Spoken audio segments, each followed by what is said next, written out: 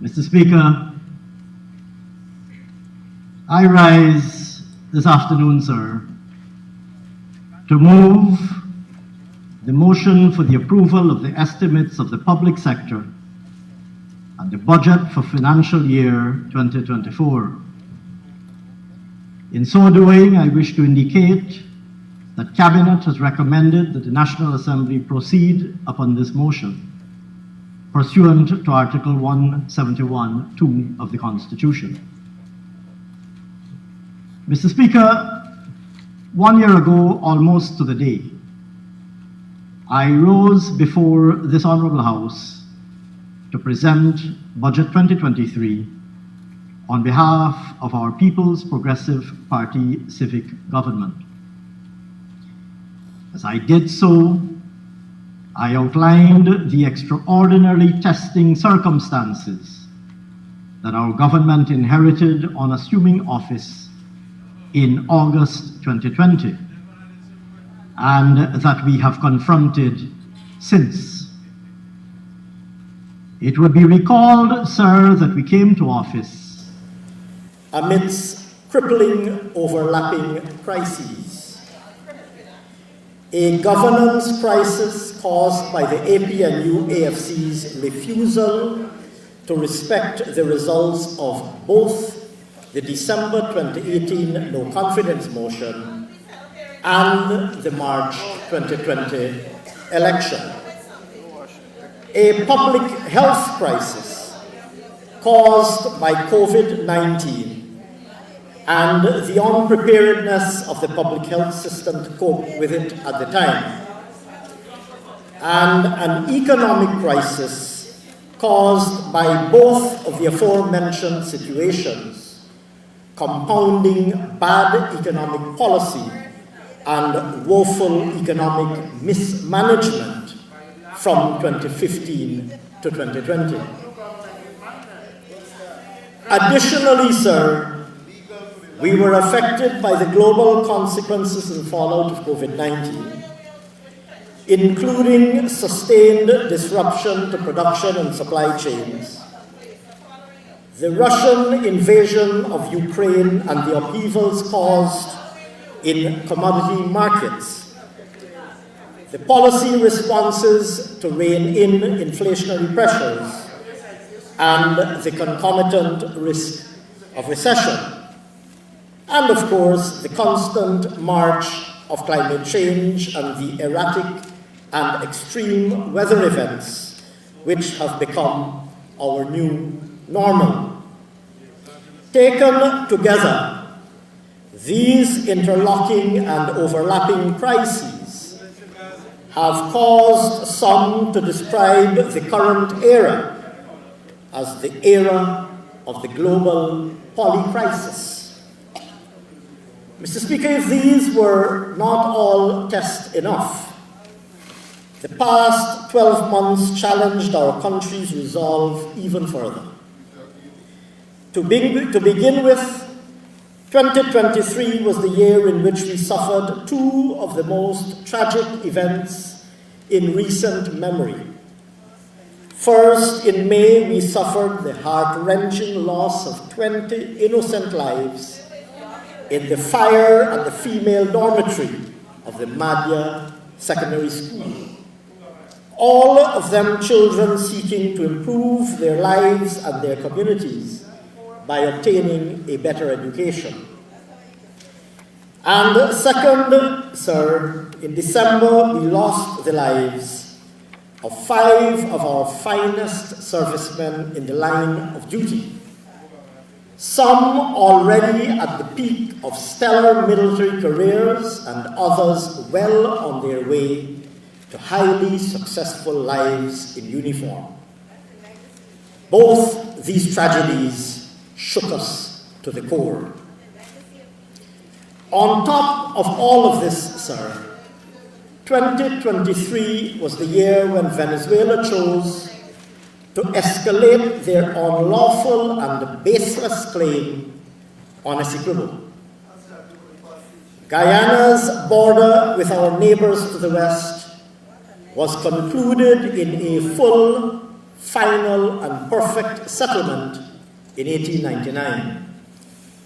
The most recent provocation visited upon us by the December referendum held by Venezuela, in defiance of the process currently underway at the International Court of Justice, helped galvanize worldwide attention to this manufactured controversy, consolidated international and multilateral support for Guyana's sovereignty and territorial integrity, and mustered a renewed sense of domestic solidarity, including, sir, unanimity in this Honourable House on this matter.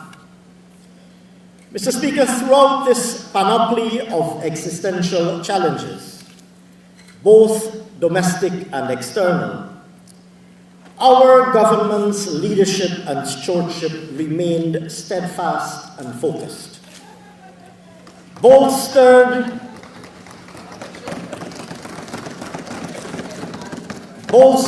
by the inherent resilience and enduring strength of the Guyanese people, we navigated crisis after crisis and overcame challenge after challenge to emerge a stronger, wiser, and better Guyana.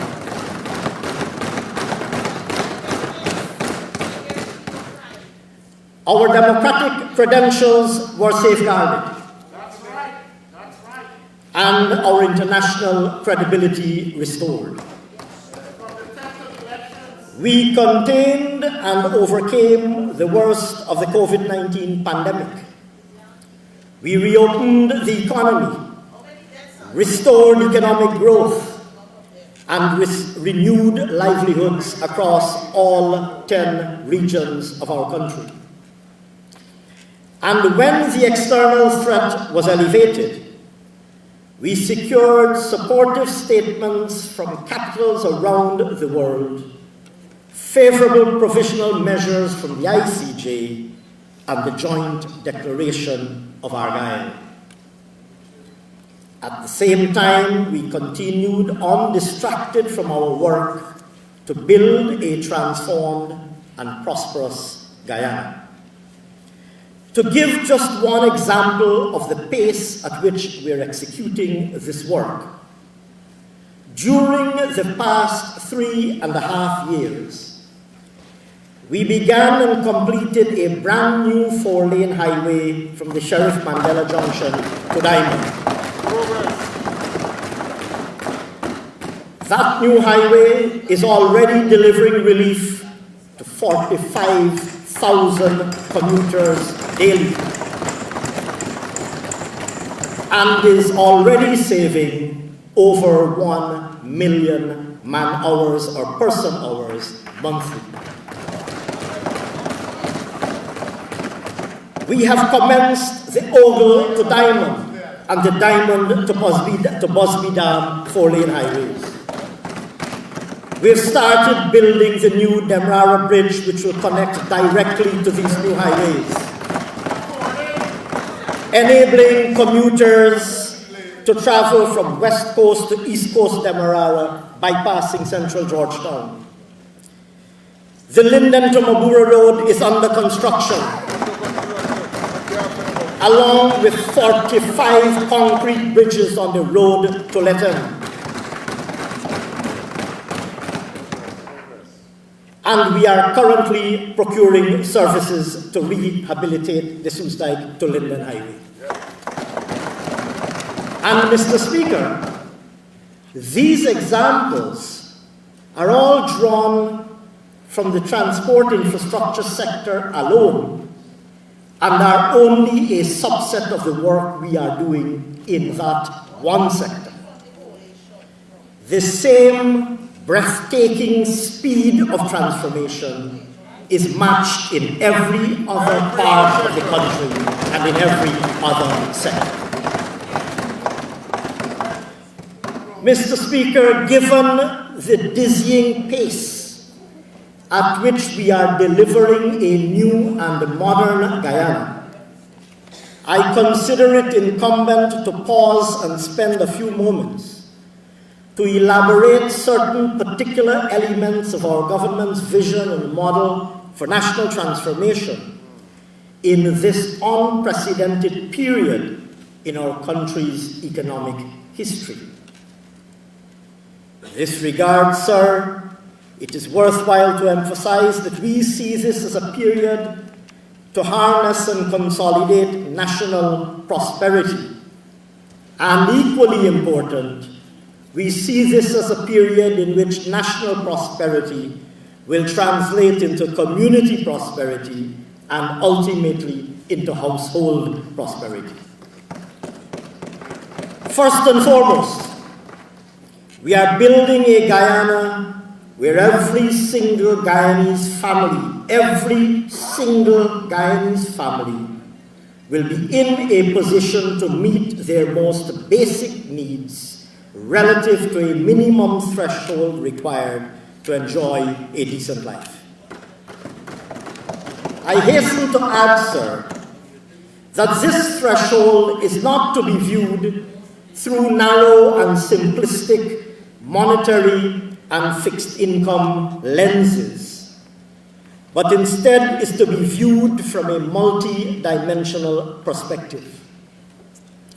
In this new and modern Guyana, every single Guyanese family should have access to decent housing, including the potential to own their own home, sufficient nutritious food to experience zero hunger, good quality health care from conception to old age, relevant educational and skills training opportunities to equip those of employable age for the world of work, potable water and sanitation, and recreational facilities to support healthy living.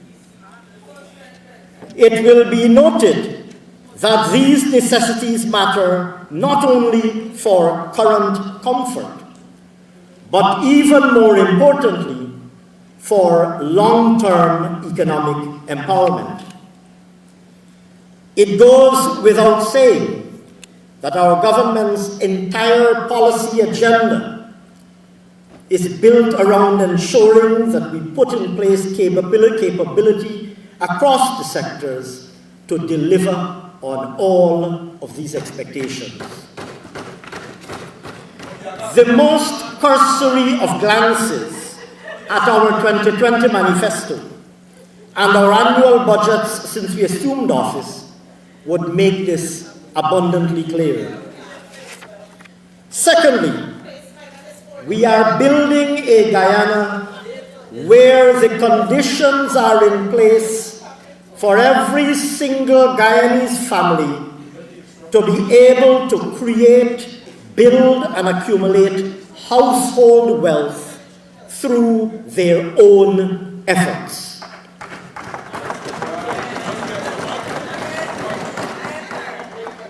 In this regard, we are creating an environment where opportunities for an entrepreneurial activity abound across all sectors of economic endeavor, where the barriers to entry into those activities are lowered, and where appropriate support systems and services are available to enable those opportunities to be realized. In this regard, in this new Guyana, it will be imperative that our population becomes more entrepreneurial in outlook, equipped to both identify and indeed create opportunities, prepared to take calculated risks, and able to manage those risks and keep exposure within tolerable levels while maximizing their returns. Mr. Speaker, here again, it goes without saying that our government's policy agenda has created more entrepreneurial opportunities than at any other time in our country's history.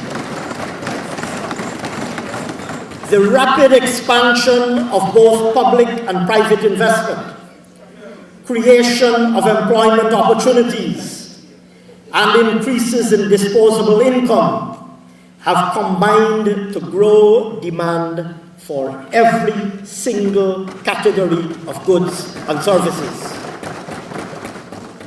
And needless to say, sir, increased demand for goods and services means more business opportunity for both current and potential producers and suppliers.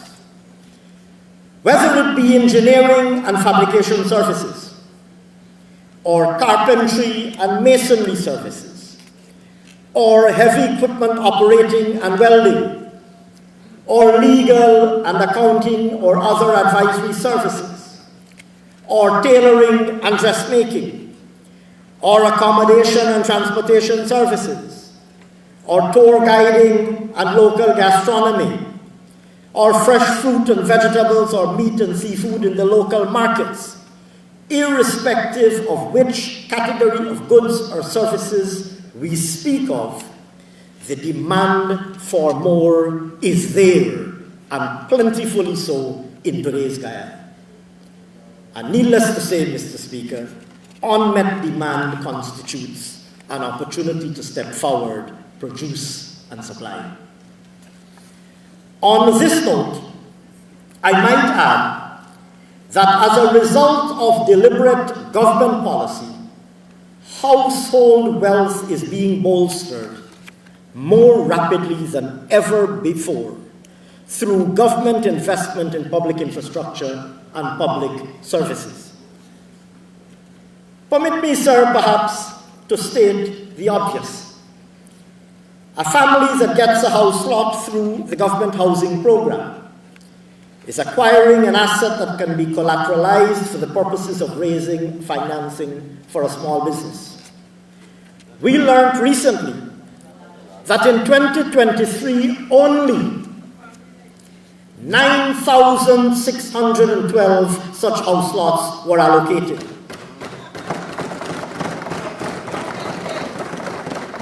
And over the past 3 years, 30,000 such house lots were allocated. Mr. Speaker, that's 30,000 households that now have a collateralizable asset that they did not have before. Moreover, sir, that asset value,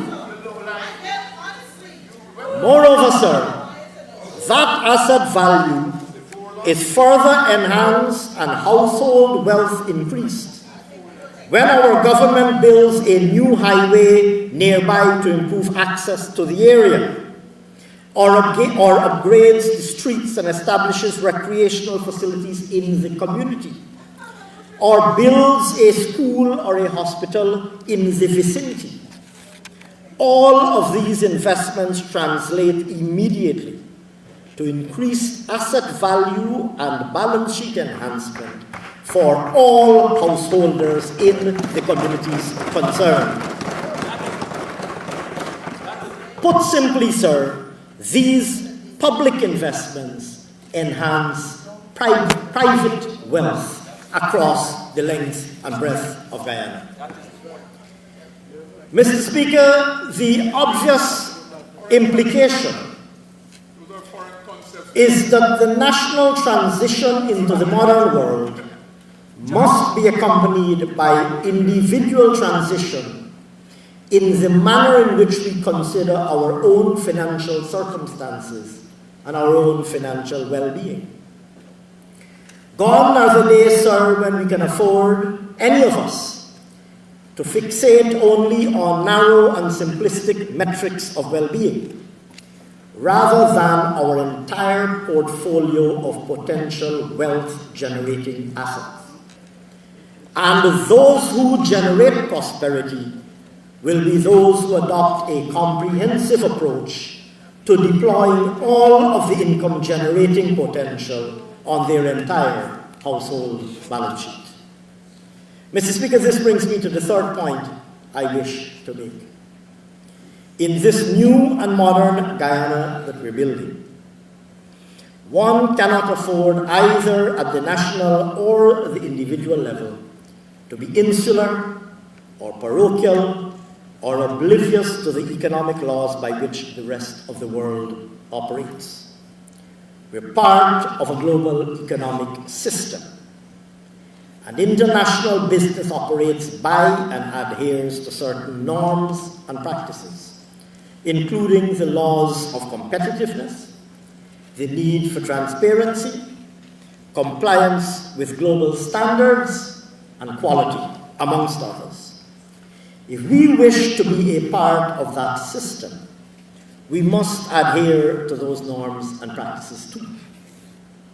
This takes on even greater significance if we wish to enter, say, joint ventures and strategic partnerships with international counterparts, perhaps to take advantage of local content opportunities, or indeed to do business with anybody else, anywhere else in the world. That is the Guyana we are building. One in which basic needs are met for all, one where opportunities abound for wealth creation by all, and one where we are fully integrated in the global economic system in a manner that allows Guyanese nationals and Guyanese businesses to participate in and benefit from the economic opportunities that are emergent in this new era of Guyanese prosperity. Mr. Speaker, in order to ensure that these objectives are realized, a particular approach to policy making and planning is required.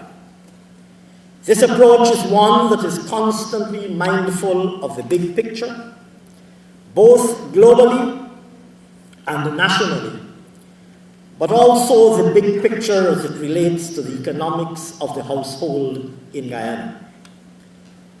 Additionally, this approach is one that needs to be informed by rigorous analysis, not just of the current situation, but also projecting well into the medium and longer term, bearing in mind that many of the outcomes being sought will, of necessity, only be evident in the future.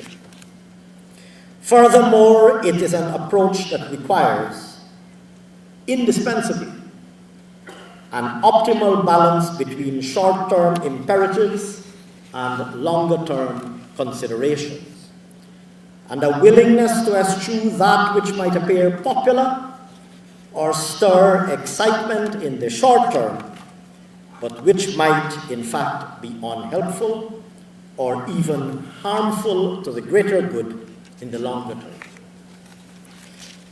Mr. Speaker, this requires competence, integrity, discipline, focus, and candor as a government, characteristics that successive People's Progressive Party civic governments have always sought to embody and embrace, and the characteristics that the Guyanese people have always shown a strong recognition of and affinity for.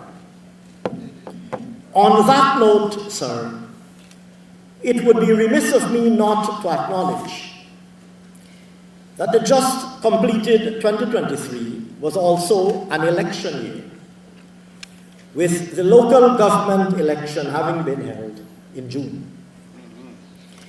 At the end of that election, sir, we, the People's Progressive Party, secured 108,871 proportional representation votes. In contrast, sir, the APNU-AFC secured 68,229. Very good performance. Of 80 local authority areas, sir, we won 66 rather. Let me say that again. Of 80 local authority areas, sir, we, the People's Progressive Party, won 66. Yes. APNU-AFC won 14. Mr. Speaker, of the 66 LAs we won, Mr. Speaker, of the 66 LAs we won, 13 were won by virtue of a no contest because APNU-AFC was simply unable to field a single candidate whatsoever in those LAs. They would say that's a strategy. They would turn around and say that's a strategy. Mr. Speaker, we won 906 seats in total. APNU-AFC won 274. And even where we did not win a majority on the council, we increased our representation significantly.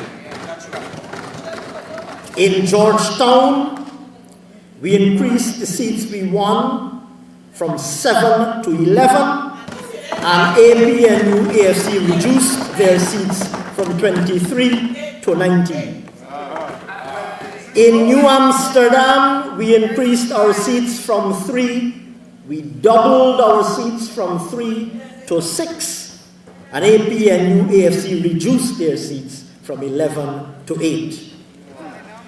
In Linden, sir, we increased and doubled our seats from 1 to 2, and APNU-AFC reduced their seats from 15 to 14. But I will add, sir, that in Linden, we may have won 2 seats, sir, but in Linden we secured 2,464 PR votes, 6 times the number of PR votes, 6 times the number of PR votes we secured at the previous local government election.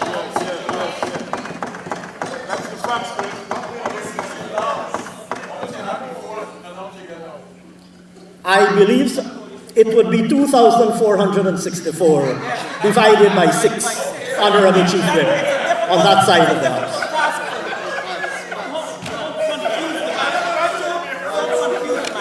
I believe, sir, it is fair to say that the results speak for themselves.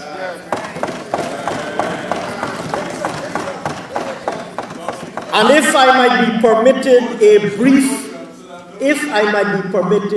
brief repetition, competence, integrity, discipline, focus, and candor as a government, characteristics the Guyanese people have always shown a strong recognition of and affinity for. Mr. Speaker, our government is committed to maintaining a policy framework aimed at achieving the objectives we have outlined and at delivering the commitments we made in our manifesto. We are committed to ensuring the preservation of policy predictability and stability, prerequisites that are essential for good decision-making by both businesses and households. We are guided constantly by strong underlying principles and the conviction that every single policy choice and every single expenditure decision can be justified on the basis of promoting the national interest and national well-being. And we are committed to making the hard decisions where these are needed in order to ensure that our country's potential for lasting prosperity is realized, and that national prosperity, when realized, is translated into improved well-being for every single Guyanese household.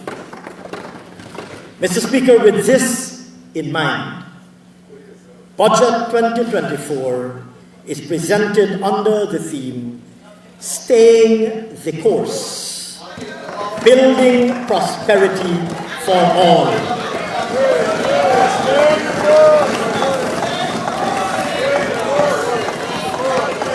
Progress, prosperity for all. One guy. I turn now, sir, to the global and regional economic context in which we find ourselves as a member of the global community of nations. Mr. Speaker, the global economy remains in a precarious position amidst escalated geopolitical tensions, the fight against persistently high inflation in many parts of the world, and extreme climatic conditions, including a protracted period of the El Niño phenomenon. These forces weighed heavily on global growth in 2023 and have dampened post-pandemic recovery efforts. Against this backdrop, global growth is estimated at 2.6% for 2023, slower than the 3% in 2022. Growth in advanced economies is estimated to have decelerated to 1.5% in 2023 from 2.5% the previous year. This largely reflects a significant slowdown in the euro area, which is estimated to have grown by less than 1%.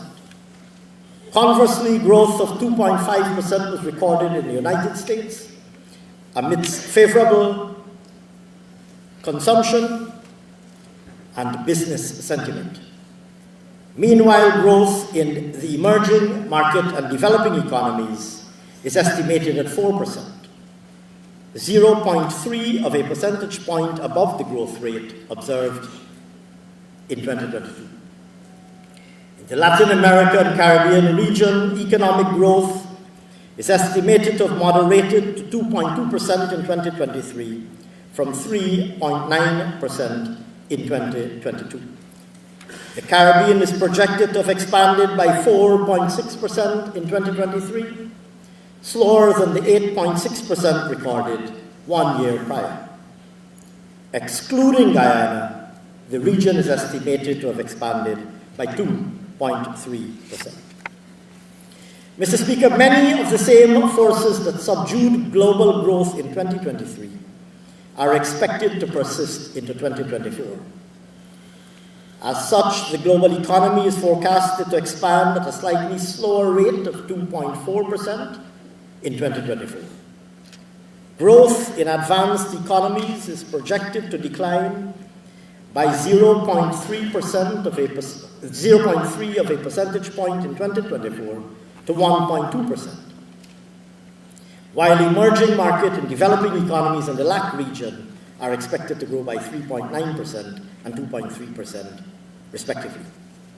In 2022, global inflation levels soared to multi-decade highs amidst pandemic-related disruptions further amplified by the Russian invasion of Ukraine.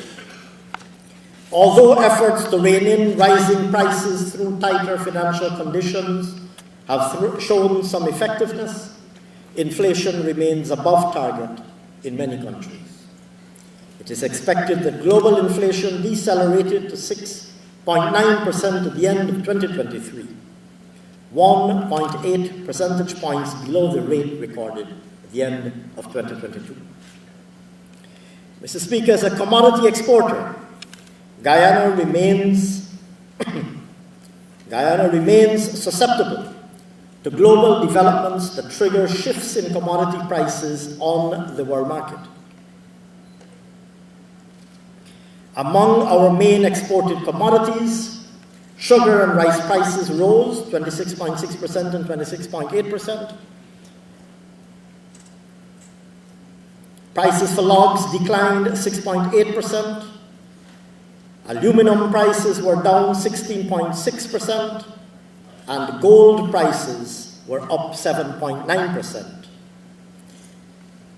Mr. Speaker, last year, 2023, that is, of course, average Brent crude oil prices retreated from their 8-year high in 2022, falling some 18.4% to $82.6 US dollars per barrel. Mr. Speaker, looking ahead, added inflationary pressures loom large, as recent developments in the shipping industry in particular are expected and threaten freight and commodity prices. Already, freight costs have surged due to the El Niño-induced drought in Panama and the surrounding war around Red Sea and Suez. Resultantly, authorities have capped the number and weight of vessels can pass through the Panama Canal, and due to the diversion of ships from the Suez Canal, the rate for a 40-foot container, for example, has more than doubled in some parts of the world. Mr. Speaker, against this background, global commodity markets are likely to remain volatile in 2024. On the subject of commodity and other prices, it is apposite to note that the monetary policy response to global inflationary pressures has seen a significant increase in the pricing of credit. Interest rates, especially amongst advanced economies, have risen substantially since early 2022 as governments and central banks attempt to combat stubbornly high levels of inflation in many places. For example, sir, the US effective federal funds rate stood at 5.3% at the end of last year, markedly above the 1.7% average, or its 1.7% average rather, in 2022.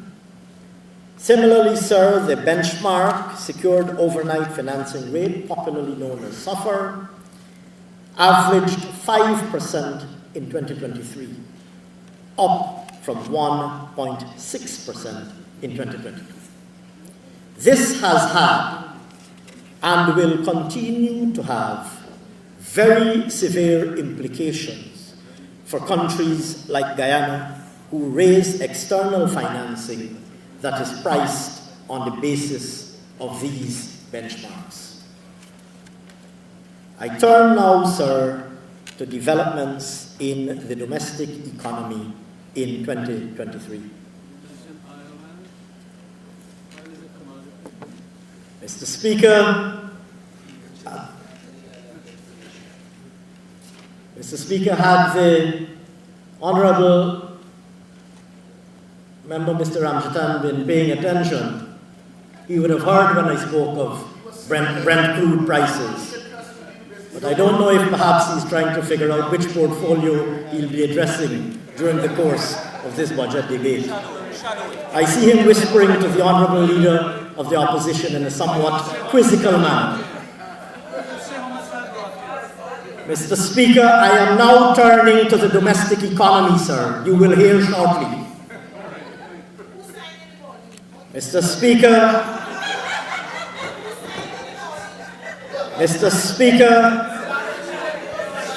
Mr. Speaker, Mr. Speaker, Guyana's paper currency is currently being signed on the government's behalf by former President and the distinguished Vice President of Guyana, Vice President Bharat Jagdeo, who, sir, as opposition leader, is largely responsible for consigning this APNU-AFC failure into the opposition benches and will help and lead our effort to keep them in opposition for a very, very, very long time.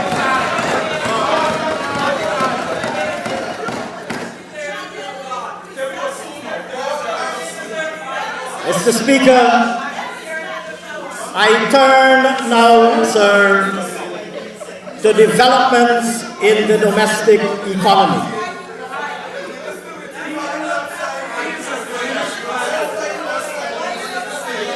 Mr. Speaker, it appears, it would be recalled, sir, that we got down to the business of government from the 2nd of August 2020, and I returned to Guyana in November 2020, we didn't twiddle our thumbs for 3 months like they twiddled their thumbs for 5 years.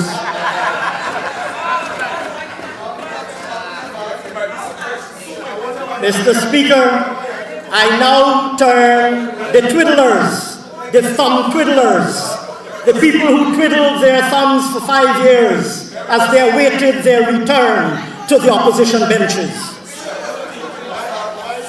The perpetual thumb twiddlers, sir. I now turn, sir, to developments, yes, sir, the perpetual thumb twiddlers, spending 5 years in government and doing not one single thing, not a single accomplishment to speak of, having spent 5 years in government. No wonder, sir, that in 3 years they couldn't get their own members of parliament to vote for them and to keep them in a majority in the parliament. And no wonder, sir, it took a mere 5 years, after 23 years in opposition, it took a mere 5 years for the people of Guyana to send them back into the opposition benches. No wonder, sir, the perpetual thumb twiddlers.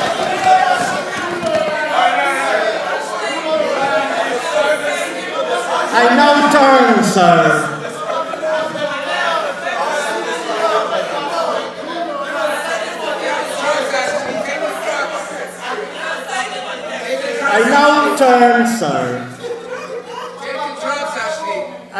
turn, sir, to development in the domestic economy.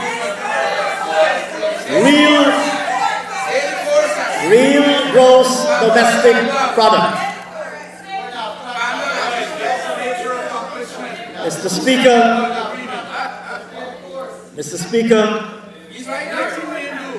at the time of preparing Budget 2023, it was projected that real GDP would grow by 25.1%, with non-oil GDP expected to expand by 7.9%.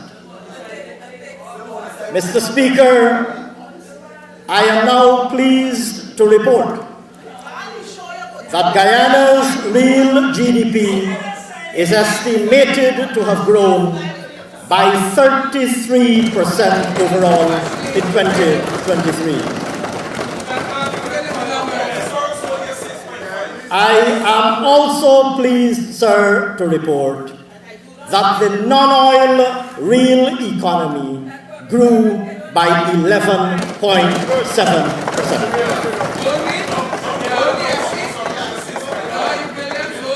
The expansion, sir, of the overall real economy can be largely attributed, sir, to continued strong growth in oil and gas activity, with the notable achievement of first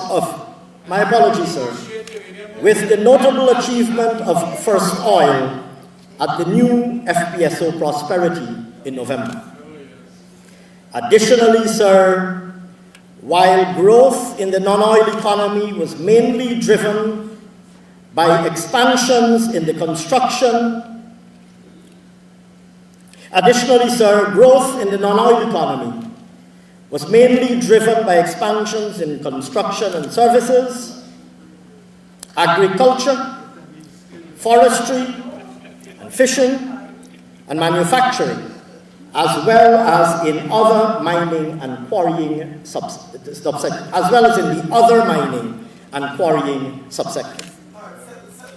Mr. Speaker, our government's policies continue to be focused on supporting growth in the traditional pillars of the economy while managing the oil and gas sector effectively. Sectoral performance: agriculture, forestry, and fishing. Mr. Speaker, the agriculture, forestry, and fishing sector is estimated to have expanded by 7% in 2023. This performance is attributed to increases across all subsectors and was despite the impact of El Niño. Mr. Speaker, The sugar growing sector is estimated to have grown by 28% in 2023.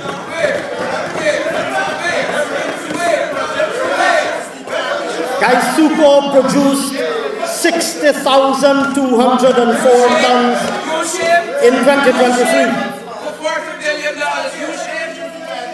Mr. Speaker, similarly, sir, the rice growing sector expanded by 7%. The Guyana Rice Development Board reported total rice production of 653,706 tons for 2023, above the 610,000 tons, 610,595 tons in 2022.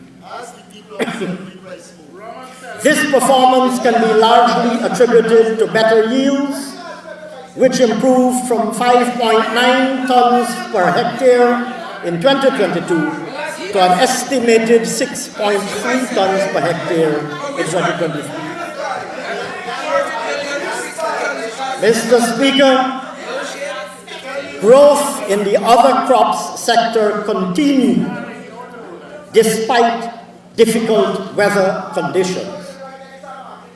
It is estimated that the sector grew by 4.1%, with significant growth recorded in the production of such crops as coconuts, vegetables, root crops, and fruits, mainly on account of increased acreage cultivated and improved yields. Mr. Speaker, also on the upside, the livestock industry is estimated to have expanded. Mr. Speaker, the livestock industry is estimated to have expanded by 12.7% in 2023. It is expected that the production of eggs, poultry meat, pork, and milk expanded by 30.9%, 13%, 21.9%, and 0.7% respectively. Mr. Speaker, the fishing industry,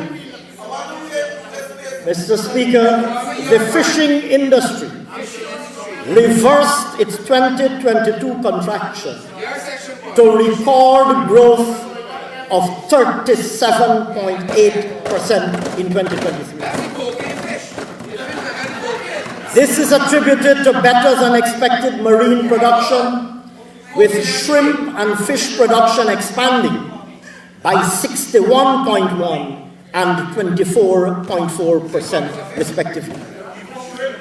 Notable improvements were observed in the production of artisanal finfish, red snapper, industrial and artisanal seaboard shrimp, amongst others. Mr. Speaker, we continue to see the fruitful results of government's interventions to transform the aquaculture industry. Mr. Speaker, it is estimated that aquaculture production expanded by a staggering 75% in 2023. With brackish water shrimp alone growing by 58.6%. Mr. Speaker, the forestry sector, sir. The forestry sector, sir, is estimated to have expanded by 5.4%. Extractive industries. Mr. Speaker, the mining and quarrying sector is estimated to have expanded. The mining and quarrying sector is estimated to have expanded by 42.6% in 2023. As with recent years, the estimated growth is driven largely by an expansion in oil and gas and, of course, support services industry, which, when combined with growth observed in the other mining industry, outweighs declines that were observed in gold and bauxite mining. It is estimated that the oil and gas sector expanded by 45.9%. I believe this is what you were waiting for, Honourable Member Mr. Ramjatan. It is estimated that the oil and gas sector expanded by 45.9% last year, with production of 142.9 million barrels of oil, compared with 101.4 million in 2022. This is the result of improved performance from the Liza, Destiny, and Unity FPSOs, along with the commencement of production from the Prosperity FPSO in November.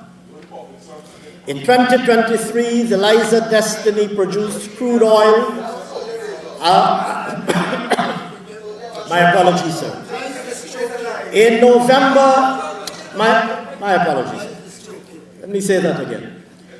In 2023, the Liza Destiny produced crude oil at a rate of approximately 142,000 barrels per day, and the Liza Unity produced at a rate of 235,000 barrels per day.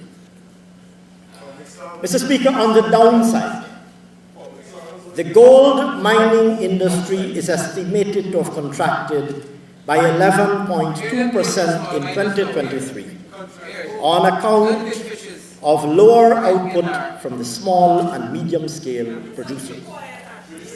Total gold declarations fell to 432,113 ounces last year. The single producing foreign operator recorded an estimated 7.8% in declarations, with 109,358 ounces declared. However, this was outweighed by lower declarations from the small and medium-scale operators, whose output fell by an estimated 16.2% to 322,755 ounces. Similarly, sir, the bauxite mining industry is estimated to have contracted by 20.4% in 2023 as a result of reduced output from both producing operators.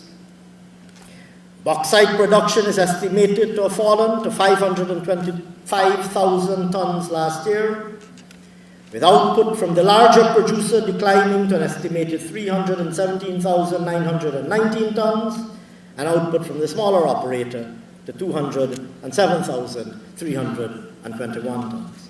Both producers attribute this performance to external market developments that have affected demand and prices.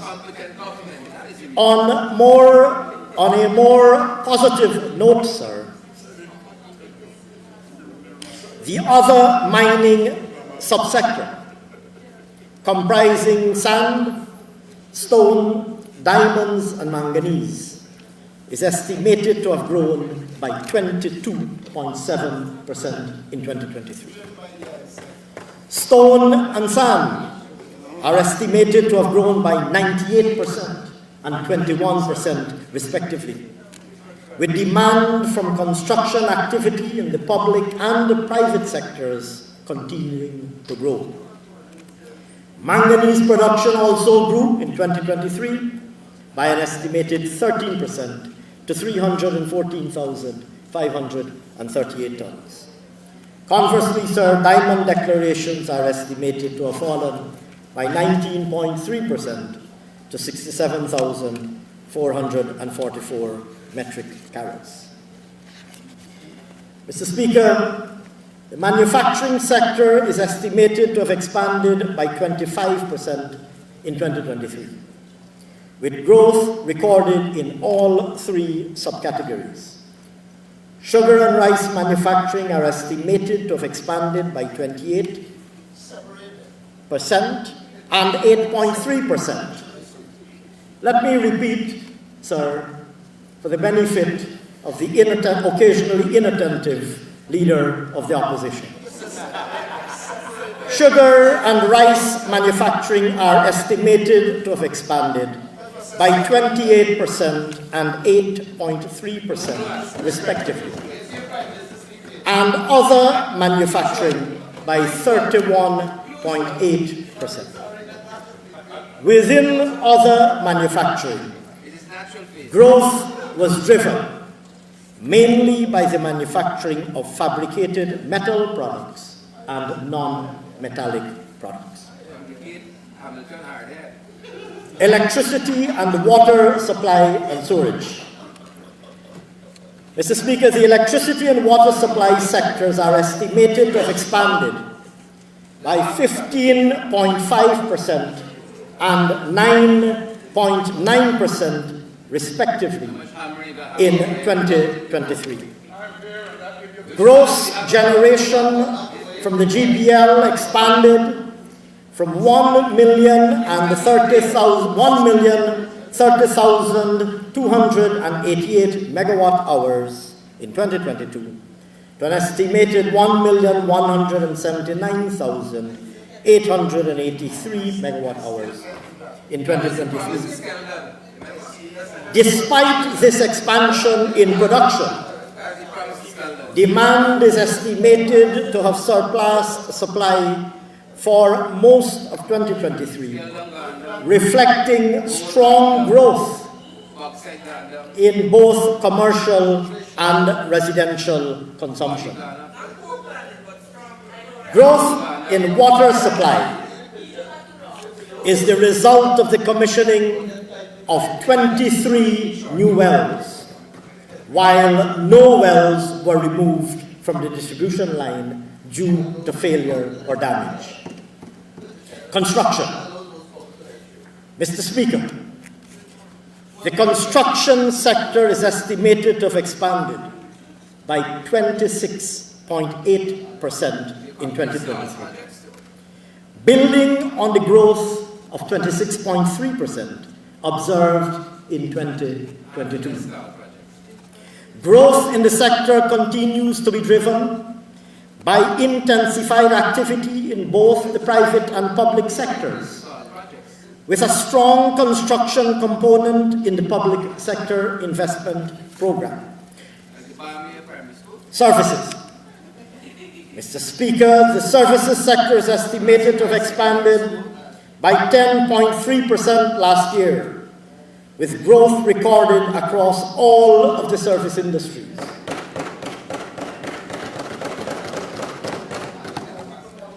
The overall 2023 performance is attributed to growth recorded in administrative and support services, wholesale and retail trade and repairs, accommodation and food services, and transport and storage. These industries grew by 20.6%, 9%, 13%, and 12.1% respectively. Balance of payments. Mr. Speaker, the overall balance of payments recorded a modest estimated deficit of $34.2 million at the end of 2023, while the current account registered a surplus estimated at $1.98 billion. Total export earnings grew by 16.9% to an estimated $13.182 billion, reflecting higher earnings from both the oil and non-oil sectors. Total imports grew by 83.1% to an estimated $6.636 billion in 2023, largely due to the arrival in 2023 of the Prosperity FPSO, which contributed approximately 26.6% of total imports in 2023. Net service payments are estimated to have grown by $694.9 million to $5.6 billion. Lastly, sir, on the current account, transfers are estimated to have declined by $19.3 million. Mr. Speaker, the deficit on the capital account declined, and I should have said, if I didn't clarify, sir, that throughout this balance of payment section, the currency to which I'm referring is the US dollar. Mr. Speaker, the deficit on the capital account declined by an estimated $1.6 billion, primarily on account of enhanced FDI with the arrival of the Prosperity FPSO. Mr. Speaker, the modest balance of payments deficit was financed by a drawdown on the Bank of Guyana's foreign reserves to an estimated $898.2 million at the end of 2023, equivalent to 1.1 months of import cover.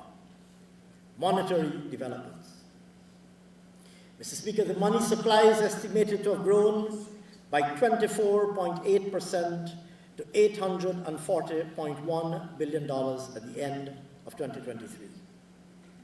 This reflects our government's commitment to maintaining an environment that is conducive, both to mobilization and intermediation of savings, and to promoting easier and more affordable access to financing. Mr. Speaker, for the period ending for 2023, net domestic credit, for the period ending December 2023, net domestic credit is estimated at $411.4 billion. These are Guyana dollars now in the monetary section, with strong growth in lending from both the private and public sectors. Mr. Speaker, net credit to the private sector grew by an estimated 14.4%.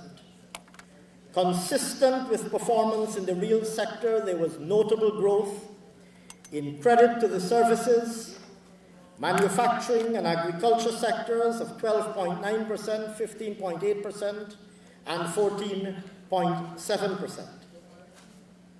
The expansion in credit to the agriculture sector was largely as a result of an increase of $2.4 billion in lending for paddy production. Mr. Speaker, strong growth is also estimated in real estate mortgage loans of 22.5% to $128.6 billion, largely on account of borrowing for real estate purposes, both industrial and commercial on the one hand, and private dwellings on the other. Mr. Speaker,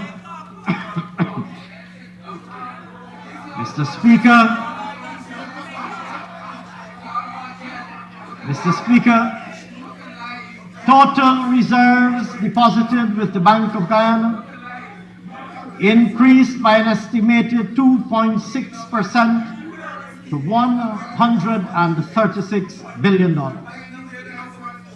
Of this amount, excess deposits reduced by an estimated 14.7% to $45.2 billion, consistent with the continued improved sentiment in our banking sector amidst increases in lending. Total liquid assets of commercial banks expanded by an estimated 26.3% to $343.5 billion at the end of 2023. Prices and income. Inflation. Mr. Speaker, like the rest of the world, Guyana continues to grapple with imported inflationary pressures. As highlighted, the global economy saw inflation rates being contained, but still above pre-pandemic levels for several countries. In Guyana, the 12-month inflation rate at the end of 2023 is estimated at 2%, significantly lower than the 7.2% recorded in 2022. This largely reflects more moderate increases in the average price of key commodities at the end of last year.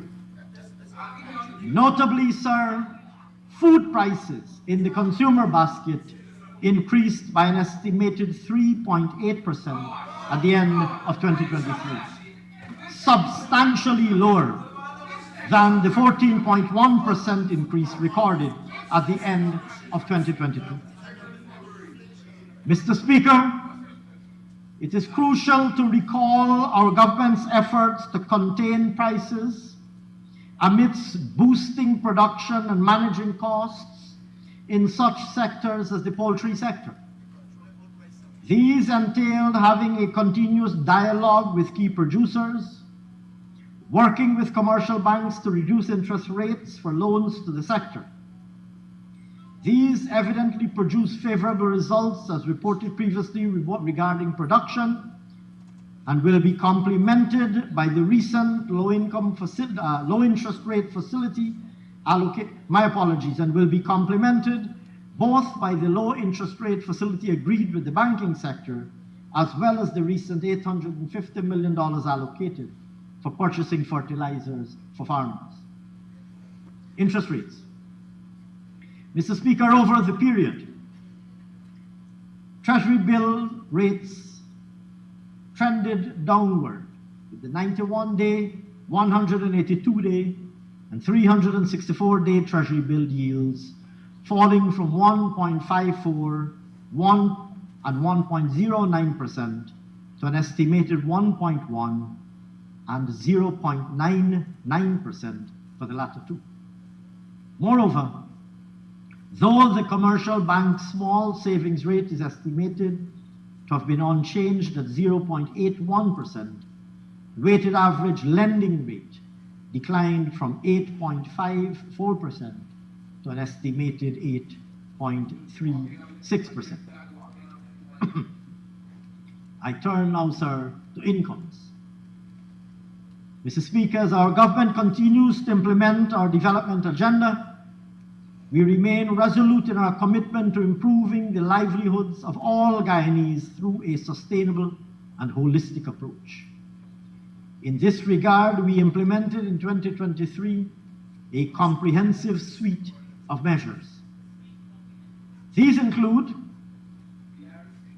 as announced in Budget 2023, all workers benefited from the increase in the monthly income tax threshold from $75,000 to $85,000 monthly, providing an additional $3.3 billion in disposable income to these workers, and removing over 12,000 workers from the tax net. Mr. Speaker, in January 2023, 5,000 health workers and almost 9,000 members of the disciplined services benefited from salary adjustments, placing an additional $3 billion in the hands of these categories of workers. Mr. Speaker, in December 2023, teachers benefited from several salary revisions.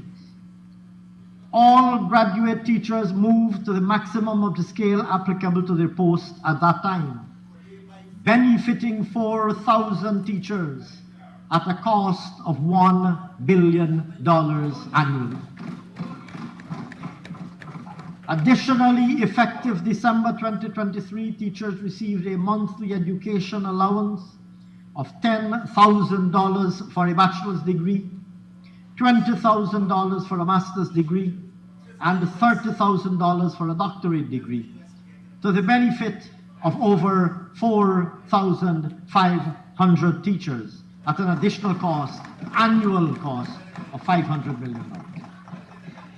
The remote areas incentive was also revised upwards to $20,000 monthly, effective December 2023, at an annual cost of $260 million.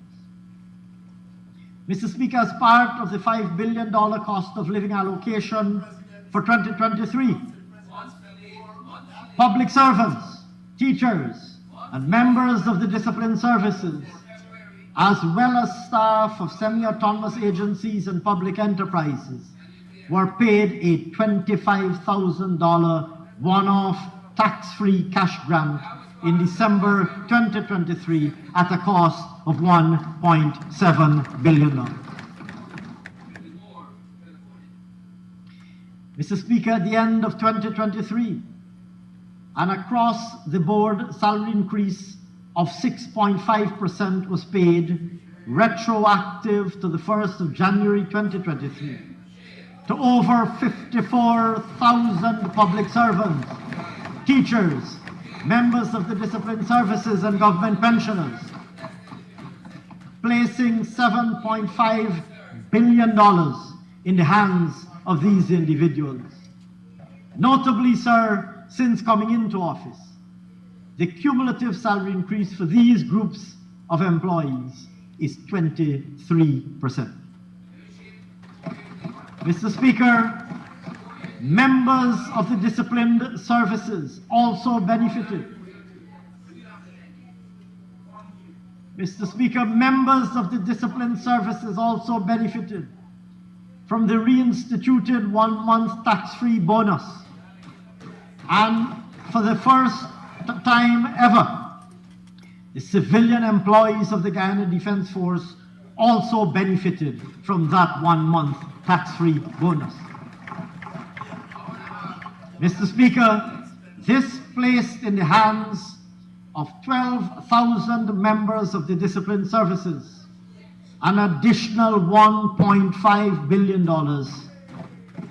And I might add, sir, that it would be recalled painfully that this is the very one-month tax-free bonus which was so shamelessly and callously taken away from the members of the disciplined services by the APNU AFC. Mr. Speaker, I turn now, sir, to the fiscal position. The total non-financial public sector deficit after grants was $201.6 billion, or 5.8% of GDP. The central government recorded a deficit of $202.9 billion, or 5.8% of GDP at the end of the year. Total tax revenue, total central government current revenue, net of inflows from the Guyana Red Plus Investment Fund, carbon credits, and the NRF amounted to $382.1 billion, 26.5% above the 2022 level. Tax collections totaled $366.6 billion, aided by the strong real economic growth observed. Non-tax revenue totaled $15.5 billion, an increase of $5.7 billion. Mr. Speaker, central government expenditure totaled $804.1 billion, of which non-interest expenditure amounted to non-interest current expenditure amounted to $370 billion. Mr. Speaker, the government's public sector investment program continues to expand with an investment of $421.8 billion at the end of 2023. This is attributed to the government's accelerated and heightened investments across all sectors, and in particular in major sectors as it aggressively implements its transformative development agenda in the infrastructure, education, health, agriculture, public safety, and other sectors. Public debt management. Mr. Speaker, our government remains steadfast in our commitment to maintain a strong debt sustainability position for our country. At the end of 2023, total public and publicly guaranteed debt stood at $4.5 billion, up 23.4% from the position at the end of 2022. This was on account of new external and domestic borrowing. Nevertheless, sir, we continue to maintain one of the lowest ratios of total public and publicly guaranteed debt to GDP in the Caribbean, with Guyana's public and publicly guaranteed debt to GDP ratio standing at 27% at the end of 2023. This sustainable level reflects the government's effective debt management practices, which have contributed to a steady decline in the country's debt ratios over a sustained period. Mr. Speaker, Guyana's external debt amounted to $1.775 billion, or 13% up from the end of 2022, on account of positive net flows from both bilateral and multilateral creditors. Domestic debt totaled $2.7 billion at the end of 2023, up from $2.1 billion at the end of 2022. Mr. Speaker, total public debt service payments amounted to $177.3 million, an increase from $150.2 million in 2022.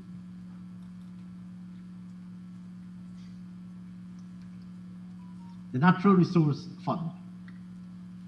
Mr. Speaker, in 2023, there were 142 lifts of crude oil from Guyana's 3 producing FPSOs, 17 of which were for government, 6 from the Liza Destiny, and 11 from the Liza Unity. The profit oil receipts recorded in 2023 correspond to 2 lifts that occurred in the last quarter of 2022 and 15 lifts that occurred in 2023. 2 receipts related to 2023 are anticipated to be made this month, and those relate to lifts that occurred late in the year, that is to say, in December of 2023.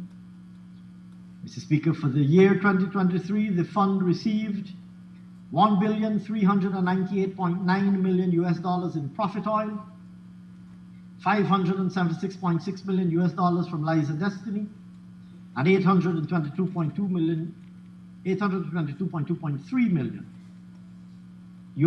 from Liza Unity. With respect to royalty payments, $208.1 million was received from the Stabroek Block operator. Mr. Speaker, in keeping with the stipulations in the NRF Act and with the approvals granted by this Honourable House as part of the budgetary consideration last year, an amount of $1,002 million was withdrawn to finance national development priorities. In 2023, $1,617 million in petroleum revenue was deposited into the fund, and at the end of the year, the overall balance inclusive of interest income stood at $1,973.5 million. Mr. Speaker, I now turn to sectoral developments and the agenda for 2024.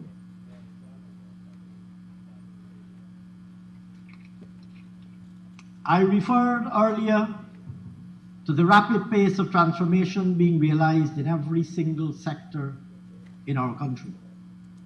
I will now review some of the main developments in each sector and our plans going forward, Of necessity, these represent merely selected highlights of the work our government is doing in each sector. But even from these highlights only, the scale and scope and speed with which we are building out a transformed Guyana would be evident, as would the opportunities that this build-out presents for Guyanese of all walks of life. Mr. Speaker, the low-carbon development strategy.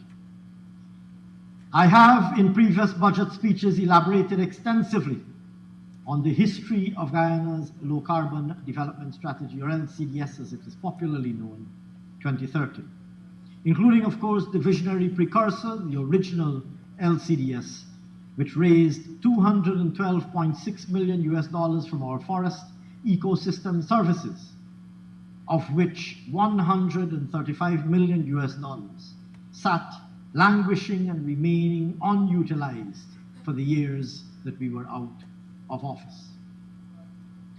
Mr. Speaker, one of our most immediate priorities on our return to office was to ensure that the resources earned, those very resources that were sitting languishing prior to our return to office, one of our first and most immediate priorities was to ensure that those resources be deployed. To this end, it was recalled that our government moved swiftly to start designing and implementing such programs as the largest solar project in Guyana's history for 33 megawatts of power in Berbice, Linden, and Essequibo at a value of $83.3 million, the flood adaptation project, support for the National Tush House Council capacity to implement projects identified in the village sustainability plans,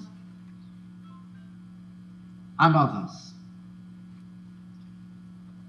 Secondly, sir, we sought immediately to reclaim Guyana's leadership position in climate finance globally and resume our position of being remunerated for the climate services provided by our forests.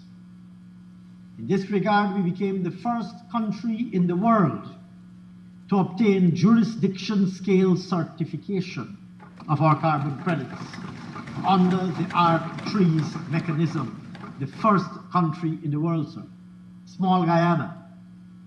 We also concluded one of the largest transactions in the voluntary carbon market to have ever taken place, consisting of 2.5 million credits per year for each year from 2016 to 2020, giving a total of 37.5 million REDD Plus carbon credits, for which we will be paid over a 15-year period, $750 million. In line with a commitment given in the LCDS, sir, 15% of the revenues received for the sale of carbon credits are earmarked for Amerindian villages to finance bottom-up investments outlined in their village sustainability plans. Villages follow local decision-making processes to participate in a benefit-sharing mechanism, and now all of Guyana's 242 villages have produced their village plans. As a result, Mr. Speaker, a total of $4.7 billion has been transferred to our Amerindian communities to finance over 500 projects. These focus, sir, and are delivering tangible gains in terms of livelihoods, income generation, food security, and social upliftment. Mr. Speaker, the remaining 85% of earnings from the sale of carbon credits will be utilized to meet the most urgent priorities of the LCDS, including adaptation and mitigation interventions, particularly flood risk management, with the replication of the Hope-like canals for drainage and irrigation purposes.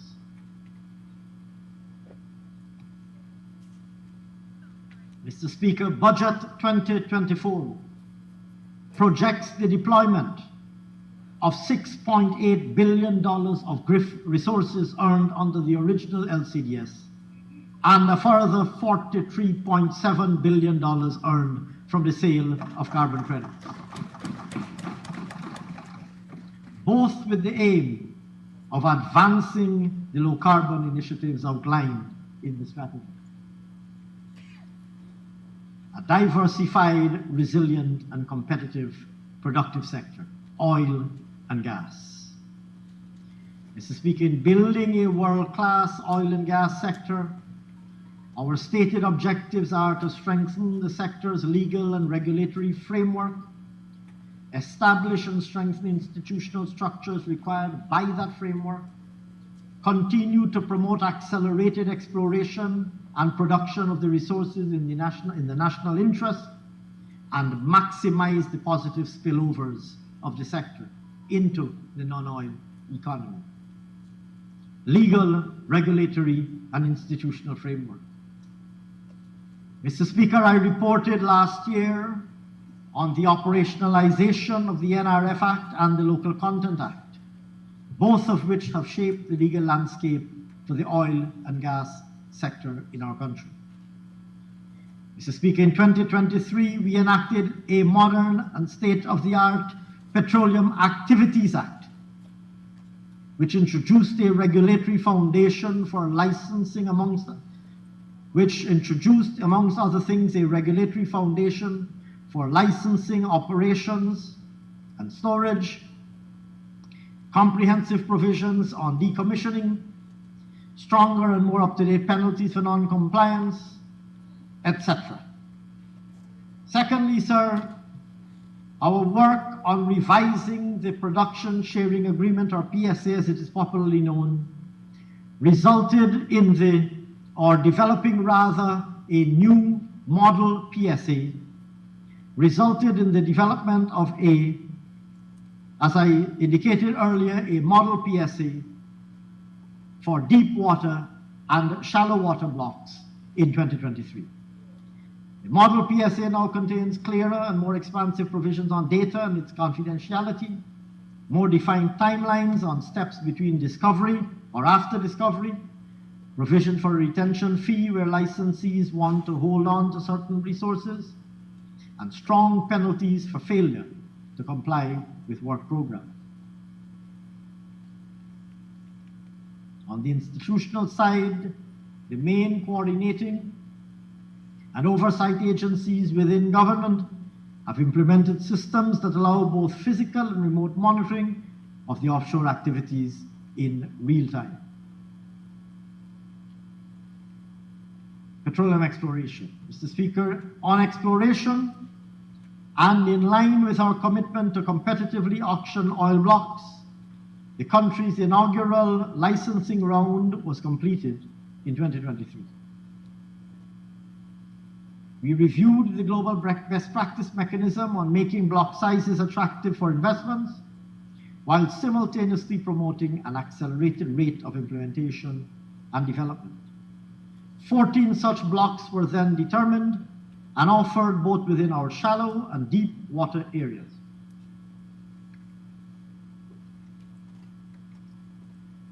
During the bidding round, 8 blocks were shortlisted based on the bidder's ability to meet the criteria of the expected work program, as well as required financial commitments. These included 2 blocks to a local company and the remaining 6 to companies from Africa, Asia, the Caribbean, Europe, and North America. Negotiations with all identified bidders started in the fourth quarter of 2023. Awards and exploration activities and the issuing of licenses are expected to begin in 2024. Meanwhile, sir, other advances in exploration include 3 new oil discoveries, 2 in Stabroek and 1 in Quarantine. Those are the respective offshore blocks, of course, as a consequence of which the total number of discoveries increased to 40 in the Stabroek block and 46 for all explored blocks. Production of oil. Mr. Speaker, encouraging accelerated production is integral to ensuring we optimize on our resource potential in a net zero environment. As well as to securing revenue from the sector to accelerate our development agenda and to improve the well-being of our people. 2023 saw a ramp-up in volumes from the Destiny and Unity production platforms, while the Prosperity FPSO achieved first oil, as I indicated earlier, in November. More advances in development are expected later this year on the Yellowtail project. There were also strides in relation to the development of the Warao project amidst commencement of the hull and topside fabrication of the FPSO that will be working in that location. Whiptail is progressing as government has started to review the field development plan submitted last year. Mr. Speaker,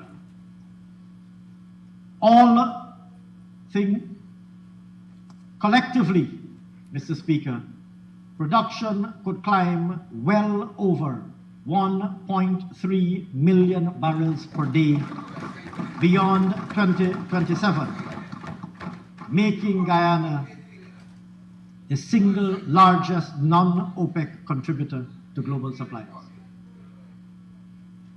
Harnessing our gas reserves. Mr. Speaker, with the objective of developing a national gas strategy, government drafted and presented a discussion paper last year for input from our citizens that received 103 comments. The feedback will be incorporated in the finalization of the country's national gas plan, along with the request for proposals to design, finance, and construct and operate the required gas infrastructure to support upstream development. And Mr. Speaker, it would be recalled, in fact, that the RFP for private investors to submit proposals for the development of this infrastructure was announced, sir, just yesterday. Additionally, sir, it would be recalled that in Budget 2023, I highlighted the gas to energy project that is already underway. This investment is a major cornerstone for our nation's economic development and growth in coming years. I'm happy to report that progress has allowed the project to remain on track for a startup by the end of this year. Mr. Speaker, promoting value-added production. Mr. Speaker, government, in response to a government call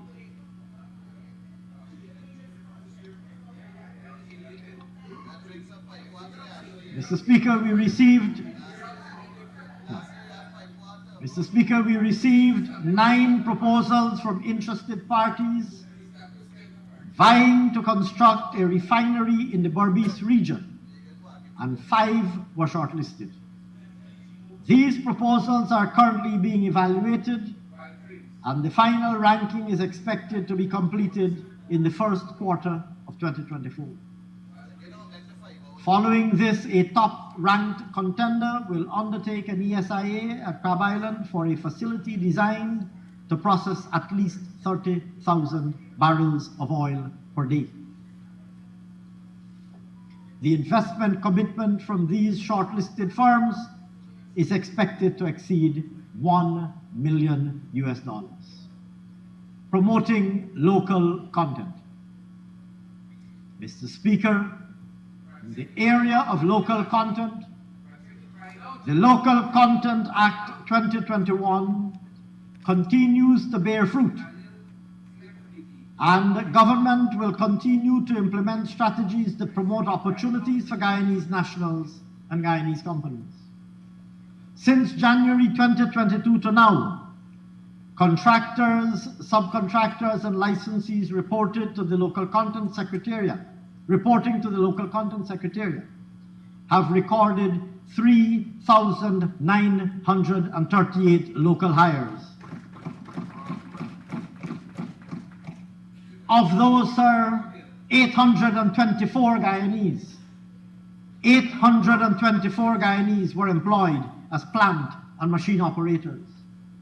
1,203 as professionals, accountants, lawyers, engineers, etc., and another 485 as technicians. This brings to the total, sir, the total number of Guyanese persons employed in the sector, sir, to more than 6,000 persons.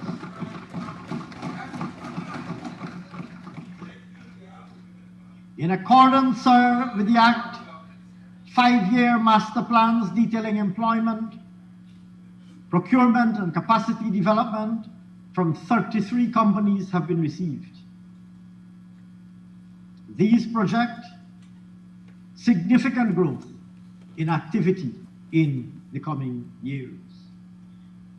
Mr. Speaker, also in keeping with the Act, annual procurement plans received from contractors, subcontractors, and licensees amount to an estimated $721 million in procurement of goods and services and training.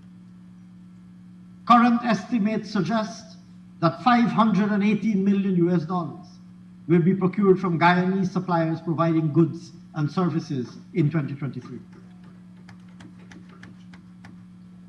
Of this amount, $15.8 million, $5.5 million, and $130 million will be spent on accommodation services, catering, and lay-down yard facilities, respectively.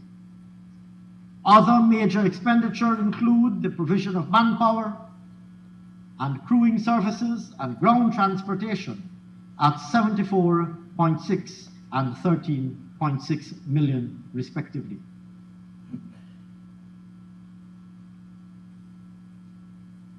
Implementation of the Local Content Act, sir, has proven to be a catalyst for numerous partnerships between foreign and local companies, fostering a collaborative environment in the nation's burgeoning oil industry.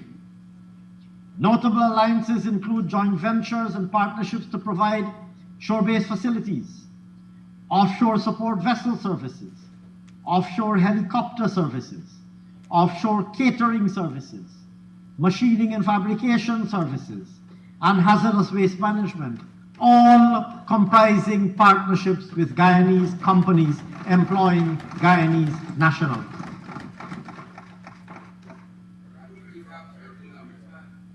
Mr. Speaker, transparency in the sector. Our government's commitment to the Extractive Industries Transparency Initiative, EITI, along with industry and civil society representation, continues to ensure the maintenance of the highest standards of transparency in the sector. As a consequence of not submitting in 2020, Guyana was temporarily suspended from the EITI. Mr. Speaker, once the 2020 report was published and shared with the Secretariat, our status as a compliant member was restored.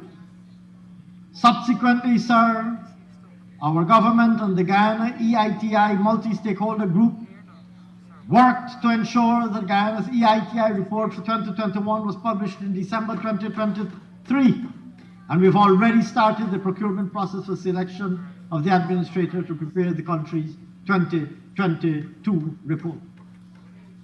Mr. Speaker, additionally, sir, the NRF Act provides a comprehensive framework to ensure transparency in the operation of the fund.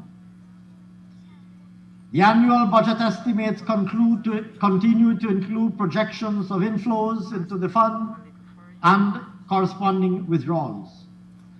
As required by the Act, notifications of petroleum receipts are published in the official gazette and tabled in the National Assembly.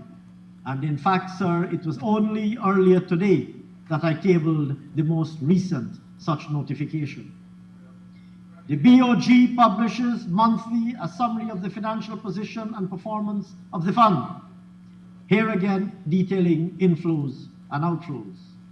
The bank also publishes quarterly NRF reports. Other extractives.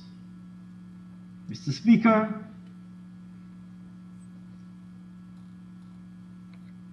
despite the emergence of the oil and gas sector, our traditional non-oil extractive sector remains extremely important to overall economic well-being. Gold.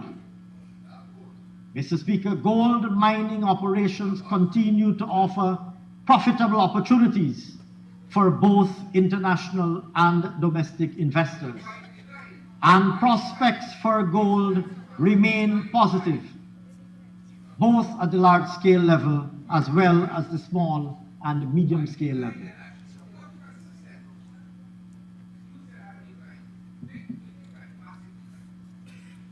Mr. Speaker, at the large-scale end of the spectrum, exploration activities continue to indicate very strong resource potential of over 8 million ounces, with ongoing investments in Eagle Mountain, Marudi, Oko West, and Omai, with large-scale operations anticipated to start in these locations as early as 2026.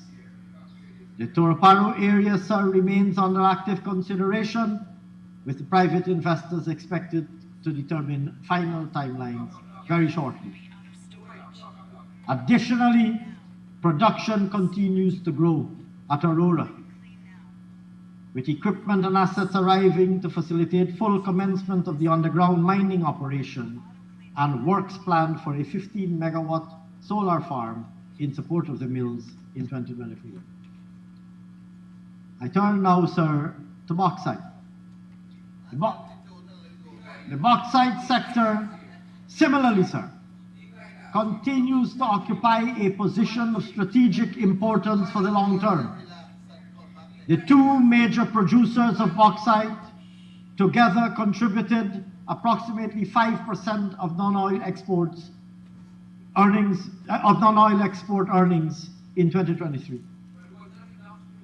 Despite, sir, very challenging market conditions during the year, active steps are being taken to reduce costs, broaden the product range, and increase production. Mr. Speaker, the recent addition of reserves in Caracara of 3.5 million tons is expected to increase production by over 250,000 tons in 2024 and by 400,000 tons in 2025. These reserves, sir, will supply the existing kilns as well as the new Kiln 15. And this particular kiln, Kiln 15, sir, will operate for a full year in 2024, having been commissioned in 2023. It is the first new kiln installed in Linden since the 1970s, and it represents a $120 million investment in Linden. Already, $30 million has been invested in the company to procure mobile equipment, and the launching of the metallurgical grade bauxite project, or MAZ project, will see installation of significant capital investments, a 9-kilometer conveyor system, self-propelled barges, the solar farm to which I alluded earlier, all of which will result, sir, in a very significant increase in production. In particular, sir, this investment alone is set to deliver 1 million tons by the end of 2024, and at peak 4.5 million tons a year. Mr. Speaker, as a result of this project, 500 additional persons will be employed in Linden, and another, that's in 2024, sir, and another 500 by the first half of 2025. Sand and stone. In 2023, sand was conducted at 31 legal operations, producing 7.8 million tons per year, a substantial increase from the 18 operations in 2020, which produced at the time less than 700,000 tons. Operations have expanded to include strategic stockpiles and ramping up of barging capability to serve the intensified demand for sand. Mr. Speaker, on quarry material, over the last 3 years,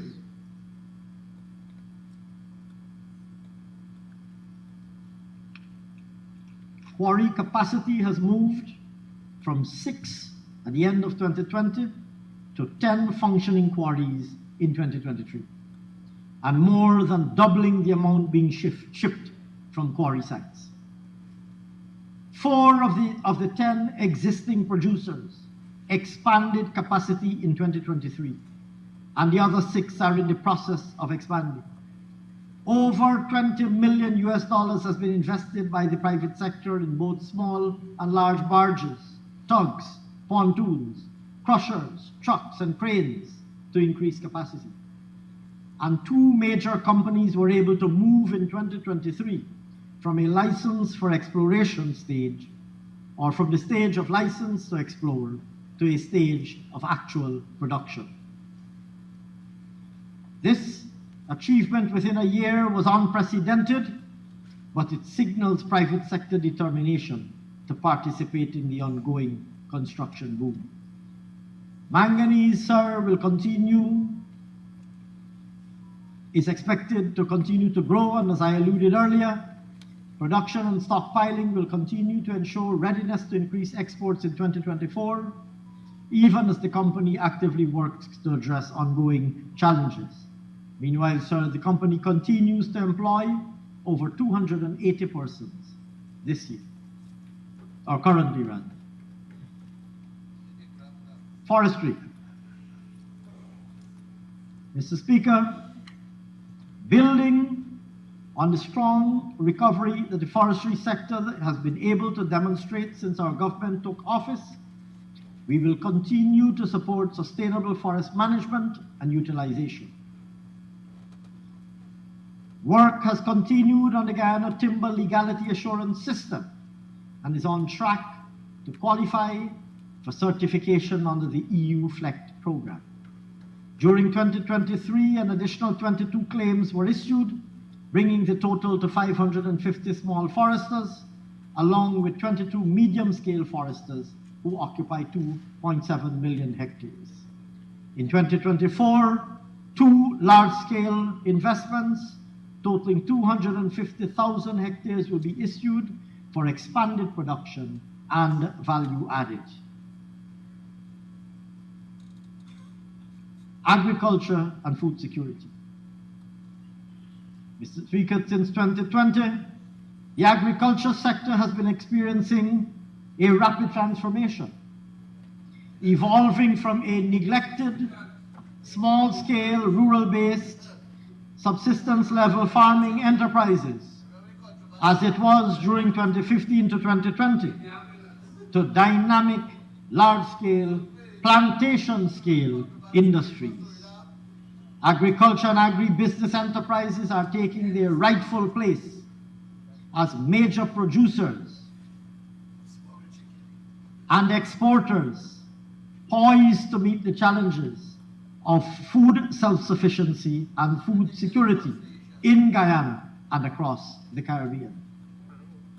Mr. Speaker, in 2023, we expended the sum of $60.4 billion to stimulate and invigorate the agriculture sector.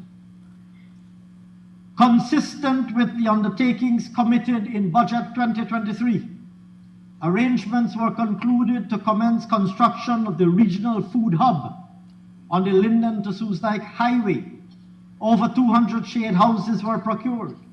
Hydroponics projects benefiting 300 youths from regions 2, 5, and 10 were launched, and a wide array of planting materials, agricultural equipment, shade house, and fencing materials, livestock and poultry were distributed to develop agriculture, particularly in the hinterland and intermediate savannas.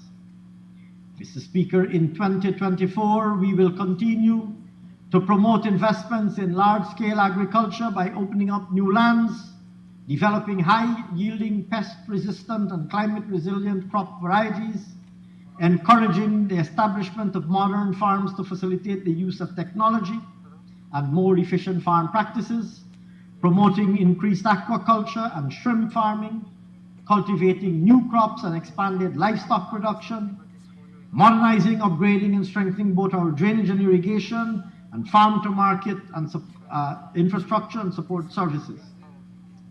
Furthermore, we will commission a tissue culture laboratory which is expected to produce 1 million plantlets per year.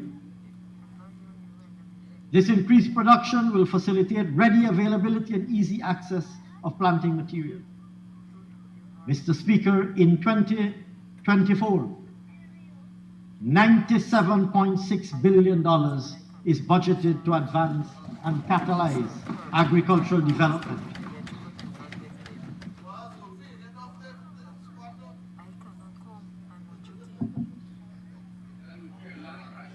Mr. Speaker, we promised to revive the sugar industry and re-energize local communities devastated by the unconscionable decision by the APNU AFC to decommission and close several grinding estates. Mr. Speaker, in just under 3 years, we have reopened the Rose Hall estate, which commenced operations in September.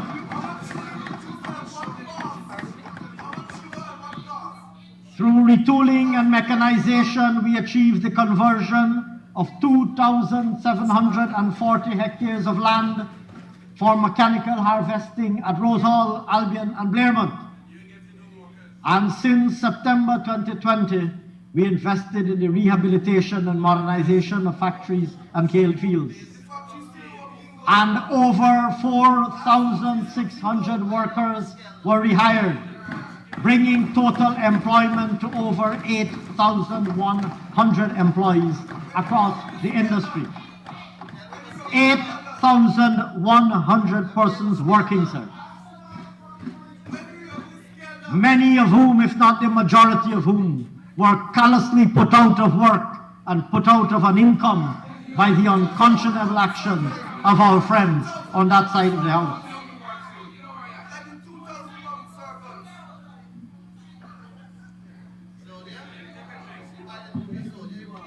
Mr. Speaker, it is expected that the conversion of lands for mechanized harvesting will continue in 2024, targeting an additional 7,100 hectares. Additional works will be completed on Albion and Blairmont packaging plants, the installation of a sugar dryer at Blairmont Estate, and the rehabilitation of heavy and light-duty revetments across the industry will strengthen the drainage system to allow timely delivery of harvested canes to the factories. Mr. Speaker, in 2024,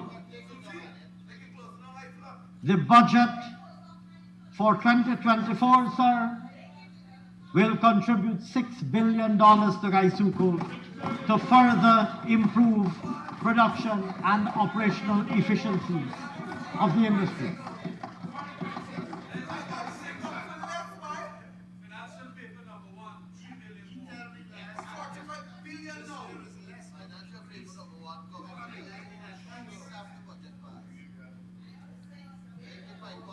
Mr. Speaker,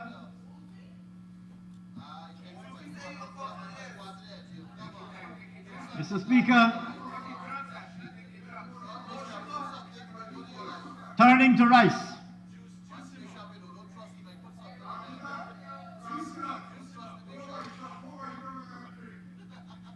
Speaker, turning to rice, our aim is to expand and develop the rice industry.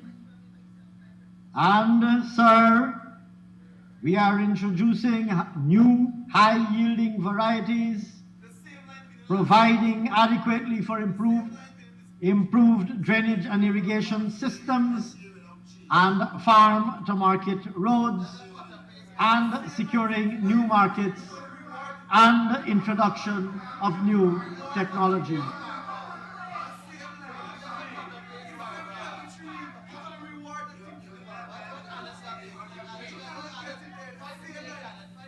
I hear, sir, our friends on that side of the House heckling that these are the same objectives as they were last year. Sir, if you are on the right path, you do precisely that. You stay on that path until you arrive at the destination.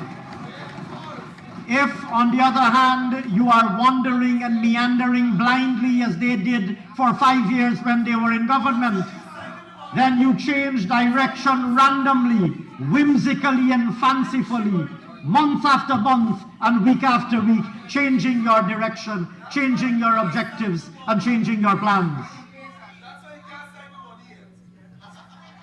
Mr. Speaker,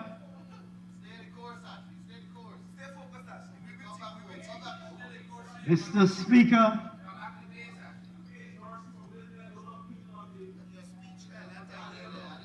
in 2024, we will continue to invest in improving the quality and quantity of seed paddy available to the rice farmers. We will provide enhanced best practices in the cultivation of paddy. We will continue to research and develop high-yielding varieties with good milling and cooking qualities, and varieties that are salt-resistant and resistant to major rice diseases. We will evaluate the new G1410 high-yielding variety in farmers' fields in 2024. Mr. Speaker, in addition to drainage and irrigation, which I will address shortly, the sum of $1.3 billion will be expended by GRDB to support increased production and productivity in the rice industry. Other crops. Mr. Speaker, our government's commitment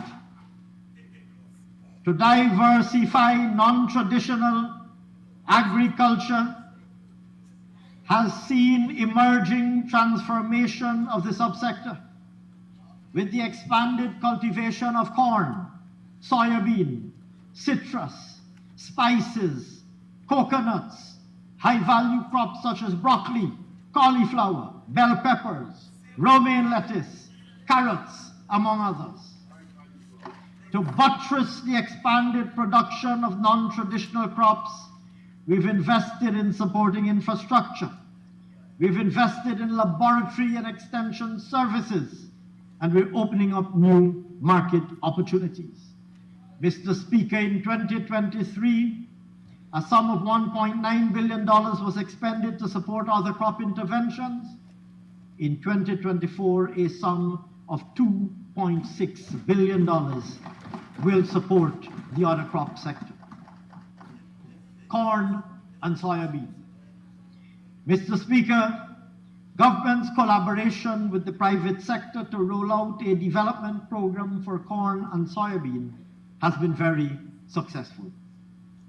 Over the last 3 years, we invested over $1.4 billion to develop the infrastructure within the Takama area to support the cultivation and production targets. This saw the completion of the access road to Takama, complemented by the now operational and very impressive drying and storage facility. Work has started on an access wharf at Takama and is slated for completion in 2024. A sum of $967.8 million is budgeted to improve the capacity of the Takama facility. Coconuts.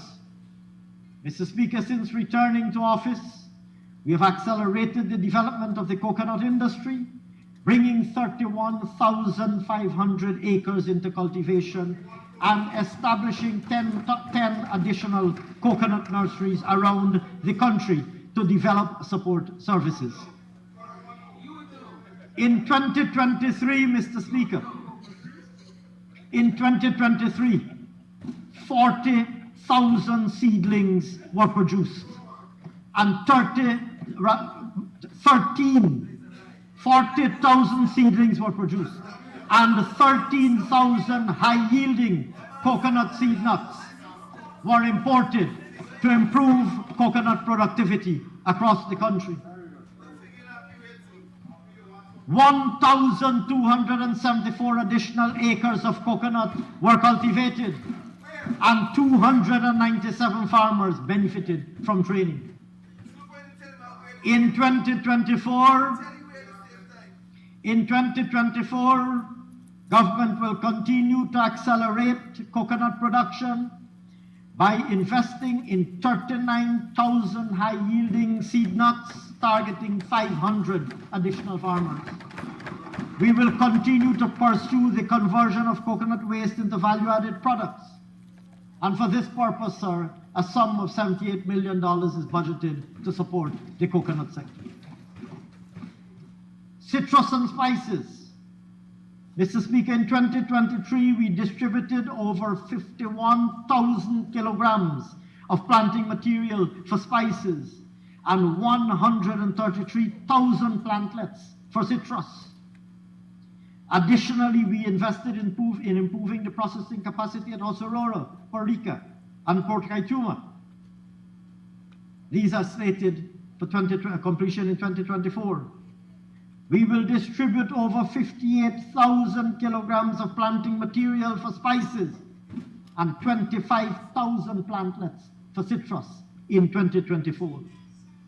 Moreover, we will be introducing for the first time the distribution of planting materials for spices such as nutmeg, black pepper, and cinnamon.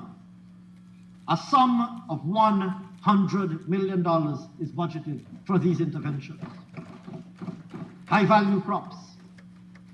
Mr. Speaker, in 2023, we procured an additional 200 shade houses as part of the Agriculture and Innovation Entrepreneurship Program. These shade houses will benefit young agri-entrepreneurs and increase production of high-value crops. Agro-processing. Mr. Speaker, our government's objective is to support the development of the agro-processing industry, including value chain development and market expansion for our products, while creating opportunities for sustained livelihoods for small entrepreneurs and communities. In 2023, sir, 2 refrigerated trucks were procured. The Oriala processing facility was rehabilitated. Equipment was installed in agro-processing facilities in Mabaruma, Puerto Rico, and Sofia. Solar dryers were established at Crabwood Creek and Napi, and new processing facilities were completed at Charity and Whitewater Creek. Additional works were advanced on the construction of a cold storage facility at Bartica, and solar dryers in Baracara, Koja Canal, and Camaran. These are scheduled for completion in 2024.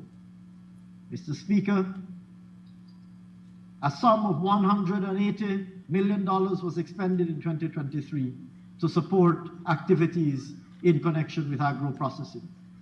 In 2024, we will continue to support the agro-processing industry. We will provide training to farmers and agro-processors on large scale. We will support ports post-harvest management through storage facilities. We will help to expand market opportunities, including with the establishment of 60 new Guyana shop locations throughout the country, and a sum of $527.4 million is budgeted to support agro-processing. Mr. Speaker, in livestock, in 2024, we aim to improve our services to the poultry industry through decentralized support facilities and production zones, establishment of a modular duck processing facility, development of a 65-acre plots for pastures to enhance sheep production, and the upgrading of quarantine stations to prevent the entry of exotic animal diseases into the country. To this end, $1.5 billion is budgeted. Mr. Speaker, in fisheries, we will continue to invest in the growth of brackish water and Vaname shrimp production, as well as propel the development of cage culture for tambaki. A fish feed mill will be established at Monrepo. This facility will support the production of both floating and sinking feed for fish and shrimp. The projected production capacity of the feed mill is currently 2 tons per hour to meet current demand and future needs. And Mr. Speaker, a sum of $1.2 billion has been allocated for fisheries and aquaculture development initiatives in 2024. Mr. Speaker, you will hear about the black belly sheep. There is so much to be said, sir, within the agriculture sector, that when my honorable leader, when my honorable, you will, the distinguished, might I remind you, sir, might I remind you, sir, might I remind you, sir, that the distinguished Minister of Agriculture is the Executive Secretary of the People's Progressive Party, a man I am proud to call one of my leaders.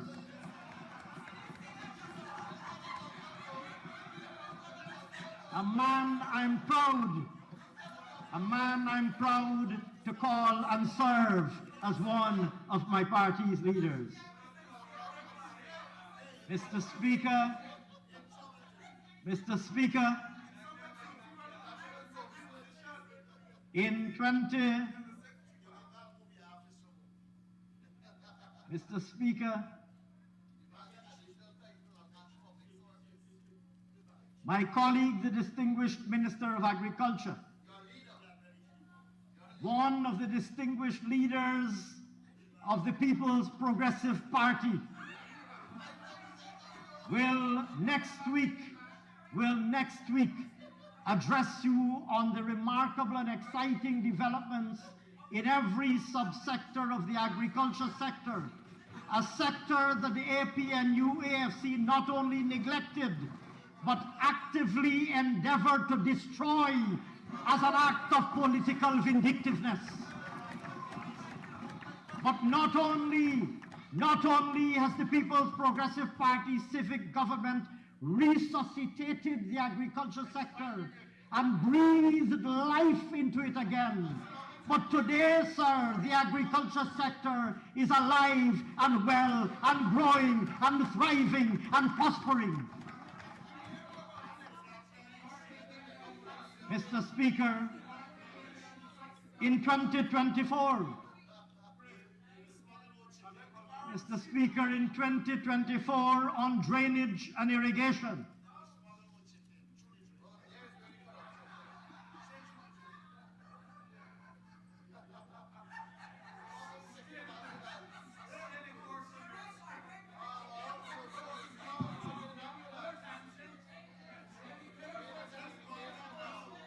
I like it, Mr. Speaker, I like it when they get agitated. I like it when they get restless and agitated. It's a sign of their resignation to perpetual defeat. When they get agitated, they know they have no answer for this People's Progressive Party civic government. Sir, in 2024,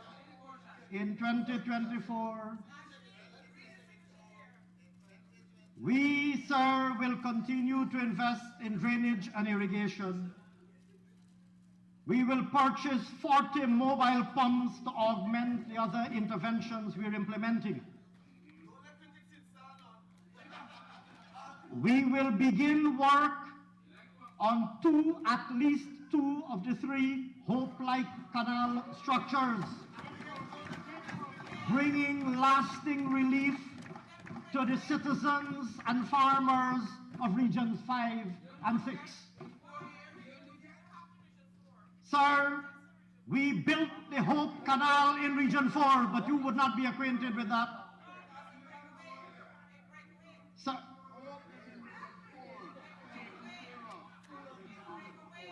Sir, Mr. Speaker, for the two major investments to which I just alluded, for the purchase of 40 mobile pumps and for the work on the two Hope-like canals, sir, sums totaling $29.4 billion have been budgeted. In 2024, we will continue work on several other pump stations like A-Line Sluice, Bellevue, Canal Number 1, Charity, Cottage, Kosher, Jimbo Grove, Letterkenny, Metamere's Ord. We will invest in pump stations at Chesney, Farm, Grove South. In 2024, we will continue to rehabilitate canals throughout the country, including at Big Baibu, Brickery, Bushy Park, Coverdale, amongst others. Mr. Speaker,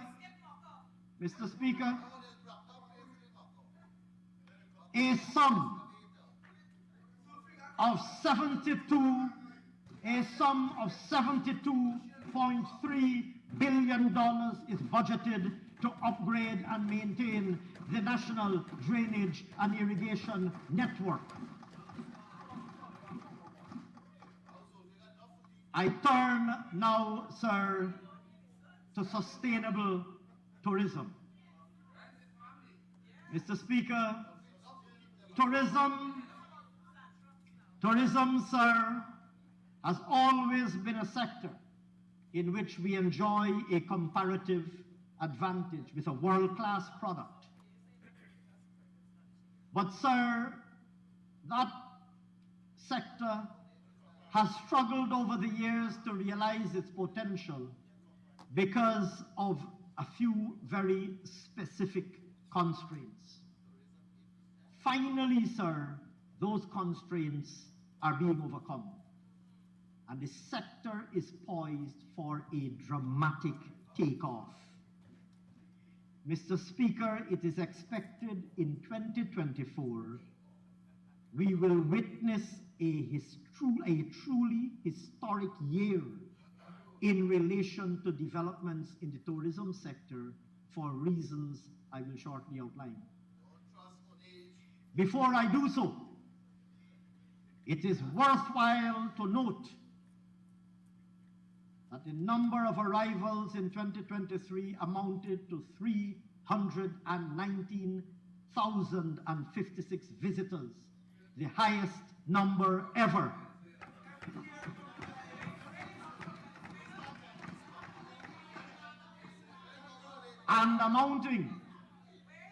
And amounting, of course it's Guyanese coming because they're coming now. During 2015 to 2020, they were going.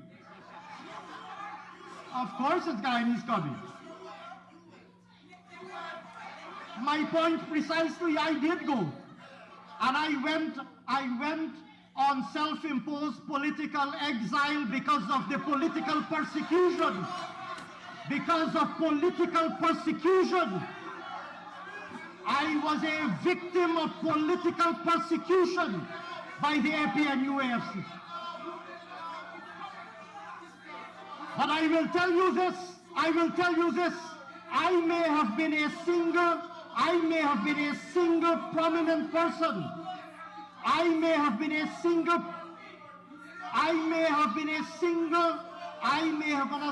person.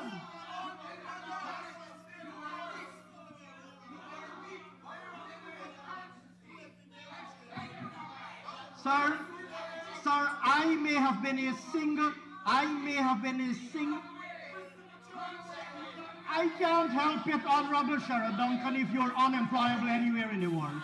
You were unemployable at the Chronicle when APNU was in government. You were unemployable in Chronicle when APNU was in government. Sir, I can't help it if I am employable anywhere in the world. I, sir, have the good fortune that when my mother sent me to school, I went to school. I am employable anywhere in the world. You are not even employable at Chronicle. You are not even employable at Chronicle. When your own government was in office, the APN.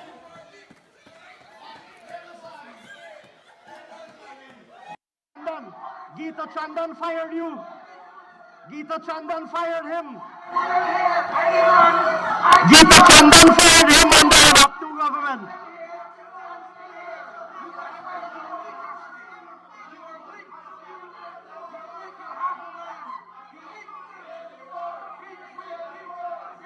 Very good, sir.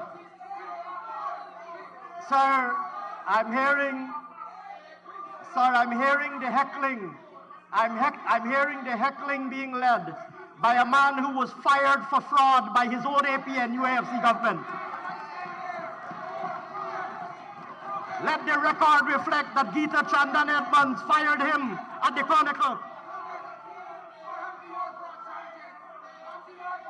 Fired him for fraud at Chronicle. And has the audacity to come here to heckle me. You imagine, sir, the Honorable Sheriff Duncan fired by Geeta Chandan when they were in government for fraud at the Chronicle. You pay back the Chronicle their money yet? You pay back Chronicle their money yet? He pay back Chronicle. Where is Geeta Chandan? Where is Geeta Chandan? Sheriff Duncan pay back Chronicle yet? You pay back Chronicle yet?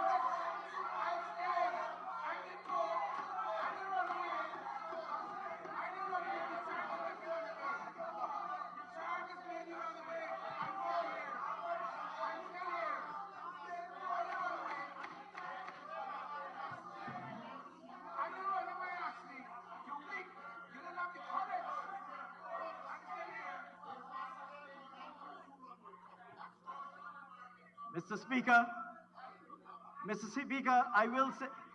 Speaker, I will say this though. I will also say this, that this is how, I will digress for a moment. This is how democracies work. Democracies work in the following manner. When you lose an election, sir, you either proceed to opposition or you exit politics and do something else. You don't hold on to power with your fingernails clinging. You don't hold on to power with your fingernails clinging for months. Honorable members, please.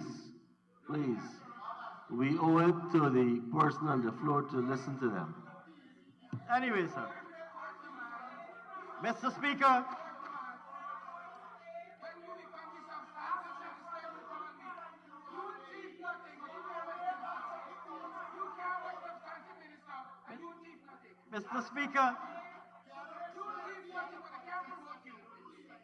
apparently, sir, the reminder of how Geeta Chandan disposed of him has agitated him a lot.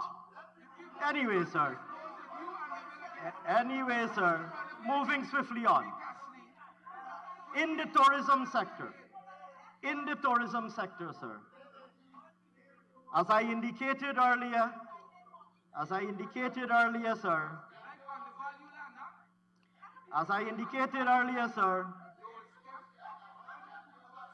tourism is poised for an incredibly exciting takeoff in 2024 for the following reasons.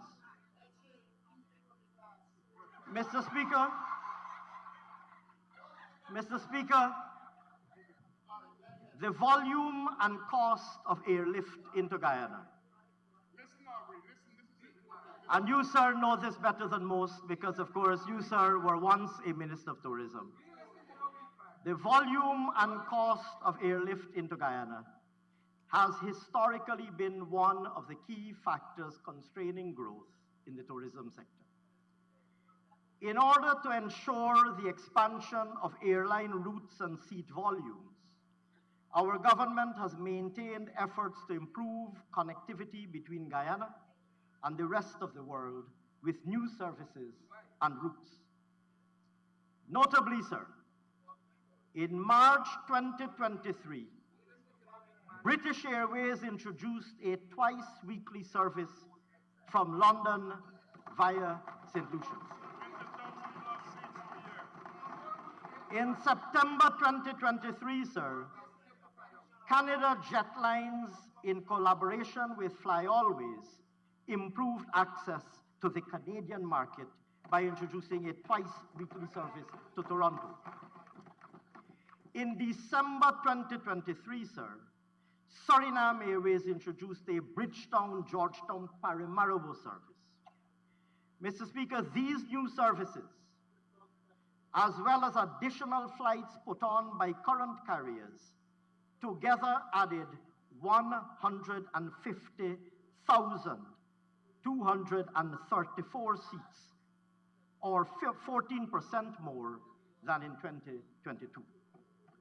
Looking ahead, sir, United Airlines has announced the introduction of a service from Houston to Georgetown 4 times weekly to commence from April 2024. This provides yet another route into the US with improved connectivity to third cities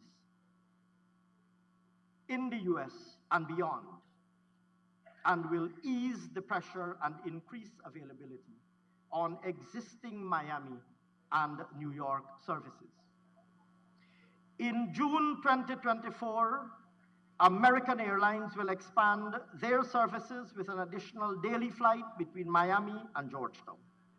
Mr. Speaker, the new services by United and American will add 137,268 new seats to the market in 2024. These will make a huge impact on seat availability, pricing, and commuter options and convenience. Mr. Speaker, alongside airlift, hotel room capacity is also poised for a significant increase, thereby addressing the second major constraint, that of the availability and cost of international standard rooms. In this regard, our government has actively worked to attract private investment in the industry, and I'm happy to report that over 1,000 world-class rooms will be added to the stock by the end of 2024.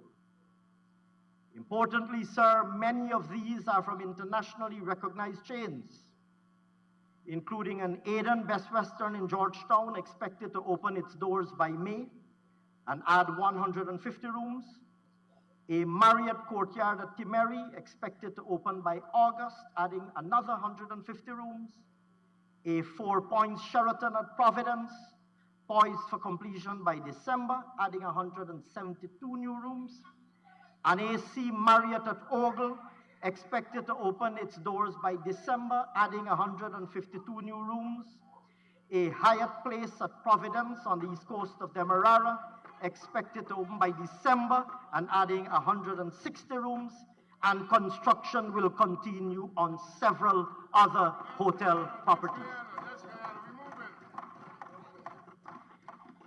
In addition, sir, we trained over 6,000 persons in the sector in 2023. We will continue that training, and work will commence in 2024 on the long-awaited Tourism and Hospitality Institute. To this end, sir, a sum of $530 million is allocated. I'm well aware that I said it last year. That is why we undertook the procurement. It's not like how you say some, sir, I shouldn't allow myself to be distracted on June. But of course I said it last year, because we don't change our tune every time we speak. Unlike the leader of the opposition, or our name. Mr. Speaker, I turn now to the business process outsourcing sector. Mr. Speaker, the BPO sector is a major employer, creating more jobs than most other sectors in the country, and in particular jobs that are especially popular with the female workforce, and jobs that provide an important entry point into the world of work in a technology-based environment. Reflecting the sector's job creation potential, our government will continue to support the development and expansion of the sector in Guyana. Since the liberalization and creation of a competitive telecommunications sector, mere months after we resumed office in 2020, we have seen an extremely significant reduction in the cost of bandwidth, allowing for the expansion of the call center industry and the promise of job creation. In 2019, call centers paid $950 per megabit of data. Today, that price is $50 per megabit of data or lower. That, sir, is approximately 95% lower than it was in 2019. It has made communication costs in Guyana amongst the most competitive in the call center industry. Small wonder then, sir, that the BPO industry has created almost 2,000 jobs since we returned to office. In 2023, sir, in line with our government's agenda to ensure development and job creation across the geographic spread, we built 4 new call center shells, 2 in Essequibo and 2 in Berbice, with all of these facilities expected to be operational in 2024.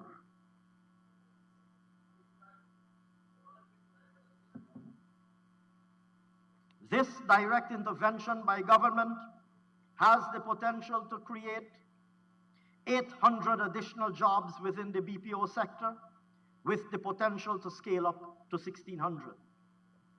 Facilities at Enmore and Tushen are also being upgraded, with each having the capacity to employ an additional 300 persons.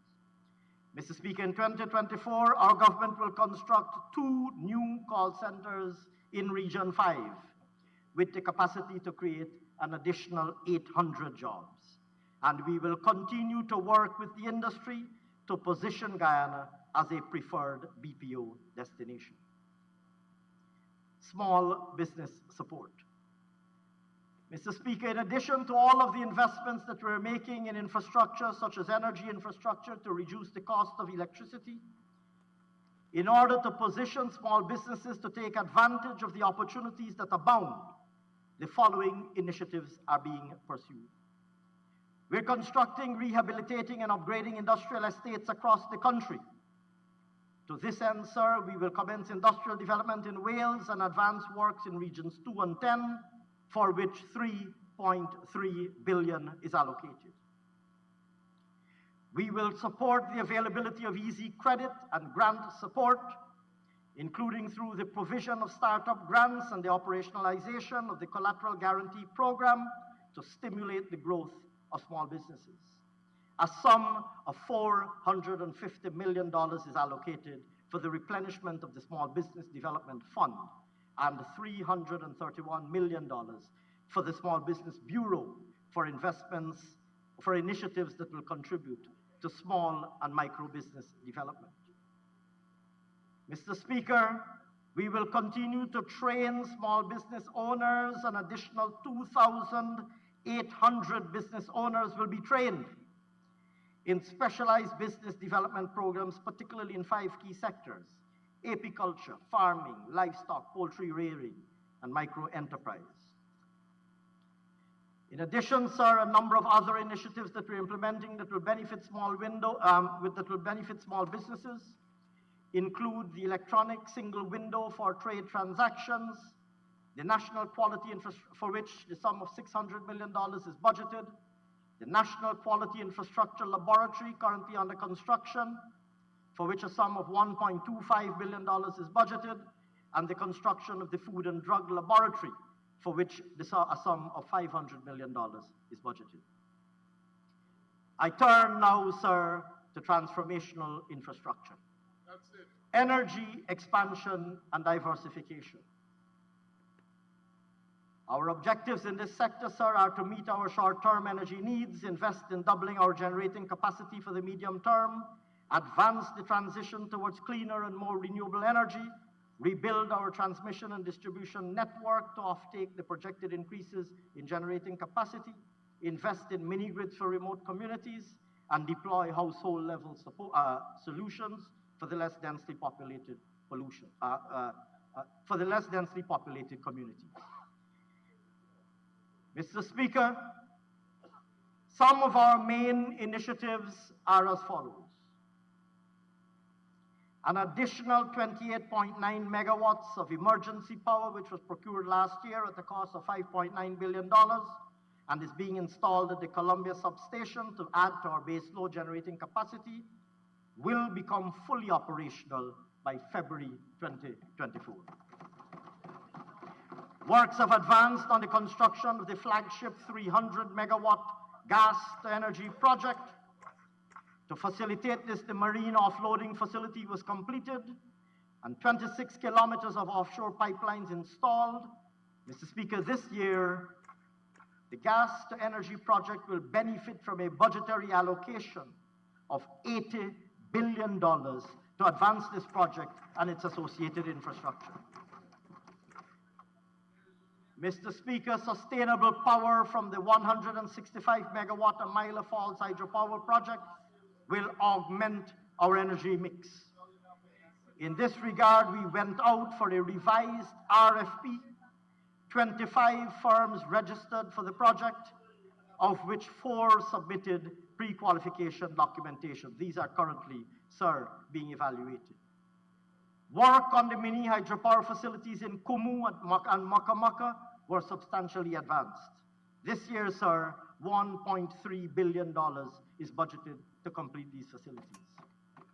Mr. Speaker, to prepare our offtake capacity for increased generation from multiple sources, we are replacing transformers, installing new distribution feeders, and commence works on a new 69 kV transmission line from Kingston to Sophia.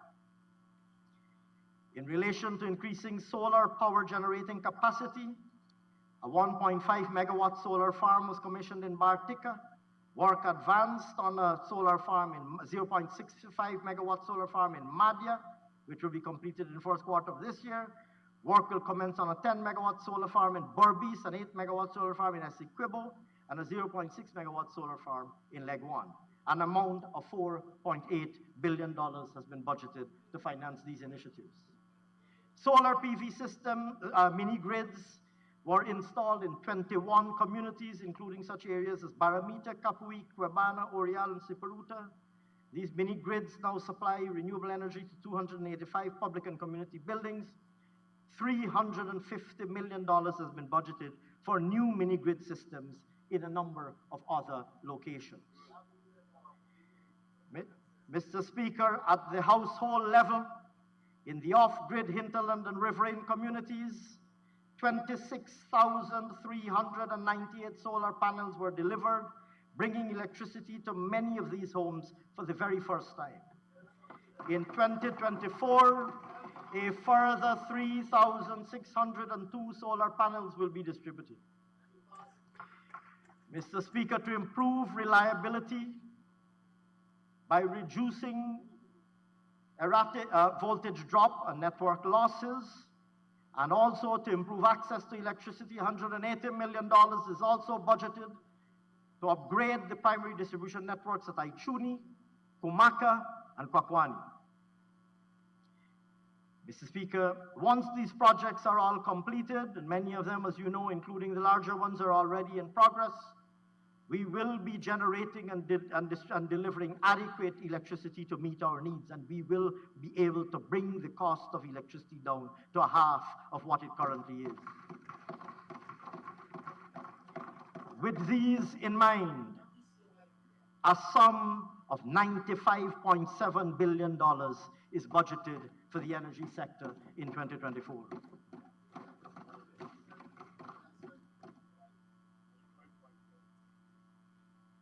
95.7 billion.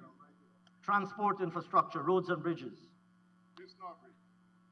Mr. Speaker, let me mention some of the major highlights in this sector.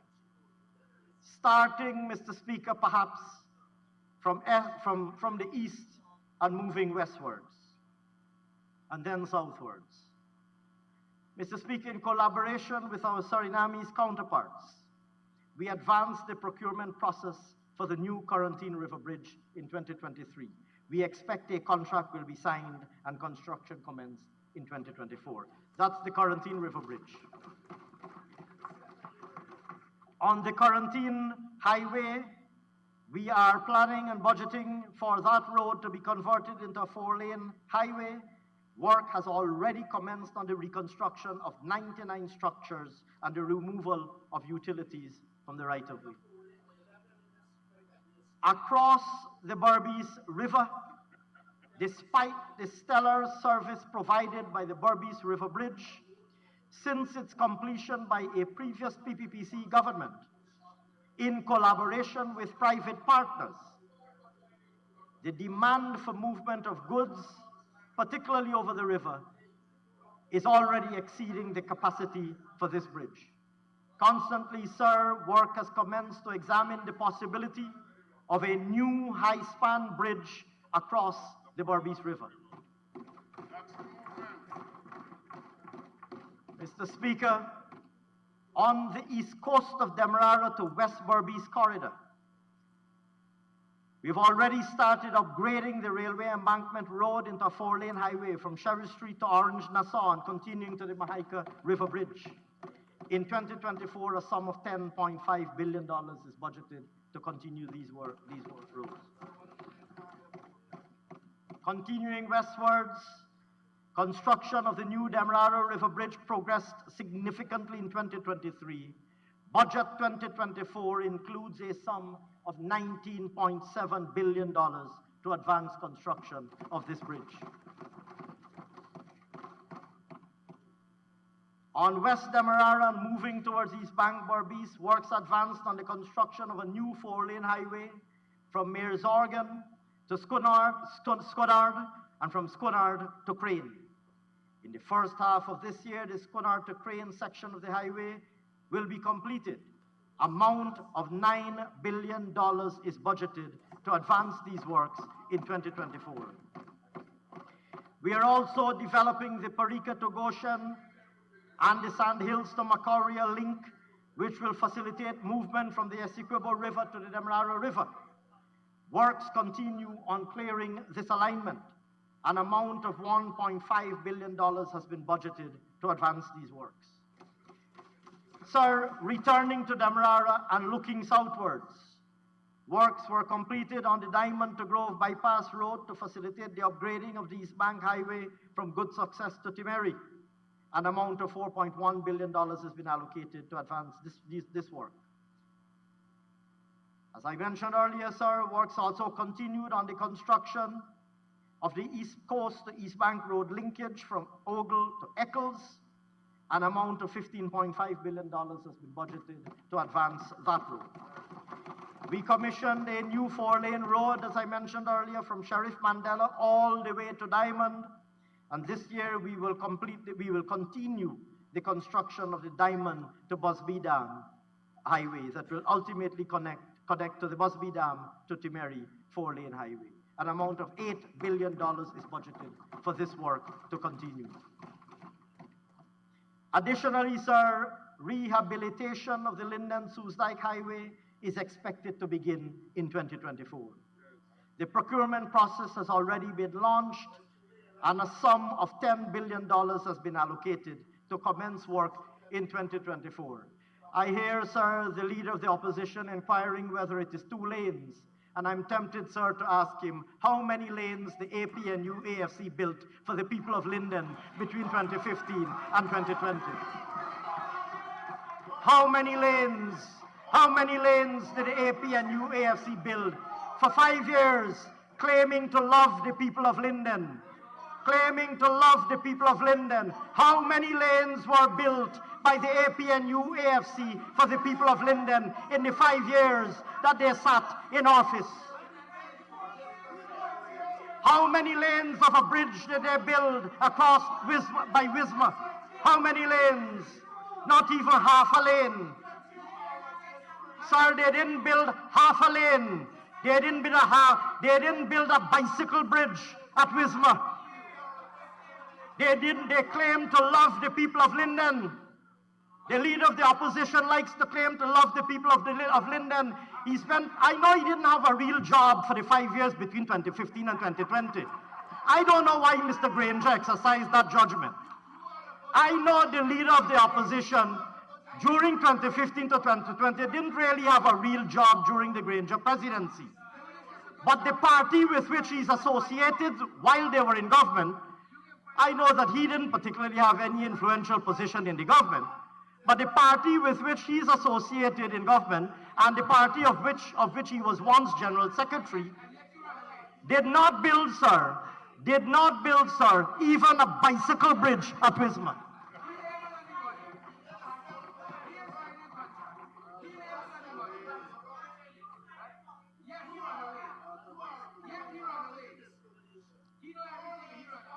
Mr. Speaker, when one loses an election, one demits office gracefully, and one moves on sometimes to other pursuits in life. That is what people do in a democracy. Look around the world. Look around the world. When you believe in democracy and you lose an election, you demit office gracefully and you move on to do something else in life. You don't cling to government. You don't cling to government because you're incapable of doing anything else.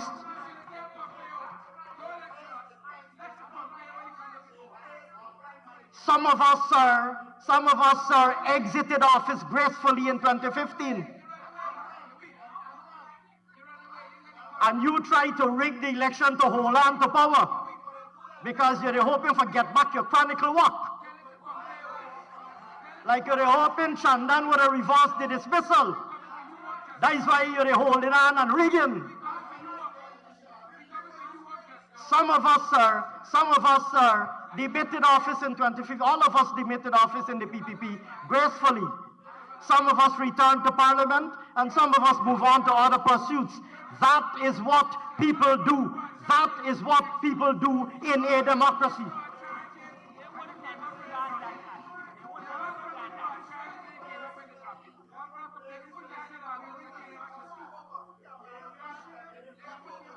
Moving swiftly on, sir.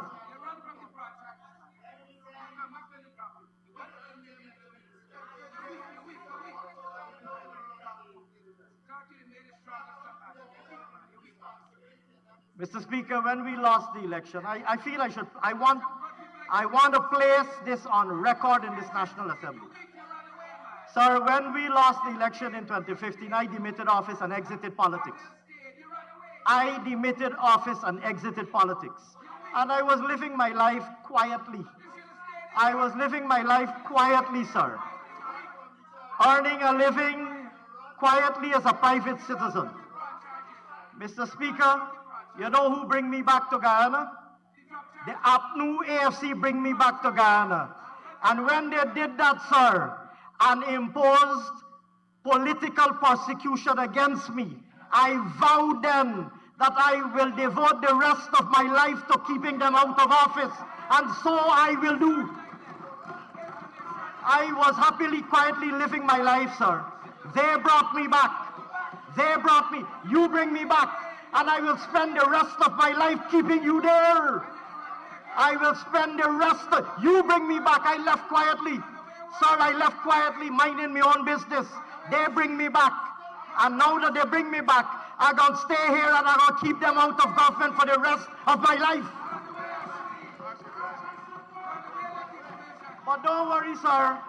Don't worry, sir. He don't need me. Some of them don't need me to keep them out of government. Geeta Chandan put he out of government.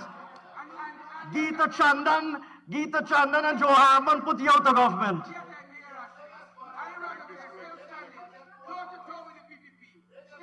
Anyway, sir, moving swiftly on. Moving swiftly on.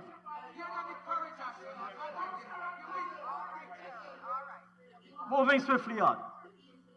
You're not in the particular party tonight. You're weak, you run away. Army state, action state, free state, you run away, you're weak. Half a man. Moving swiftly on, sir. Half a man. You're half a man. You gotta grow up and stand up, Ashni. Stay and fight. You're weak.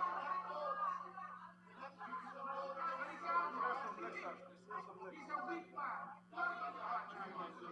I never knew, sir, that determination by Geeta Chandan was such a sore point for the honourable member. I never knew it was such a sore point, sir. But it's useful to know. It's useful to know that it's such a sore point. Perhaps I should look into this matter a little bit more closely to understand fully. Why it's such a sore point. Moving swiftly on.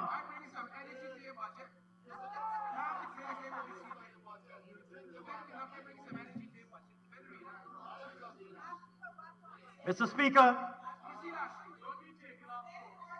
Mr. Speaker. Construction, sir, of the new Wismar Bridge, the very bridge to which I referred a few minutes ago, is expected to begin in 2024, for which we have budgeted a sum of $4.2 billion.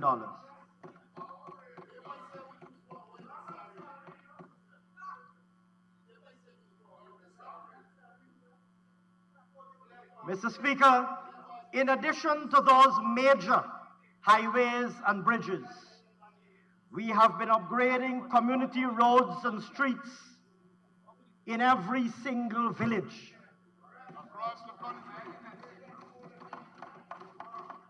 Mr. Speaker, in 2024, perhaps I should step back. In 2023, we spent $60.7 billion on community roads. In 2024, we have budgeted a further sum of $73.2 billion for community roads. And this will see hundreds of community roads rehabilitated throughout the length in each region, totaling thousands along the length and breadth of coastal Guyana. Mr. Speaker, in 2024, we will continue our investments on hinterland roads, for which a sum of $5.5 billion is budgeted. Mr. Speaker, in 2024 also, given, sir, the upgrades that are being done to our roads network. You would be my subordinate. You would be my subordinate. Stay quiet. Stay quiet. You would be my subordinate. Stay quiet. Sir. You are an advisor in our ministry. Stay quiet. Sir. My subordinate, you. Let the man speak his budget, Stay quiet. Recognizing, sir, that the vast upgrades that are being done to our roads network raise, sir, the issue of road safety. I would publish them. Mr. Speaker, this year our government will be implementing a robust road safety and traffic management plan. This plan includes the implementation of information technology solutions to manage traffic, including the development of a new radar system and new and supportive laws and regulations. These interventions are, of course, sir, aimed at improving discipline and reducing carnage on our roadways.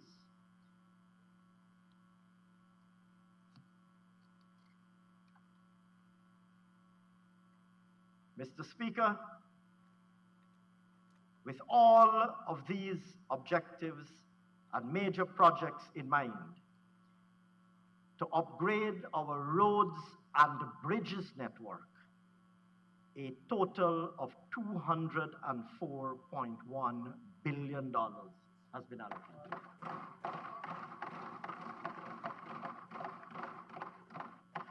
Air transport.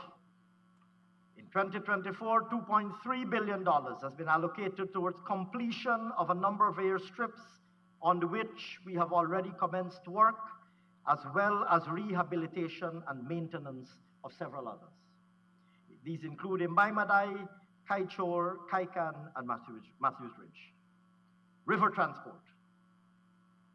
Mr. Speaker, in 2023, we spent a sum of $8 billion on our river transport facilities. Some of the key initiatives undertaken in 2023 and budgeted for in 2024 are as follows. The commissioning, of course, of the Militia, which is now already plying the route. Works on the ML Thomas, the ML David P, Seamang, Spritbar, dry docking of the Sandaka were all completed. This year, rehabilitation works on the MV Malali, Macquarie, and Barima will be done, for which $405 million has been budgeted.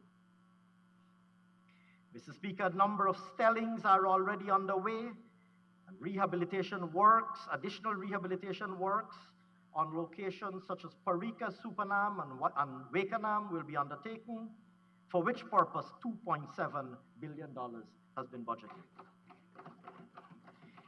Mr. Speaker, in 2023, we completed the procurement of a tug.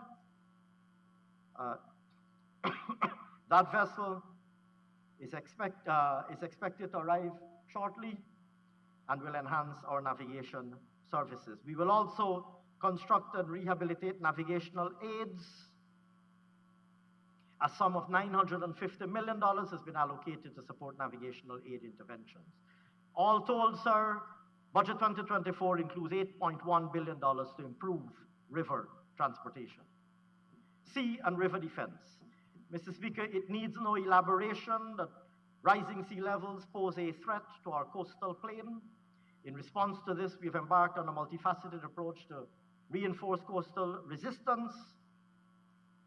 In 2024, a sum of $6.9 billion is budgeted towards enhancing the resilience of our sea defense structures. Works will commence on such areas as Baijaval, Baijaval, Cane Garden, Fairfield, Grove, La Resource, Springlands, Iflot, and Legwan and Wakenham, amongst others. I turn now, sir, to the health sector.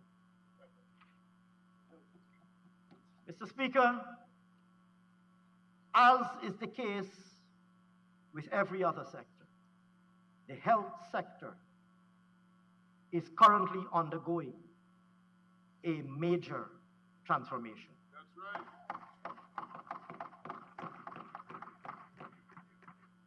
Facilities, equipment, and drugs.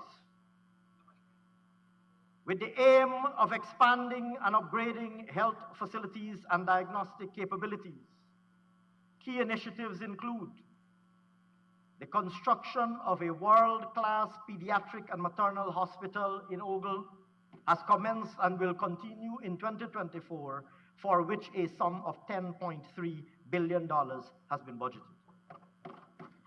The ground was just broken, I believe, last weekend, if I'm not mistaken, Saturday or Sunday, Sunday.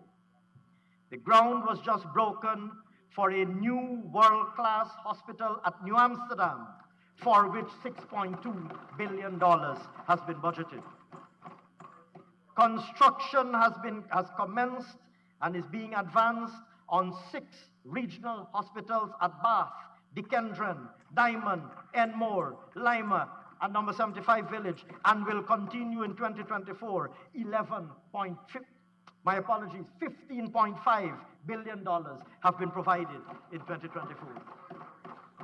Bartica, Soddy, and West Demerara hospitals will be upgraded at an estimated cost of $10 billion. Hospitals will be constructed at Camarang, Keto, Moruca, as well as upgrade of the Letem Hospital at a cost of $1.5 billion in 2024. The retrofitting of health centers, health posts, and other facilities. Retrofitting and rehabilitation will continue countrywide, and $5 billion has been budgeted to finance these interventions.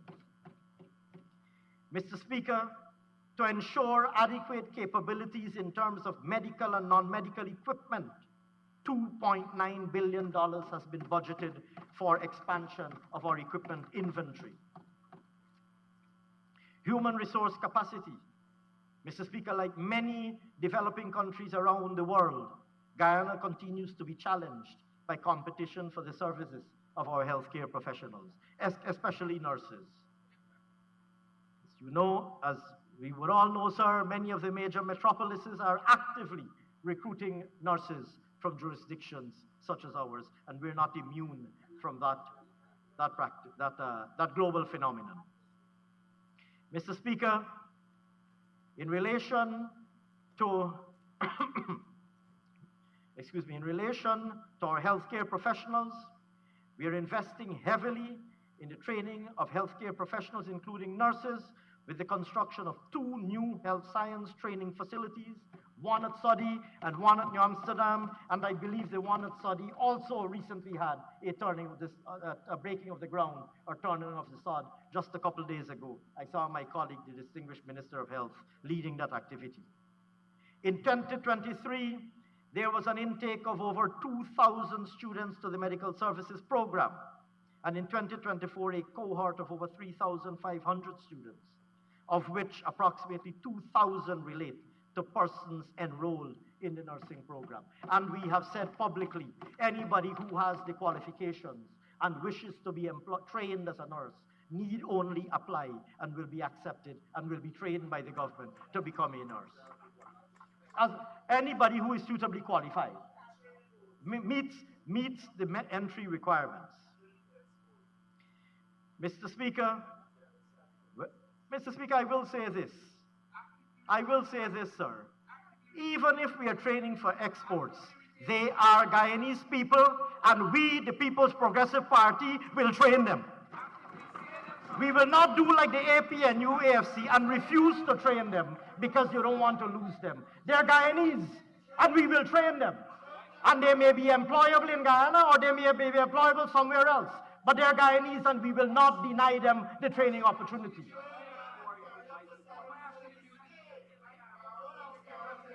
Mr.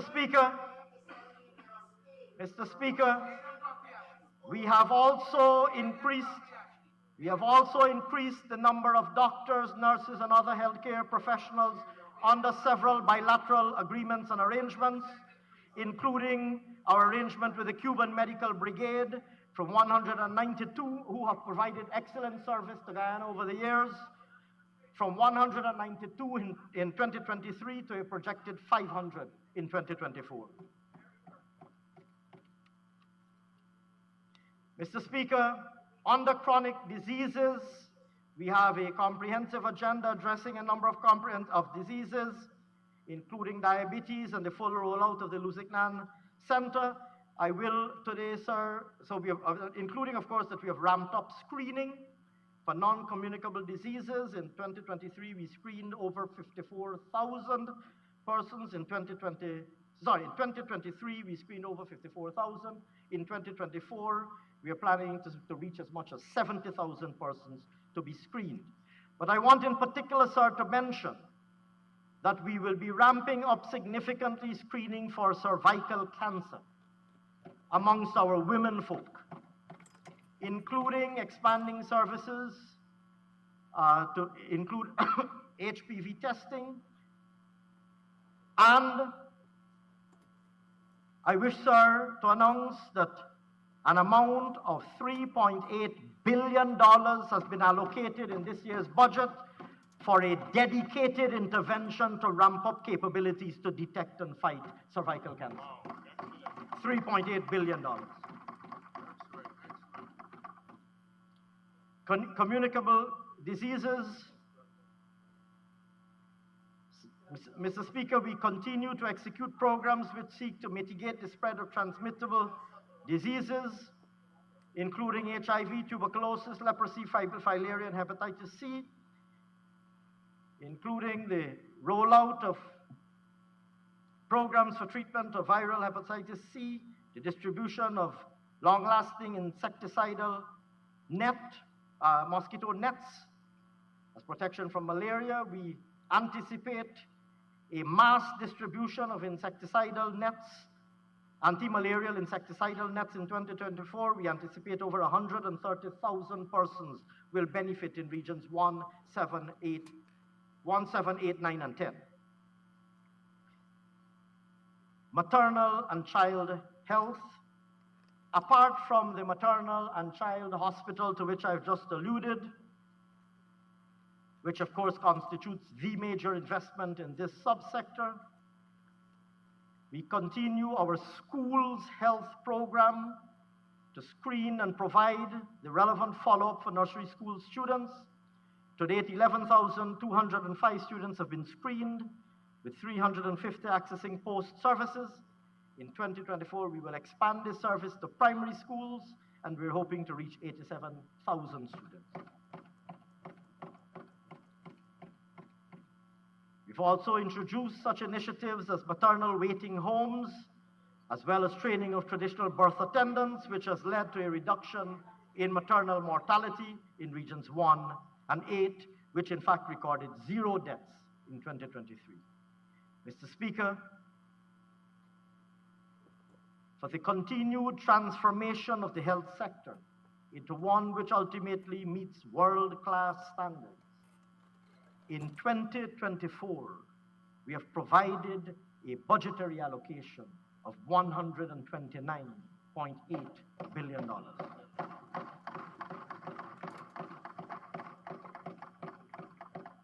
I turn now, sir, to education.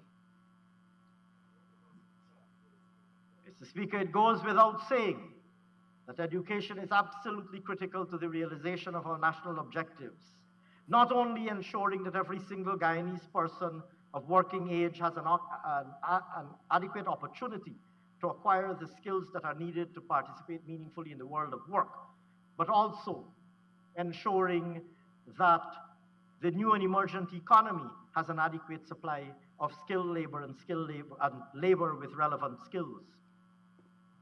Mr. Speaker, in 2023, the sum of $105 billion was spent by the education sector.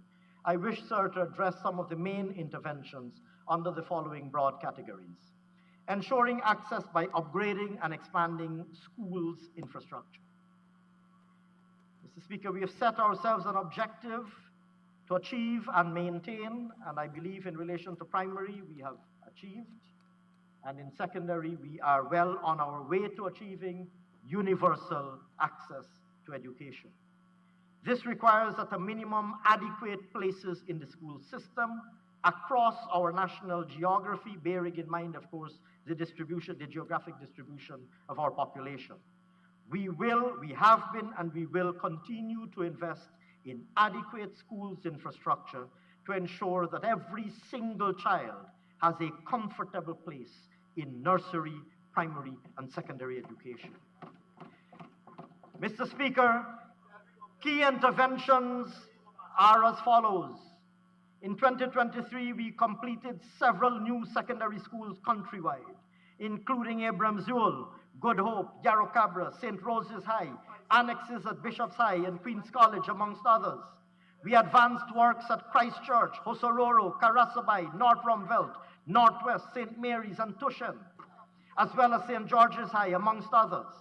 We will continue work on all of these buildings in 2024, and we will begin secondary schools at other locations, including Aishalton, Christianburg, Jawala, Kopinang, and Maikobi, amongst others. Mr. Speaker, sums totaling more than $16 billion have been allocated for secondary school buildings. Primary schools were completed at Arterville on Wakenham and in Tushen in 2023.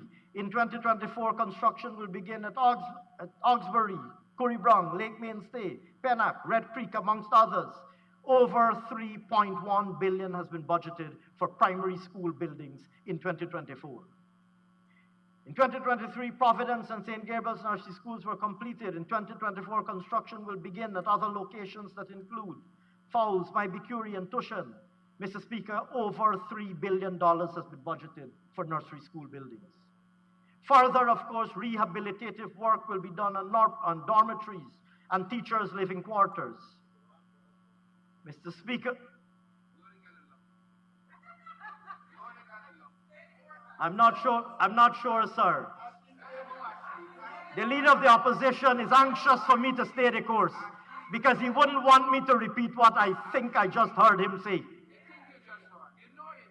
The leader of the opposition very quickly said to me, stay the course, because he doesn't want me to repeat what I believe I heard him say. Honorable leader of the opposition, because you are the leader of the opposition, I will stay the course, sir, and return to my speech.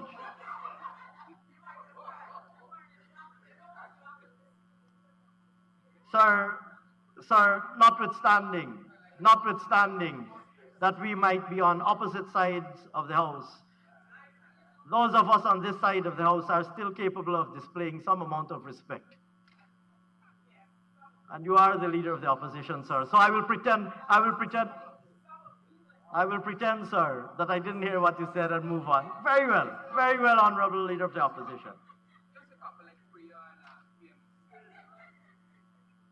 Mr. Speaker,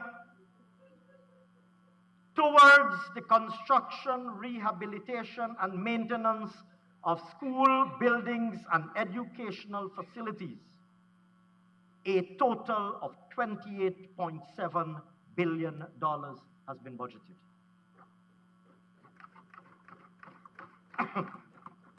Promoting attendance and attentiveness through cash transfers and school feeding. Mr. Speaker, in 2023, the Because We Care cash grant and uniform grant benefited over 201,000 public and private school students at a cost of $8.1 billion.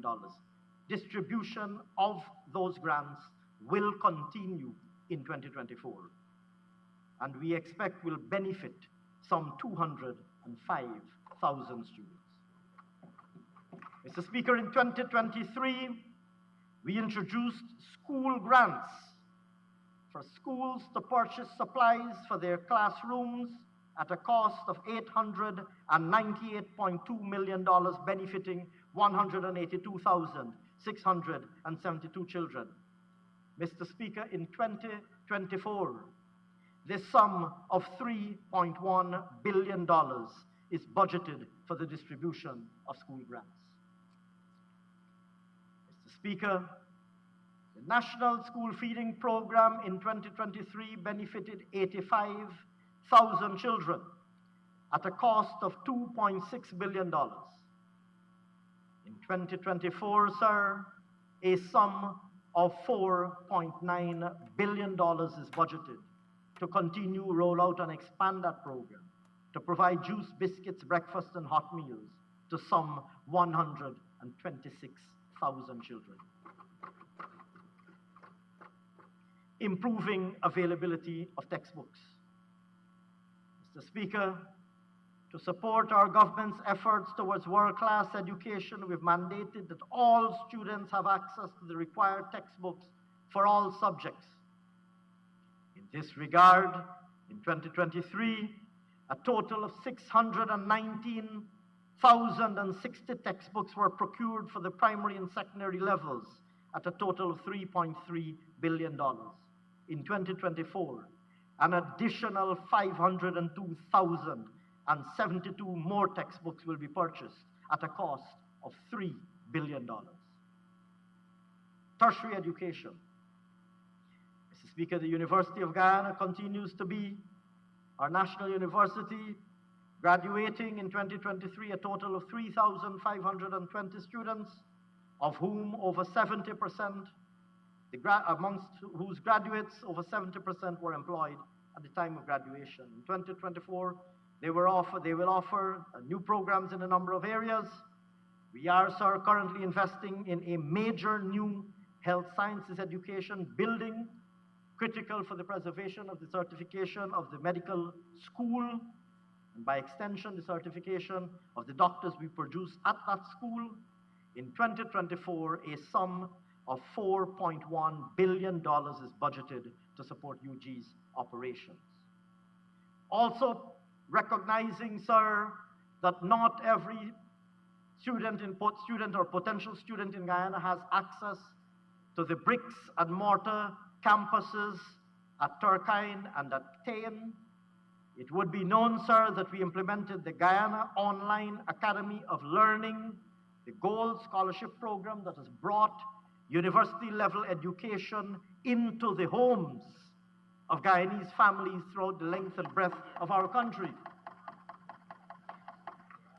Mr. Speaker, in 2023, a total of 7,752 scholarships were granted, bringing the total since the program started to 21,442, exceeding our manifesto target of 20,000. Mr. Speaker, over the last 3 years, 3,431 persons graduated from Gold. We will introduce 160 new programs in general and vocational, bachelor's and master's degrees. Mr. Speaker, in 2024, an amount of $4 billion is allocated for Gold to support 6,000 new students and 3,967 continuing students. Mr. Speaker, under strategic partnerships,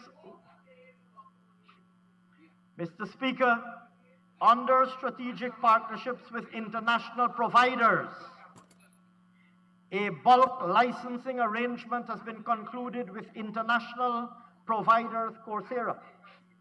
This will allow us to train up to 450,000 persons in a wide range of areas where skills gaps exist, especially in the public sector, including in such areas as childcare and protection, human resource management, mental health, psychology, procurement, and customer service.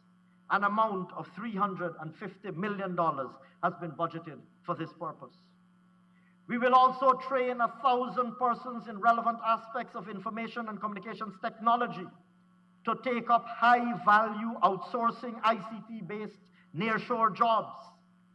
This initiative will cost an estimated $725 million over a 2-year period. Budgetary provisions have been made in 2024 to commence the first batch of training. Technical and vocational training. Mr. Speaker, TVET becomes a much higher priority to bridge the skills gap in the labor market and to increase employability in Guyana's economy of today. Some of the critical TVET interventions include training of persons under the Board of Industrial Training. In 2023, we trained 4,439 persons. In 2024, we will train another 7,890 persons in such areas as electrical installation, plumbing, furniture making, general building construction, heavy equipment operation, etc. A sum of $500 million has been budgeted to provide this training.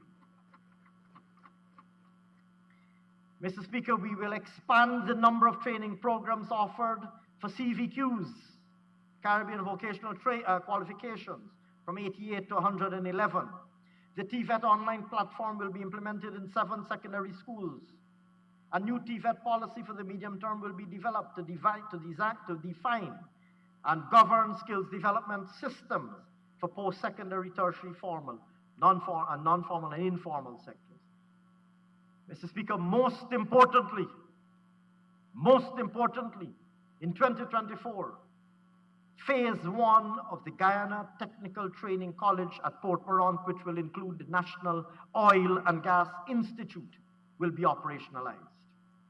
A total of 25 students will form the first cohort and will commence specialized factor simulation training in mechanical, electrical, and instrumentation. When completed in 6 months, these students will be ready to take up employment in the oil and gas industry. The second batch will be recruited in August, and we will add to their curriculum building and construction technology. To begin with, Mr. Speaker, several other technical institutions will be rehabilitated, upgraded, and equipped. A total of $2.3 billion has been allocated to support technical and vocational interventions. Mr. Speaker, the education sector in 2024, with the aim of realizing our vision of world-class education right here in Guyana and throughout the length and breadth of Guyana, has been allocated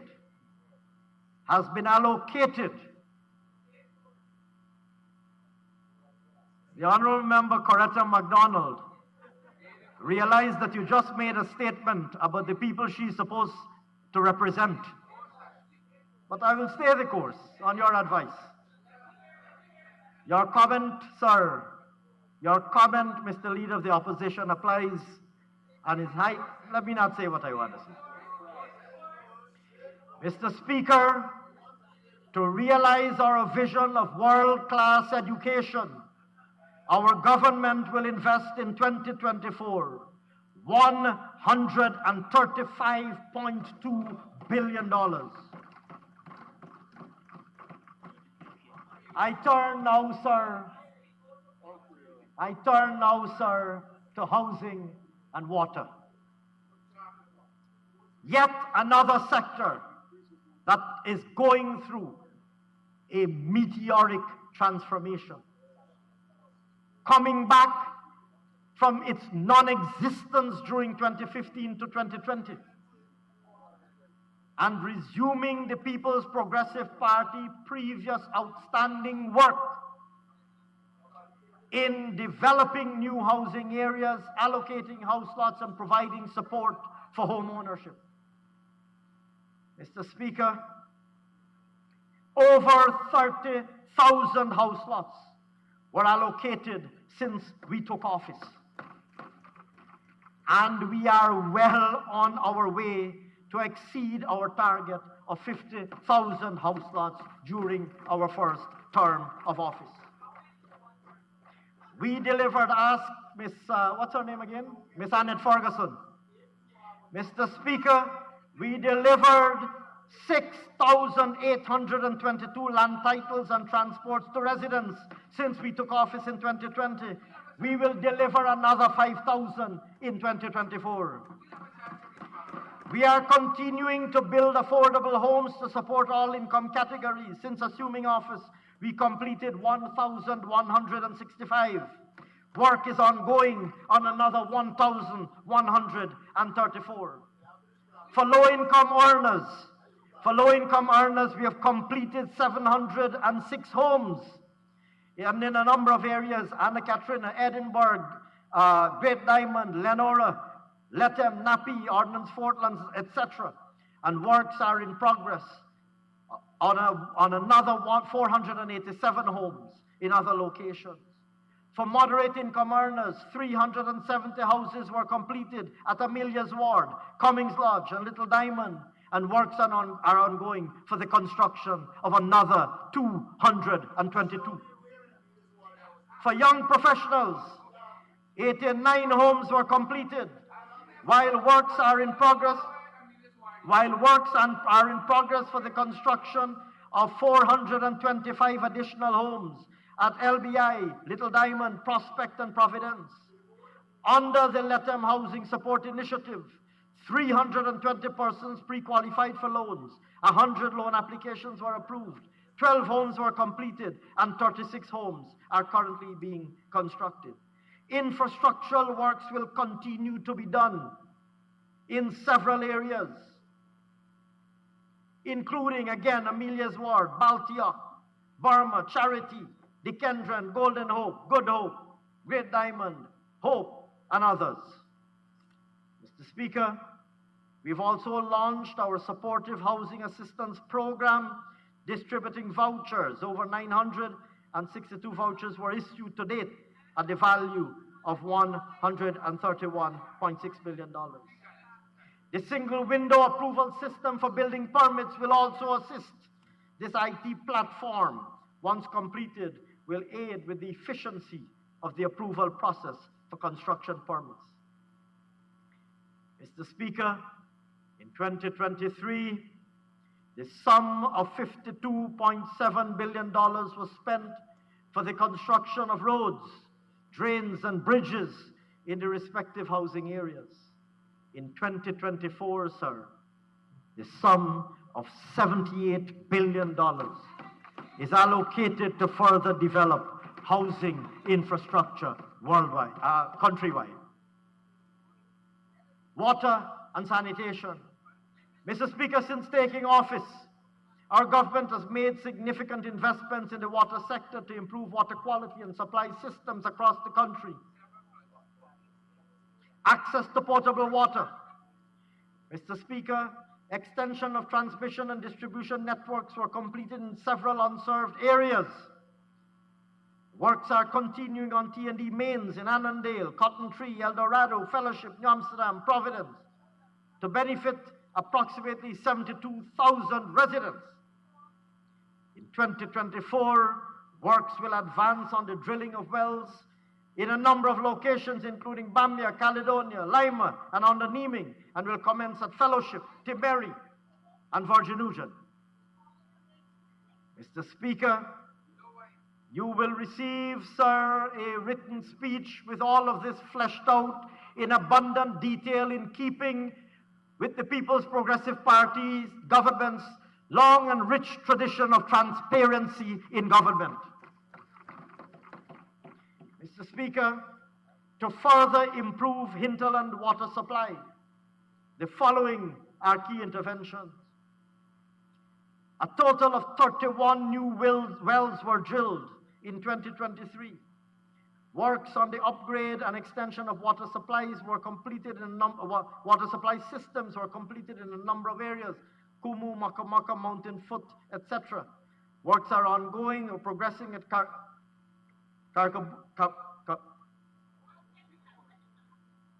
I'm going to skip that one because I think I have a typographical mistake and it is misspelled and I don't want to call the wrong location. Mr. Speaker, at the end of 2023, hinterland water coverage stood at 82% compared to 46% at the end of 2020. We have raised it from 46% to 82% in the space of 3 years. To further improve hinterland water supply systems in 2024, we've allocated $1.5 billion to install such systems at a number of locations: Baracara, Kimbia, Santa Cruz, Santa Mission, St. Ignatius, and others. Mr. Speaker, water quality and service. In 2023, works advanced on the upgrading of 12 existing water treatment plants. These will now be completed in 2024. Construction commenced on 7 new water treatment plants, which will be substantially completed in 2024. And procurement has been launched to construct another 5 water treatment plants at Adventure, Bath, Leg 1, Mariah's Delight, and Wakanam. For these and other interventions aimed at improving water quality, a sum of $14 billion has been budgeted. Sanitation. We recognize, of course, sir, the importance of solid waste management. We've invested heavily to ensure timely collection and disposal of garbage. Mr. Speaker, in 2023, a total of $1.9 billion was expended towards infrastructural developments, including construction of an access road at the Blairmont sanitary landfill facility, upgrade of the landfill site at One Success, completion of stormwater pools, and landfill gas management systems at Hags Bosch, amongst others. In 2024, we have budgeted $2.6 billion to further advance our government's efforts to upgrade solid waste infrastructure and other initiatives, which include $1.3 billion for infrastructural, environmental, and capacity building support and the continued operation of landfill sites, $572 million for the continued upgrade of the Hags Bosch site, including the completion of a semi-aerobic cell, upgrade of landfill sites at several areas, and the procurement of waste management equipment, including such equipment as tire shredder, water and air quality testing equipment, and stationary compactor bins.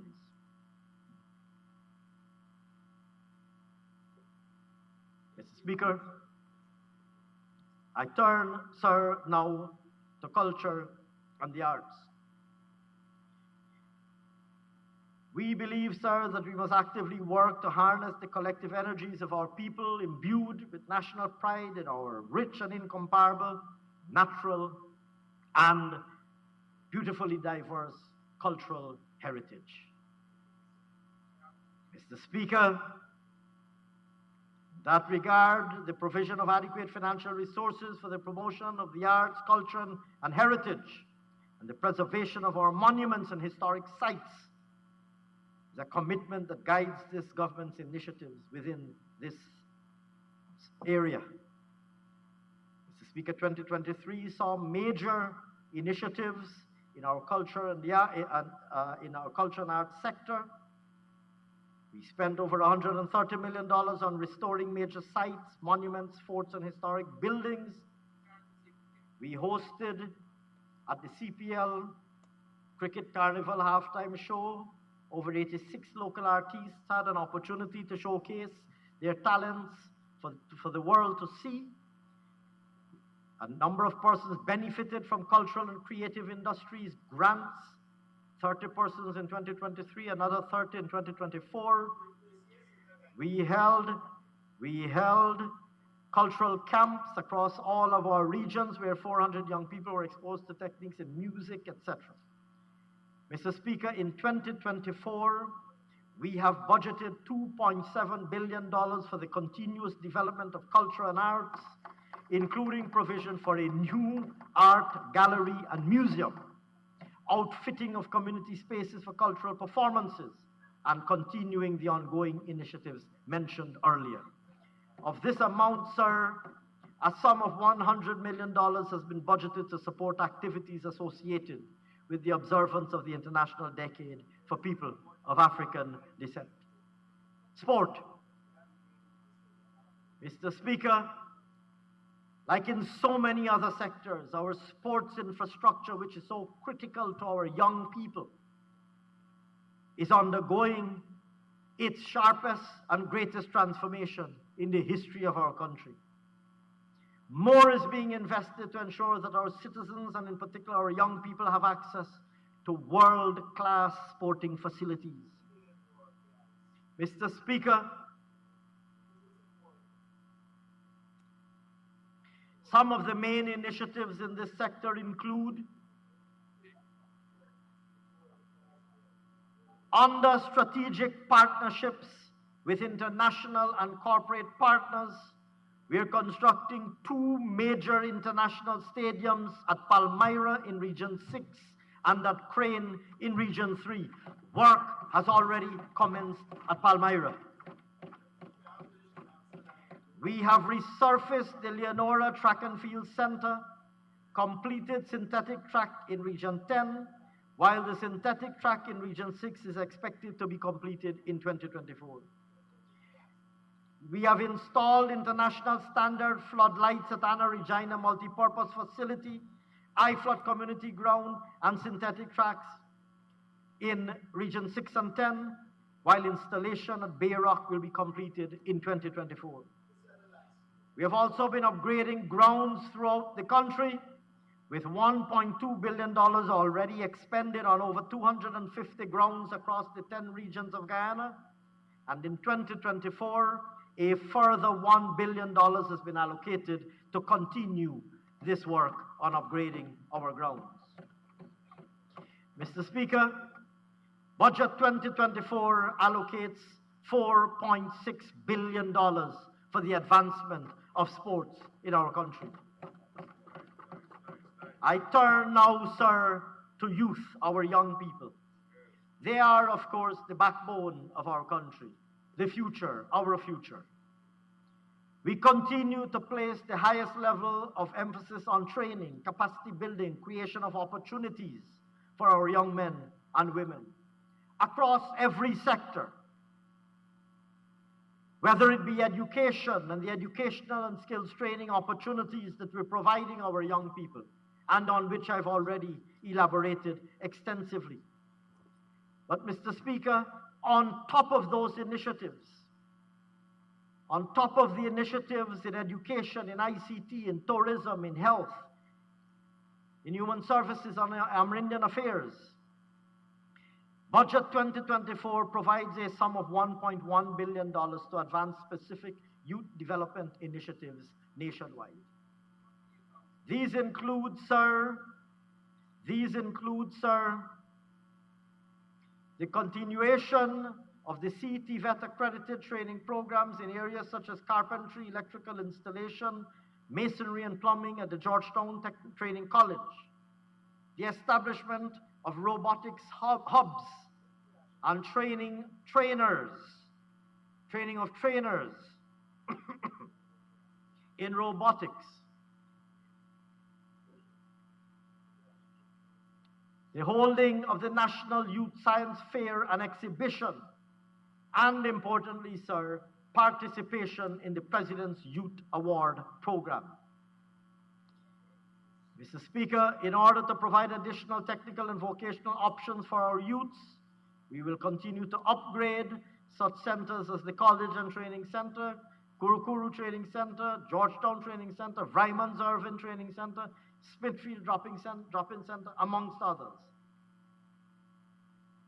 Children, Mr. Speaker, here again, in addition to the interventions that have already been outlined in the education sector,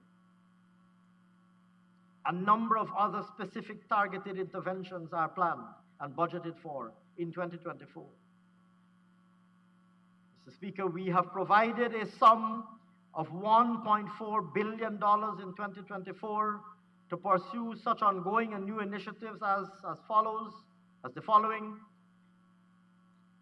the creation of safe spaces and better care facilities for the children of working parents through the construction of day and night care centers in regions 3 and 4, and the rehabilitation and upgrade of the Sophia Care Center and the Mahaika Children's Home.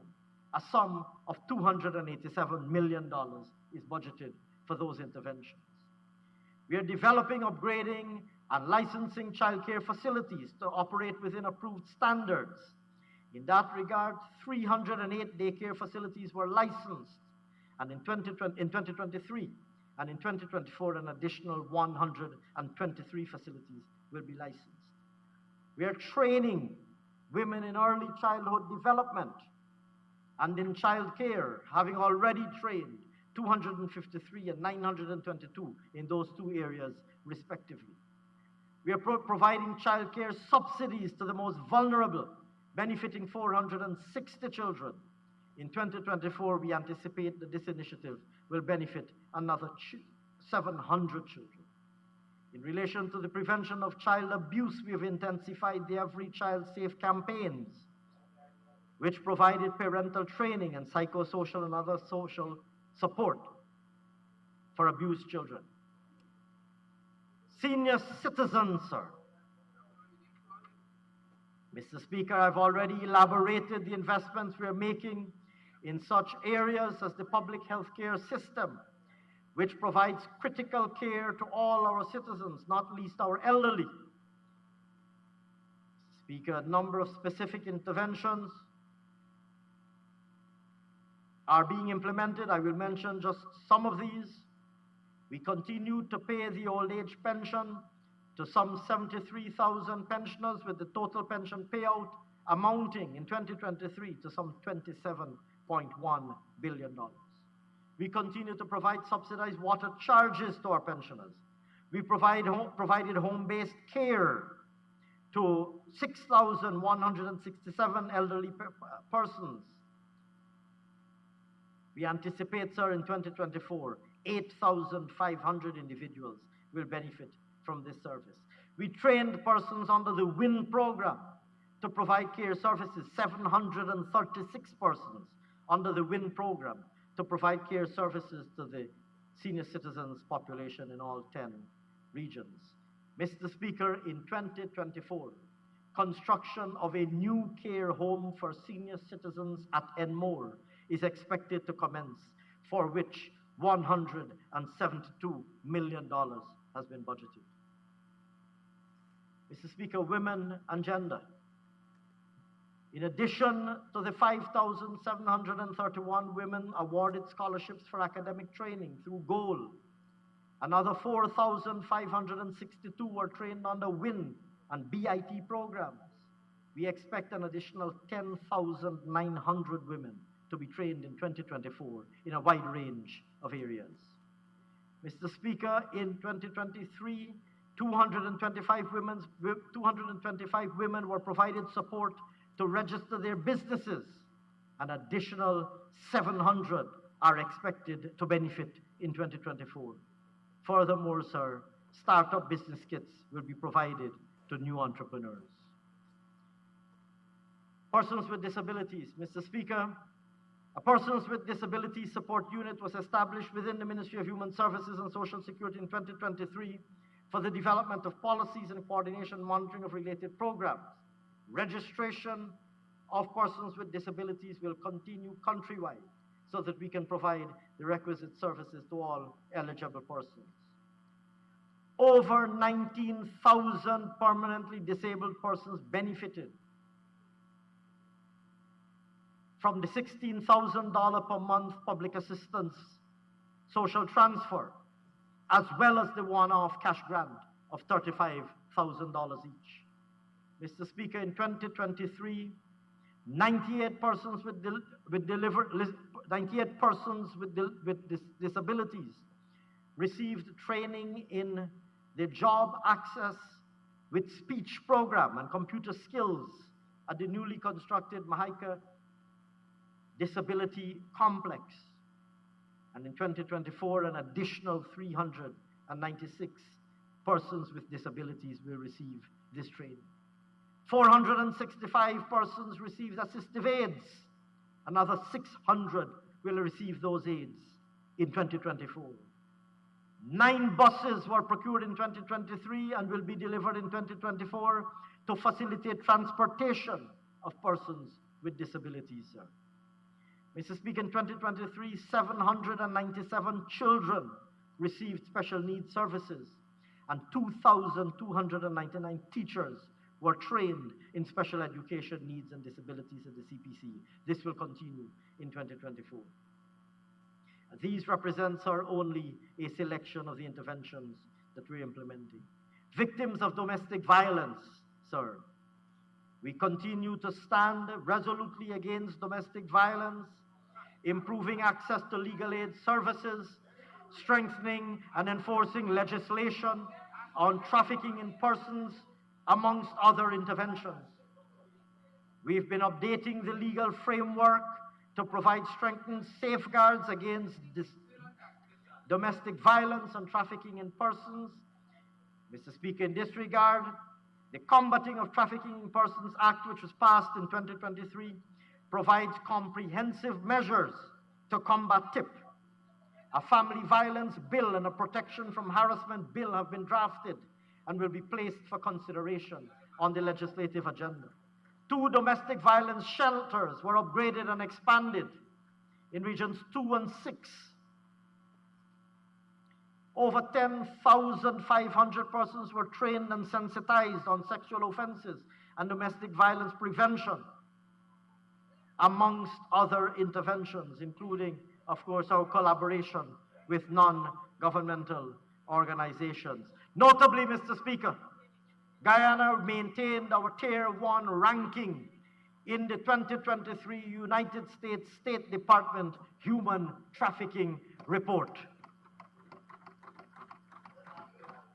Mr. Speaker, in 2023, government expended a sum of $38.2 billion to pursue initiative in human and social services.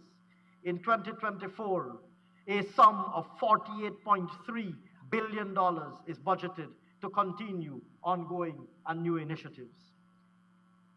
Amerindian and hinterland development.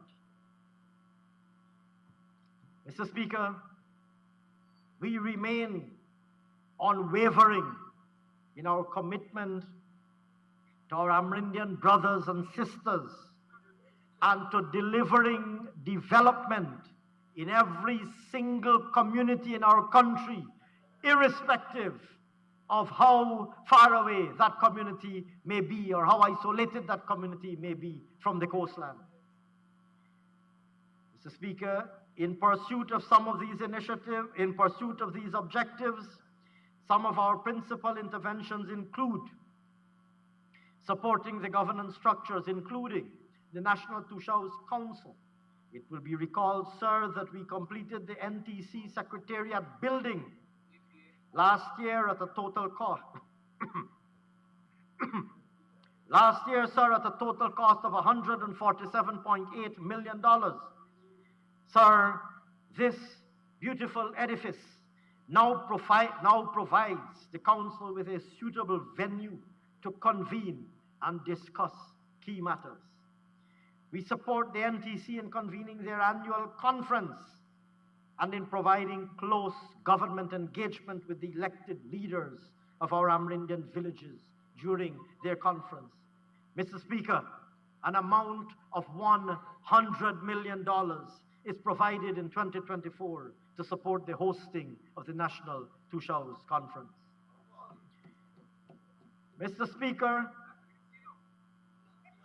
our Amerindian brothers and sisters, having spent 5 years from 2015 to 2020, languishing without a land titling program that had been abandoned, although the resources had already been mobilized under the original low carbon development strategy. Happily, sir, the land titling program, financed under the Ghana Red Plus initiative and the original low carbon development strategy, was resumed when we returned to office.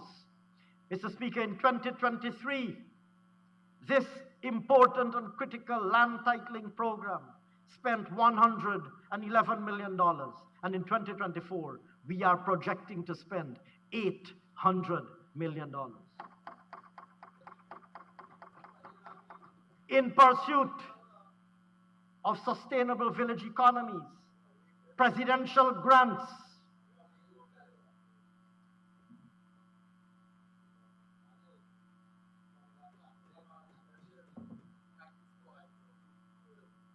Mr. Speaker, in pursuit of sustainable village economies, presidential grants continue to be delivered to each Amerindian community, and support provided for various economic initiatives.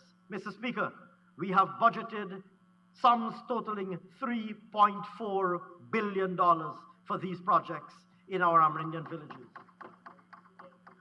Direct employment and skills training opportunities are provided through the Community Service Officers, popularly known as the CSO program. It would be recalled, sir, that more than 1,000 CSOs were callously terminated by the APNU AFC. We restored the program immediately upon returning to office. In 2024, an amount of $1.2 billion is budgeted for this program, which is expected to benefit over 2,600 programs, our young, bright young CSOs in our Amerindian villages.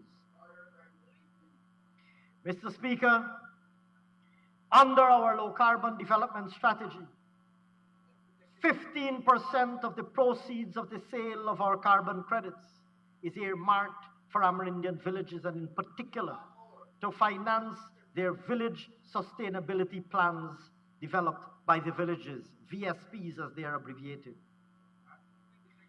Mr. Speaker, in 2023, support was provided for every single village to develop a VSP and to open its own bank account, and amounts totaling, Mr. Speaker,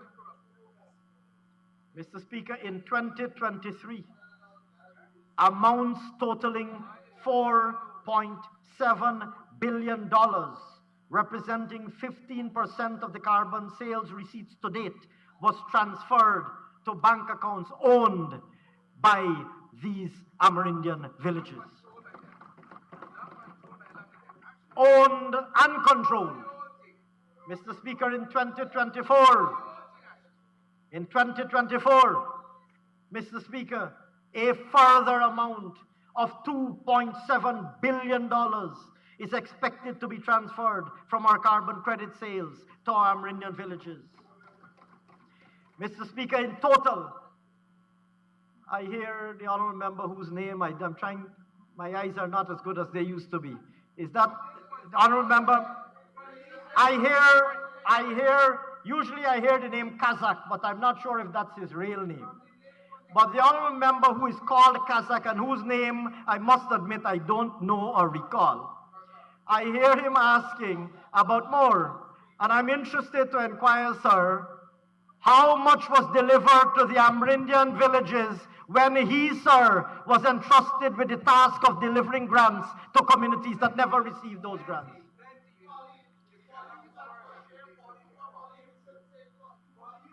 Mr. Speaker, the track record is there for all to see. How much was delivered during 2015 to 2020 to our Amerindian villages compared to how much we are now delivering to our Amerindian brothers and sisters, whether it be presidential grants, whether it be the sale of carbon credits, whether it be our other national programs.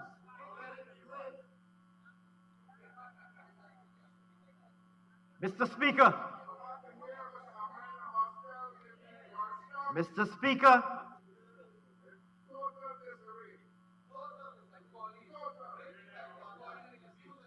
I don't know if this is a gentleman who was rumored to be involved in the SLED program in Region 9. Is the same individual? Anyway, let's move on. This is the same individual, sir, who is rumored to have been involved, responsible for the SLED program in Region 9. I don't know his name, but I hear Kazak. They call him Kazak. Mr. Speaker, I'm wondering whether it's the MP that is called. I wonder if it's the MP who answers to the name Kazak. I wonder if it's the Honorable Kazak who was responsible for the SLED program in Region 9, who has the audacity to come in this house and ask about what is being done for Amerindian villages.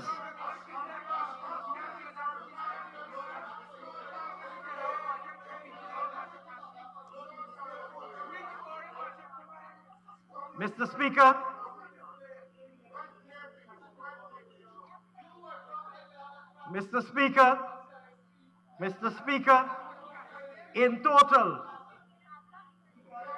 Speaker, in total, including the carbon credit sales, I don't know why they call him a Kazakh. I don't even know what Kazakh is, to be frank with you.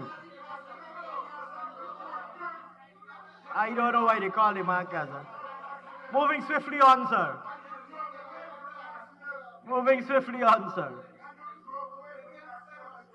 Mr. Speaker,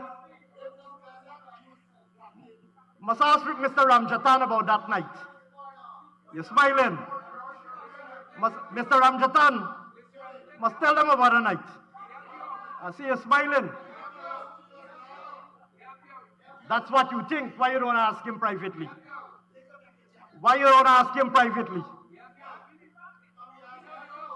You should ask Mr. Ramjatan privately about that night. Moving on though. Mr. Ramjatan, I will move on. Mr. Speaker, in total, including the carbon credit sales just referred to, an amount of $9 billion is allocated for Amerindian development programs. I turn now, sir, to improved governance and institutional reforms. Mr. Speaker, this government's hallmark has been to consistently embrace democracy, constitutionality and the rule of law, transparency and accountability, inclusion and participation. We champion these principles within the context of a united people, one Guyana, and the oneness of our nation. Mr. Speaker, the National Coordinating Committee we have established the National Coordinating Committee with regards to the Inter-American Convention Against Corruption and the UN Convention Against Corruption, which is headed at a ministerial level and comprises 17 agencies. The committee reviews anti-corruption methodologies, laws, practices, and the conventions, and examines the recommendations to strengthen anti-corruption framework and practices. We have also established a national mechanism for reporting and follow-up on obligations under international conventions with respect to human rights and representation from 16 government agencies. Later this year, sir, we will launch an international certificate program on international human rights law, which will be conducted under a hybrid model. Mr. Speaker, developing mechanisms for collaboration between ministries and agencies, particularly those dealing with governance, human rights, and anti-corruption, will continue to be a primary focus. We firmly believe in engaging with all multi-stakeholder groups on an ongoing basis, and we have had 4 engagements with the National Stakeholders Forum in 2023 regarding a range of issues so that people would be better informed. We continue to monitor and support the functionality and operation of the constitutional agencies, and saw the appointment in 2023 of the appointments of the members of the service commissions, judicial and public service commissions, and as well as the Ethnic Relations Commission. Capacity building sessions were conducted with all agencies on human rights-based approaches to delivering on their mandate, and sensitization on obligations regarding disabilities and migrant workers. This work, these and other initiatives will continue, sir, apace in 2024.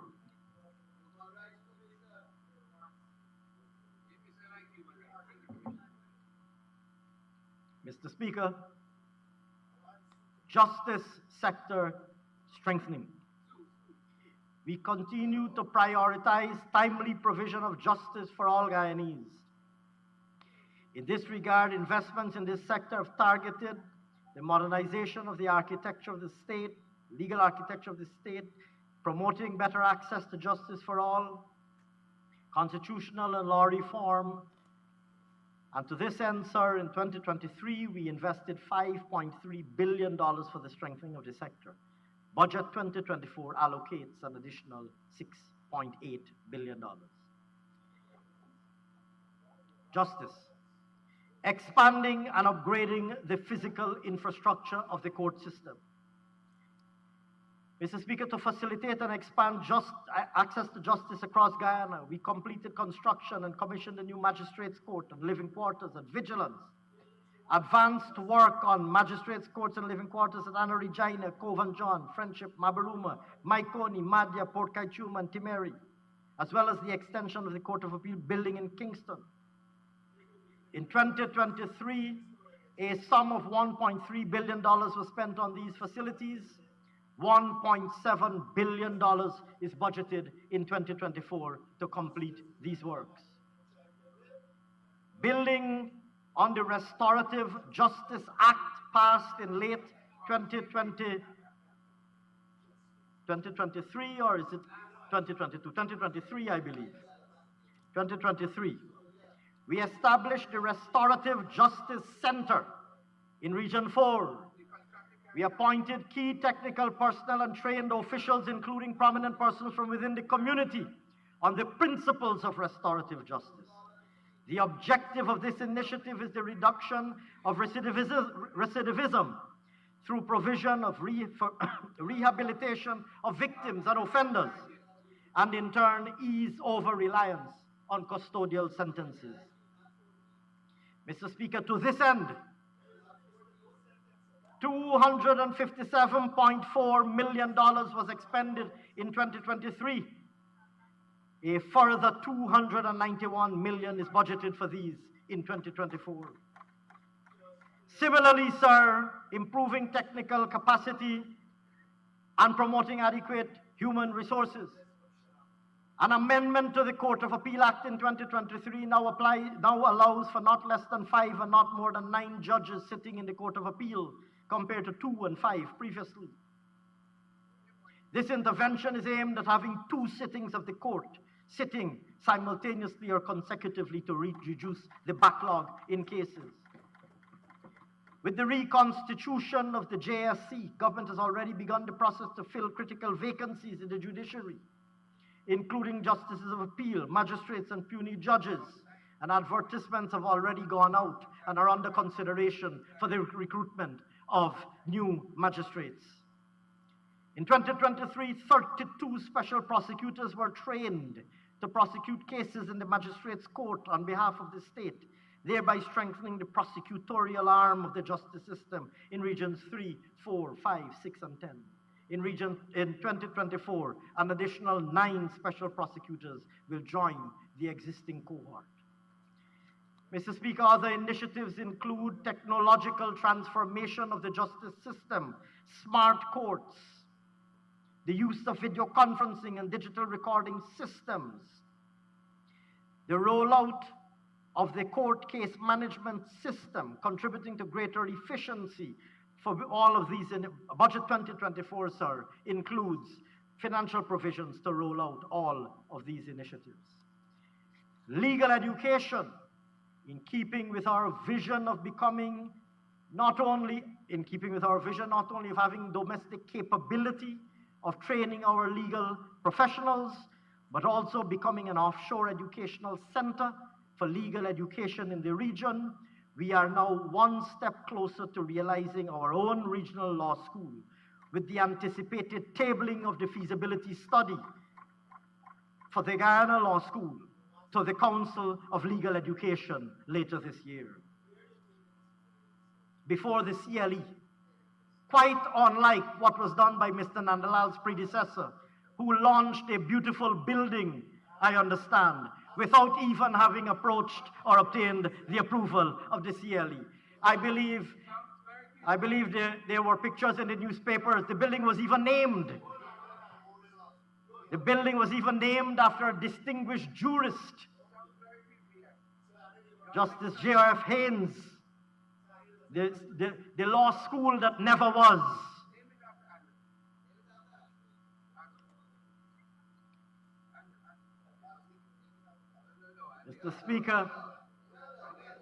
Mr. Speaker, labor market.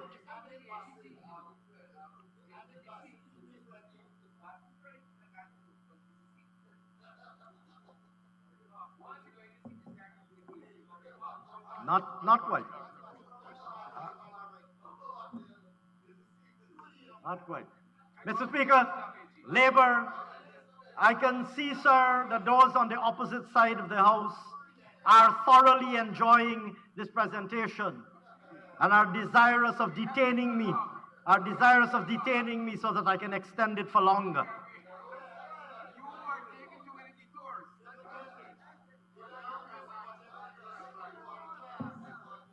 Sir, labor market considerations. Our overriding philosophy regarding our labor force is to ensure that every single Guyanese of working age is employable, has the necessary skills, competencies, and opportunities to be employed. Mr. Speaker,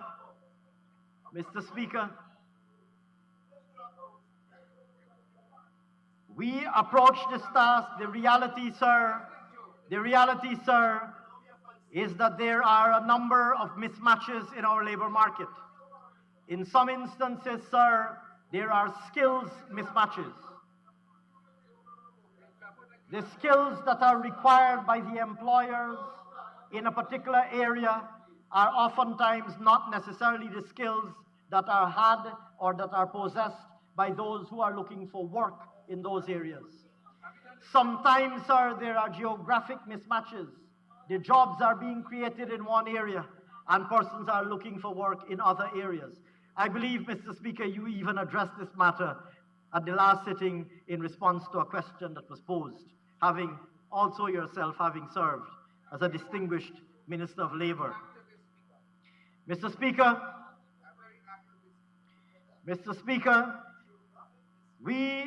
there are geographic mismatches in the labor market. Mr. Speaker, we will first ramp up training, whether it be through the Guyana Technical Training College or the National Tourism and Hospitality Institute, or our technical institutes throughout the length and breadth of our country. We will work with the private sector to better communicate to potential applicants the jobs that are available.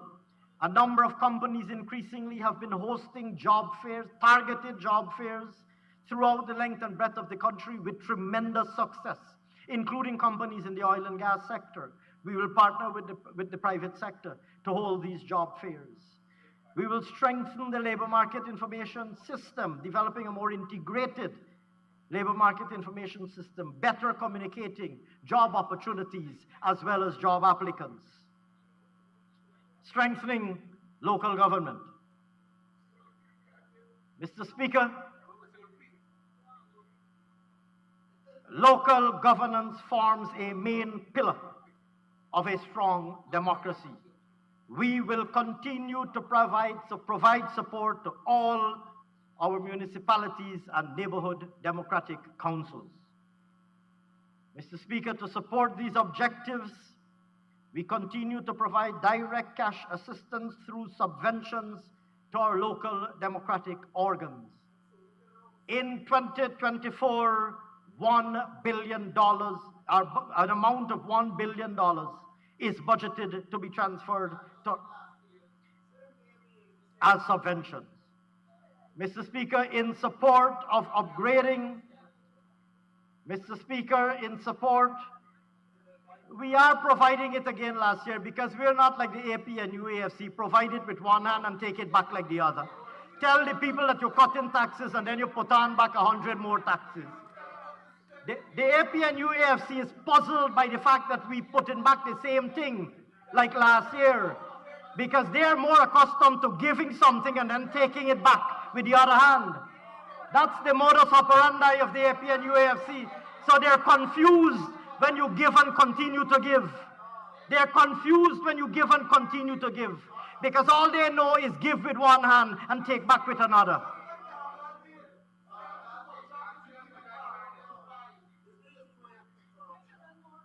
Mr. Speaker, in support of upgrading community infrastructure, and in particular, community markets, which are often the center of community economic life, $417 million was expended last year to advance works and rehabilitate 5 community markets. Charity, we have started work at locations like Charity, Hydroni, Lenora, etc. Rehabilitate, rebuild in some cases like Parika. In 2024, precisely what I said. In 2024, $1.2 billion is a sum of $1.2 billion is budgeted to complete these markets and rehabilitate Korivaton, Kumaka, and Sadi markets. Mr. Speaker, with the specific objective of providing support for routine maintenance of community infrastructure, 2,381 persons were employed under the Community Enhancement Workers Program to complement our LDOs and upgrade the aesthetics of our communities.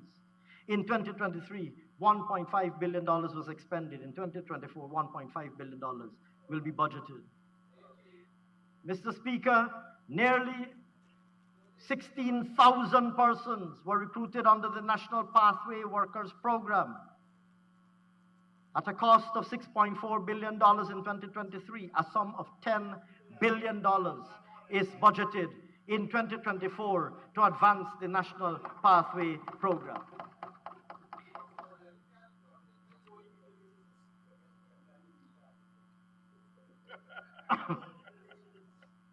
Financial sector reform. Mr. Speaker, we will continue our work to maintain financial sector stability while ensuring that the sector contributes optimally to economic growth. Payment systems. Building on the enhancements already made to the national payment systems, we will be moving ahead this year with an instant payment system to further support and enhance our current payment and settlement infrastructure, which includes the RTGS, Real-Time Gross Settlement System, as well as the Central Securities Depository, better enabling electronic settlement of transactions. Revenue management. We continue, Mr. Speaker, to modernize our tax administration and reduce gaps in tax compliance. We have invested in ICT infrastructure to allow taxpayers to utilize online payments. Mr. Speaker, in 2023, payments from taxpayers using our online facility totaled $59 billion, and 33,000 persons filed their tax returns for various tax types using the e-filing platform, the deployment of digital solutions in government. We've completed upgraded infrastructure for a number of installations of the Guyana Revenue Authority, the new licensing office at Princess and Smythe Street, a new branch office at Onvawat, which allow citizens of West Coast Berbice for the first time to have a wide range of services that previously they had to commute to Georgetown or New Amsterdam to access.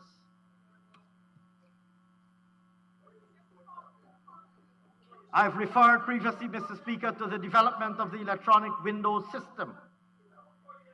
Digital solutions in government, more broadly, beyond tax administration. Mr. Speaker, we will be undertaking a structured digitalization master plan that will allow 70 processes to be digitalized in a phased manner. The implementation of the National EID project, Electronic ID project, which began in March 2023. The implementation of Safe Country and extension of Safe City. Safe Road Intelligence System to improve road safety and reduce accidents. The rollout of telemedicine in the health sector. The development of an electronic medical record system. Electronic management information, the education management information system, or EMIS. And to support the ongoing digitalization rollout, we've distributed VSAT and other wireless communications to 165 hinterland and remote communities, benefiting 50,000 residents. National Insurance Scheme. Mr. Speaker, the NIS provides invaluable service to its many contributors and pensioners, and for many of them, is the only source of any form of social security. Sorry? Well, the National Insurance Scheme, I must admit that predates me, sir. It does predate me, I must admit. Mr. Speaker, the NIS provides invaluable service to its many contributors and pensioners. And for many of them is the only source of any form of social security. Ensuring the NIS, the investment in the Berbice Bridge was one of the NIS's most lucrative investments. That is a fact. Mr. Speaker, the scheme has made, I will repeat what I said. The NIS investment in the Berbice Bridge was one of the scheme's most lucrative investments. Mr. Speaker, with the aim of addressing long outstanding complaints and other concerns of citizens, in 2023, the NIS conducted a series of nationwide outreaches and one overseas diaspora outreach in New York, listening to and addressing the issues raised by contributors and resolving thousands of them. Mr. Speaker, 12 sessions were held in regions 2, 3, 4, 5, 6, and over 1,300 persons benefited from these sessions, many of them receiving their NIS pension after years of waiting. Cumulatively, Mr. Speaker, 14,000 claims that were pending as at August 2020 have been resolved to date. With the aim of addressing the 1,488 matters awaiting consideration by the NIS Appeals Tribunal, In 2023, government appointed 12 legal practitioners to chair and convene tribunals in Georgetown and elsewhere in the country in order to expedite consideration of pending appeals. Since making that appointment, 252 matters have been resolved, of which 156 have been concluded. 96 are ongoing, and 1,236 will commence shortly, along with new matters submitted since the tribunals were appointed. This scheme has commenced its 10th actuarial review, and draft report was recently completed and is being considered. Once completed, we will examine its findings and recommendations, but suffice it to say that our government remains firmly committed to taking all necessary steps to ensure the financial sustainability and viability of the National Insurance Scheme.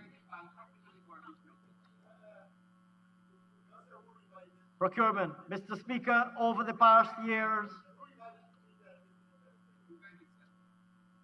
the NPTAB has been dedicated to the restoration of credibility, confidence, accountability, and transparency. To this end, they worked continuously on strengthening the institutional framework and enhancing transparency and efficiency in the bidding process. They pursued the revision of the standard bidding documents, conducted in-field training in regions, appointed a technical non-scoring member from the procuring entity to assist with technical bids, introduced a bidders register, amongst other important initiatives. They will focus on digitalization of records to establish a full and functional registry, create a documentation center, and commence installation of a new management information system. Mr. Speaker, turning to data system strengthening. Guyana's national population census commenced on September 15, 2022. Like many of our CARICOM neighbors, this matter was the subject, in fact, of some questions asked in this Honorable House not so long ago. Like many of our brothers and sisters in the Caribbean, the census in Guyana has been significantly delayed. Whether it be inclement weather, challenging terrain, attrition of field staff, respondent apathy or unavailability, competing national events, etc. Suffice it to say, sir, that as I have previously advised this House, our team at the Bureau of Statistics continues to work diligently to complete this very important exercise, which we anticipate in 2024.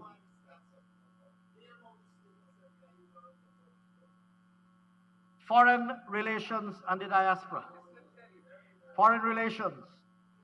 Mr. Speaker, the preservation of Guyana's sovereignty and territorial integrity remains paramount, and our government will remain vigilant in the diplomatic defense of our patrimony.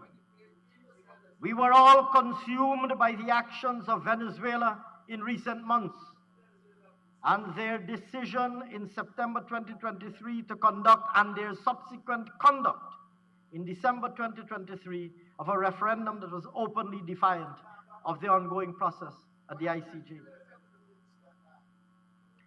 Mr. Speaker, this proposal caused us, as I mentioned earlier, to apply to the ICJ. We obtained provisional measures. We obtained a joint declaration of Argyle for dialogue and peace between Guyana and Venezuela. And I wish, sir, to reiterate that we remain firmly committed that the ICJ, I said it, sir, in my introduction, and I'm repeating it now in the relevant section of my report.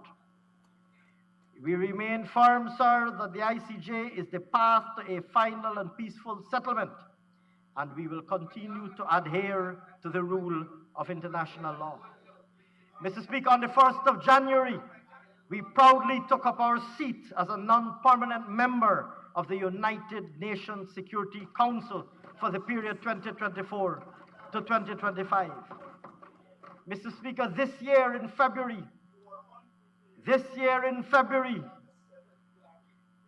we will be assuming the chairmanship of the Caribbean Community. His Excellency, the President, will be assuming the chairmanship. And we will be hosting in February, sir. He will be hosting, sir, the 46th regular meeting of CARICOM heads of government right here in Georgetown. We will host, sir.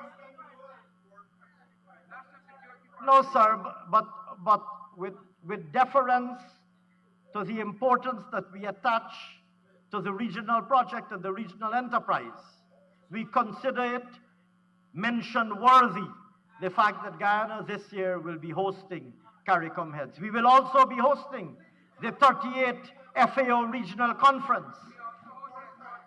We will also be hosting the IDB's Caribbean Governors pre-AGM.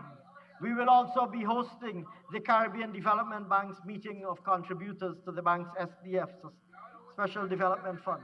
The point, sir, is that 2024 will be a very busy year for our international and regional relations front.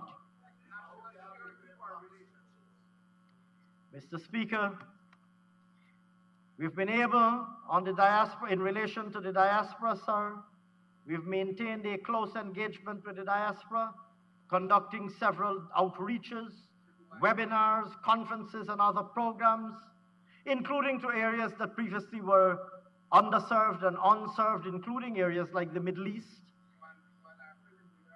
Mr.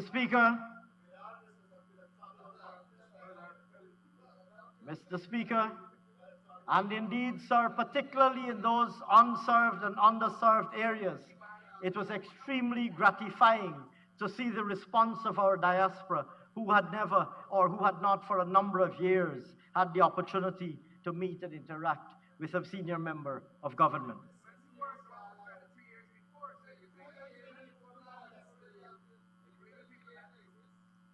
Mr. Speaker, public safety and security. Mr. Speaker, in recognizing that a vibrant security sector is a result of a well-planned and strategic initiatives, we have committed to investing heavily in the provision of expanded facilities, expanded mobility and updated equipment, better use of technology and training, the promotion of greater accountability for law enforcement personnel, amongst other initiatives. Mr. Speaker, in 2023,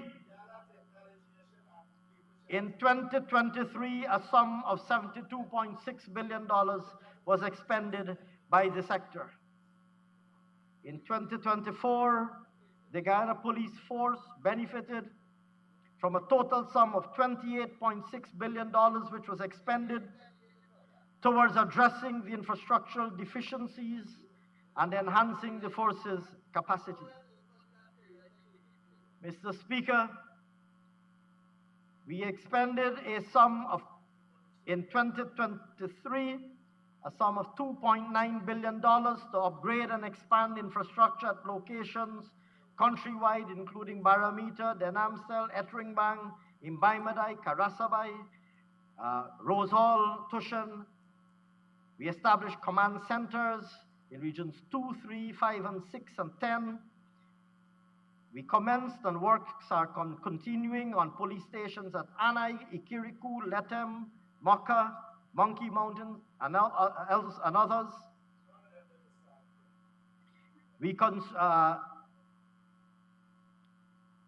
In 2024, sir, we will advance the construction, rehabilitation of all these locations and reconstruct critical police stations at Kitty, Maikoni, Sanssouci, and Weldad, as well as the construction of regional divisional headquarters in Region 6.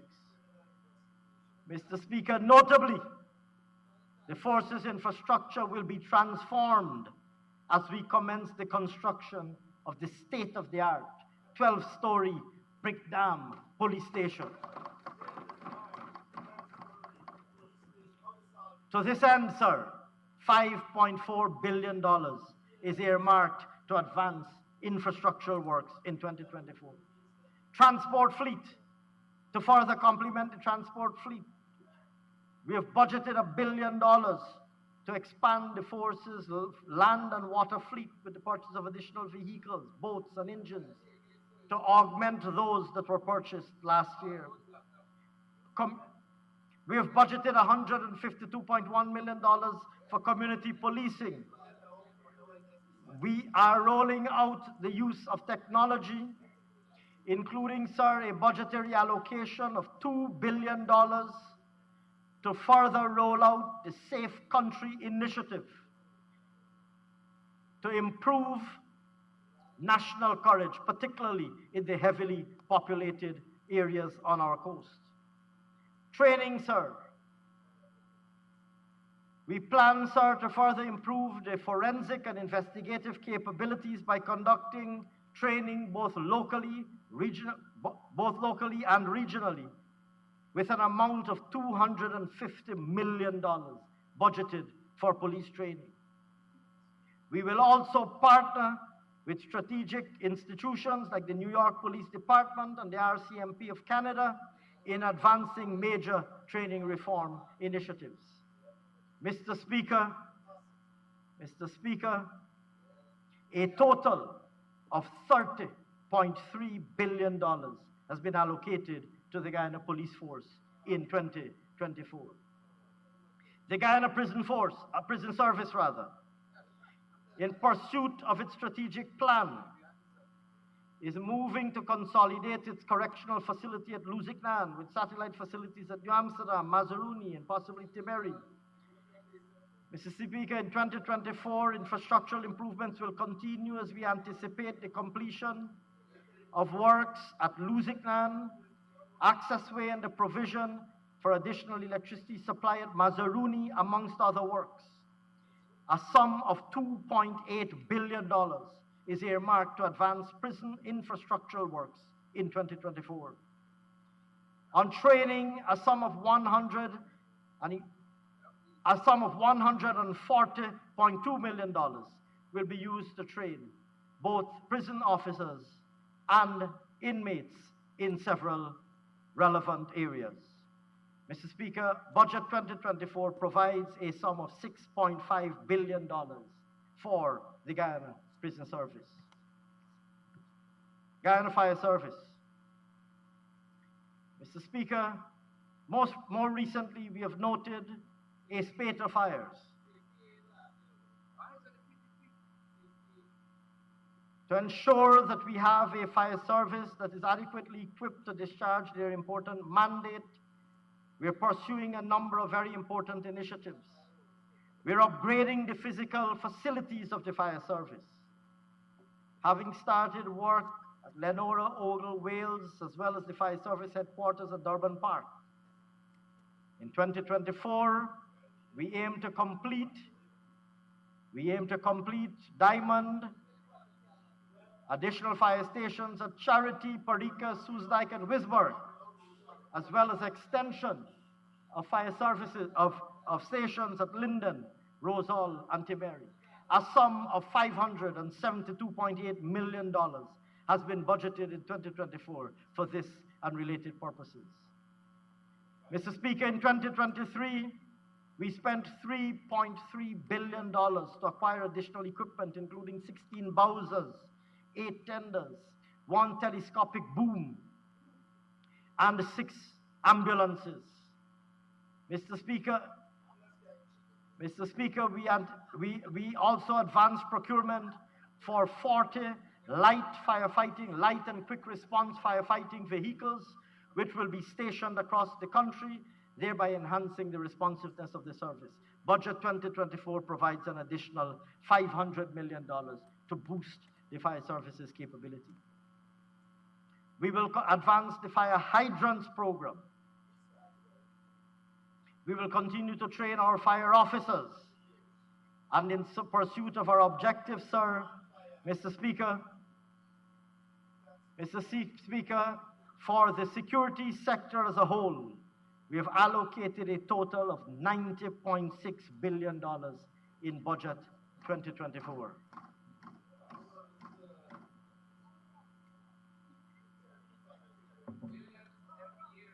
I now turn, sir, to our macroeconomic targets for 2024.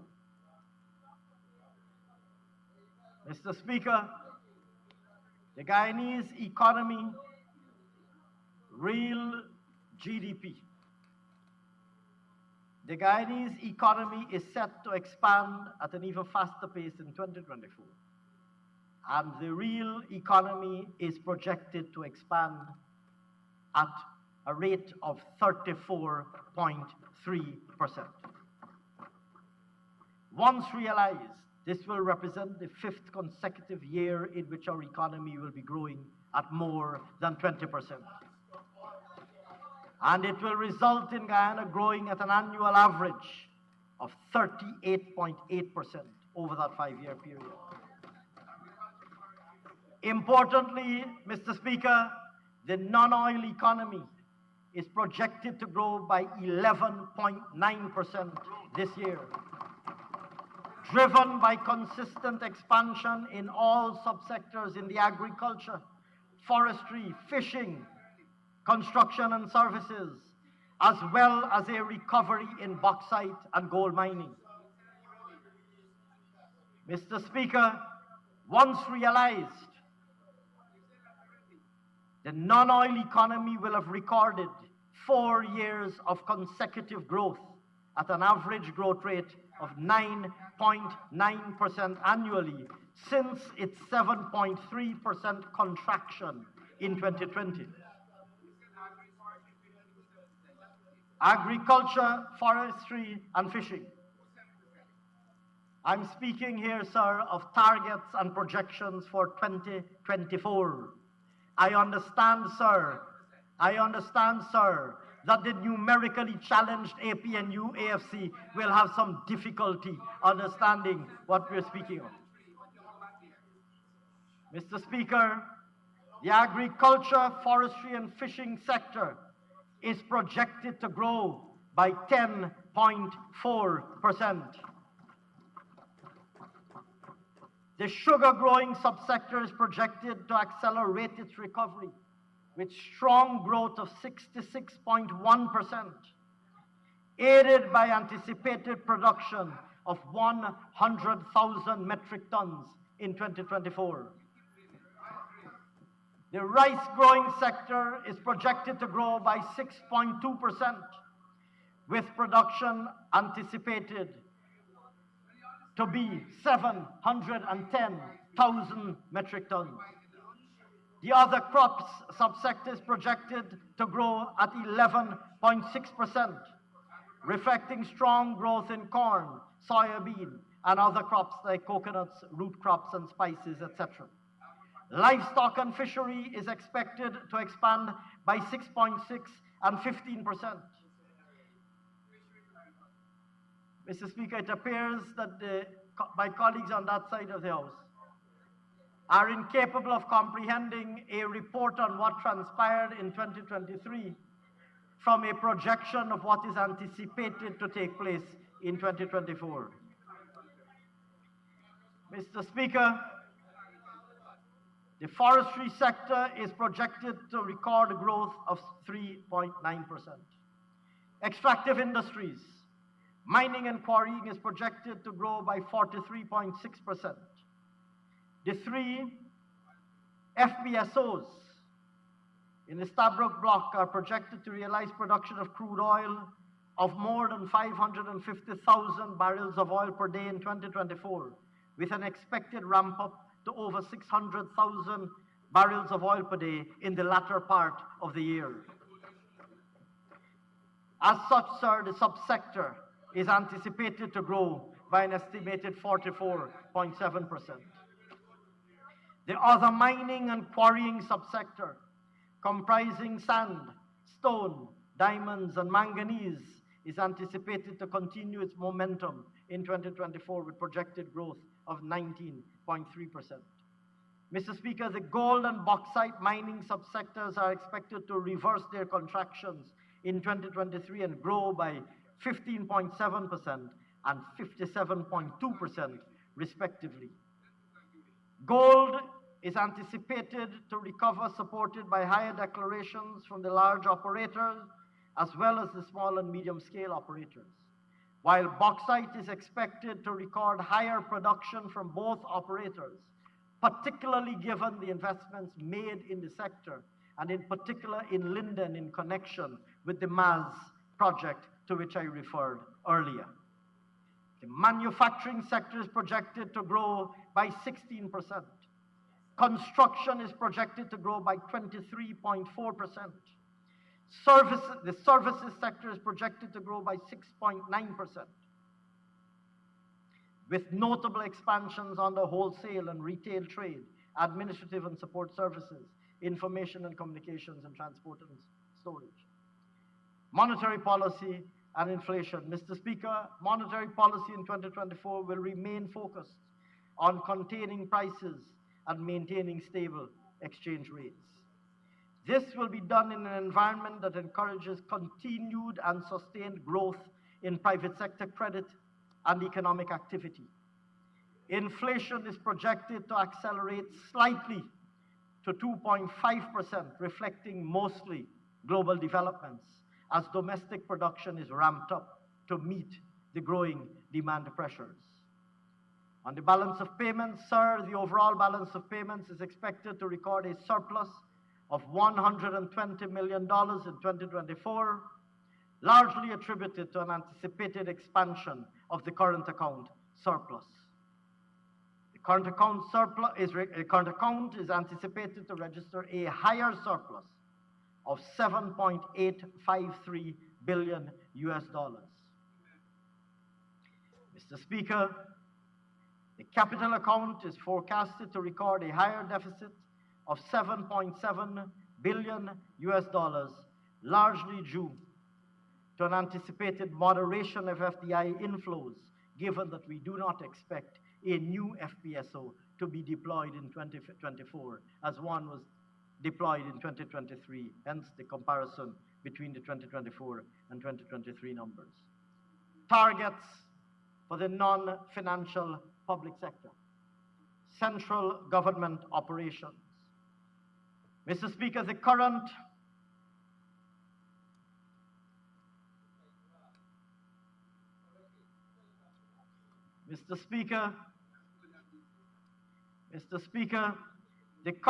revenue of the central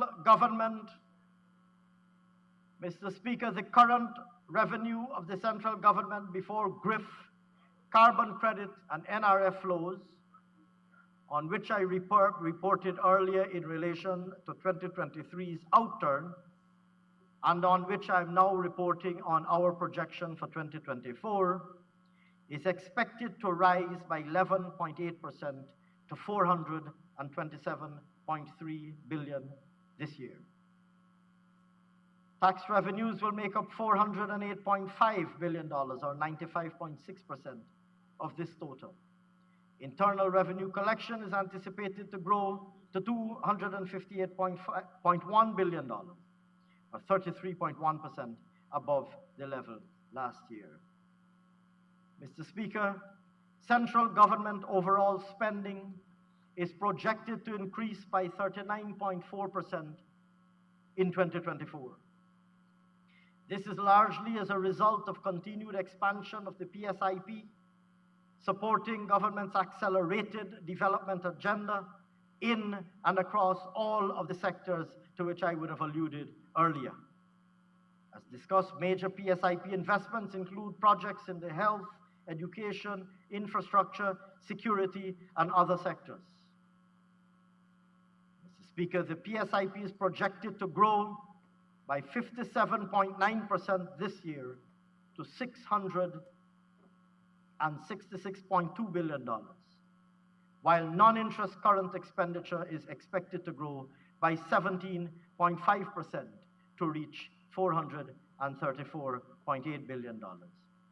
Mr. Speaker, against this background, the overall deficit after grants to the central government is projected at $395.9 billion, or 8.5% of GDP. Mr. Speaker, again, entirely financed by no new taxes, Budget 2024 is 46.6% larger than Budget 2023 and totals 1.146 trillion Guyana dollars. The biggest budget ever and exceeding the $1 trillion mark for the very first time in our country's history. Natural Resource Fund. Mr. Speaker, this year, with 3 production platforms operationalized, it is projected that there will be 202 lifts of crude oil from the Stabroek block, 22 of which are estimated for government. Consequently, earnings from the government's share of profit oil are estimated at $2,078.9 million in 2024, while royalty payments for the year are projected at $319.9 million. Additionally, based on 2023 deposits, an estimated $1.154 billion or 240.1 billion Guyana dollars can be withdrawn from the NRF in 2024 and transferred from the consolidated fund to support the country's development program. I wish, sir, to turn to the question of optimizing the financing mix. Mr. Speaker, our government is firmly committed to safeguarding the gains we have made in achieving fiscal sustainability and in managing the public finances prudently. In this regard, in a global environment where interest rates have climbed by over 500 basis points in the last 3 years, it is imperative that we maintain a flexible approach to financing the accelerated transformation agenda, which includes a ramped up PSIP and accelerated delivery of social services and social safety nets to improve the lives of all Guyanese. These circumstances require an optimal and dynamic financing mix, taking into consideration the volume of financing mobilized or to be mobilized with the cost of that financing. With this in mind, Mr. Speaker, our government will be proposing the following at the appropriate time for consideration and approval by this Honorable House. An increase in the domestic and external debt ceilings, which will provide the flexibility needed to optimize on the financing mix, while at the same time safeguarding our debt sustainability. And a revision to the NRF withdrawal rule, which once approved will result in an upward revision to the NRF withdrawal amount to take effect from this fiscal year. The revised withdrawal rule will retain the important feature that as production and revenue ramp up further, an increasing share of the inflows into the NRF will be saved relative to the share transferred to the consolidated fund to finance national development priorities. I now turn, sir, to measures. Mr. Speaker, our government remains firmly committed to implementing sustainable measures that will aid the continued development and expansion of the productive sectors, while also bringing relief and improving well-being at the household and individual levels. The measures proposed in Budget 2024 are all aimed at improving the welfare of our citizens, creating opportunities for our citizens, while facilitating and promoting job creation and income generation. easing the cost of living, containing the cost of fuel. Mr. Speaker, as global fuel prices remain relatively elevated, our government has maintained 0% excise tax on petroleum products since March 2022.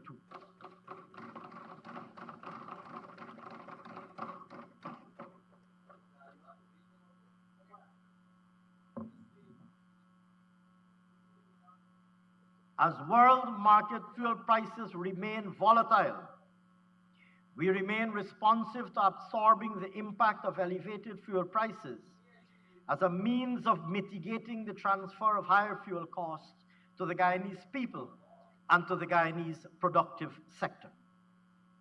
This measure will be kept in place while fuel prices remain elevated.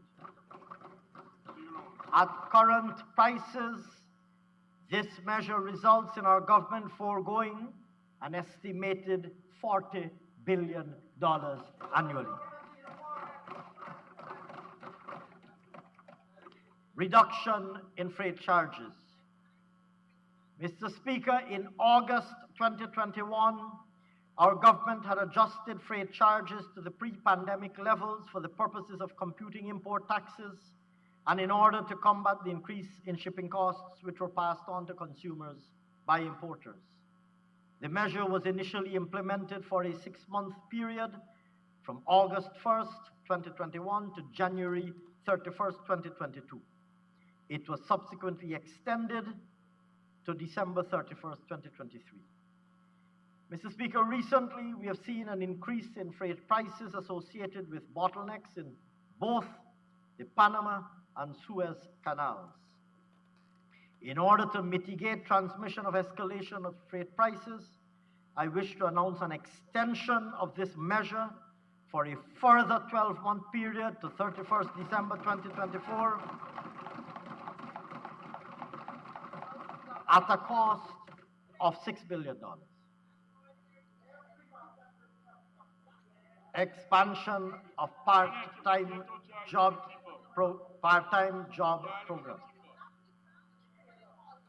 Mr. Speaker, it will be recalled that government launched the part-time job program in 2022 in which one person per household was able to earn $40,000 by working 10 days per month in public offices in close proximity to their homes. Mr. Speaker, in 2023, over 15,000 persons were employed through the program, placing over $6 billion in disposable income into these households. Mr. Speaker, in 2024, this program will continue and be expanded with $10 billion budgeted.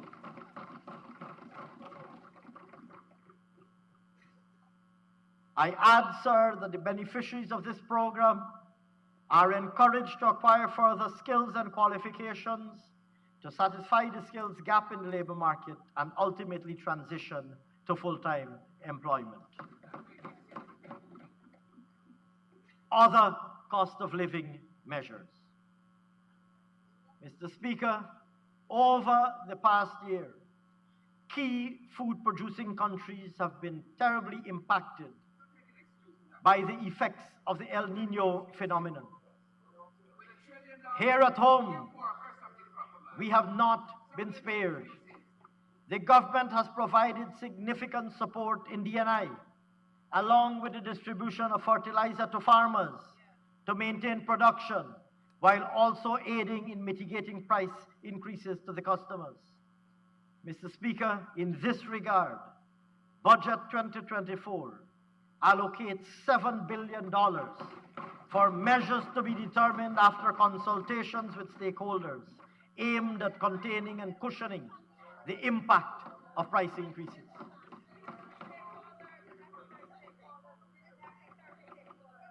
Support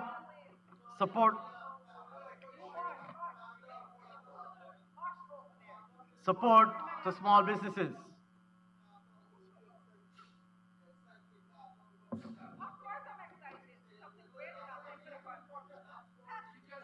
Mr. Speaker, small and medium-sized enterprises are an extremely important segment of our economy, and they play a crucial role in economic growth and job creation. In support of the development and expansion of small and medium enterprises,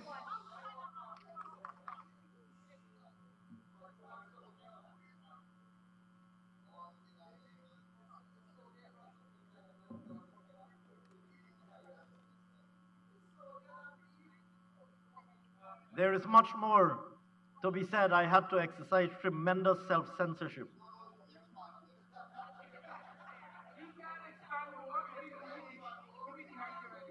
Mr. Speaker,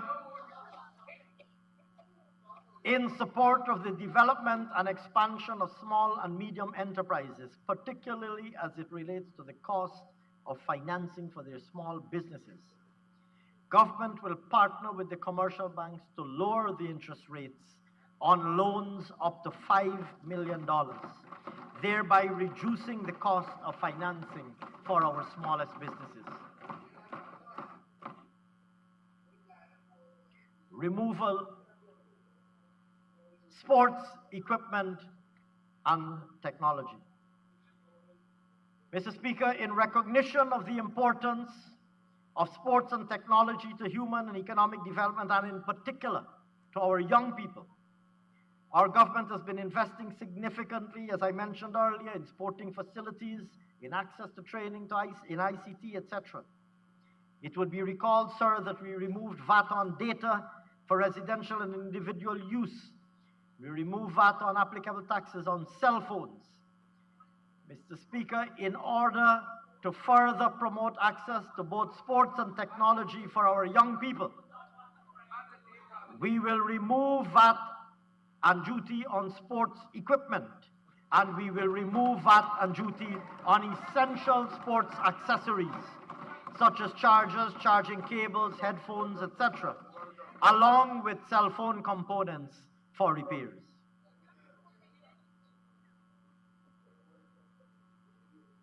And the net. Supporting the vulnerable. Increase in old age pension. Increase in old age pension. Mr. Speaker, since the resumption of office by this People's Progressive Party civic government, old age pension has been increased from $20,500 to $33,000 last year. You must examine what you promised in your manifesto and what you delivered. That's what you need to examine. You must examine what AP and UAFC promised in their manifesto and what they delivered. Don't worry, it will come up in the debate. Mr. Speaker,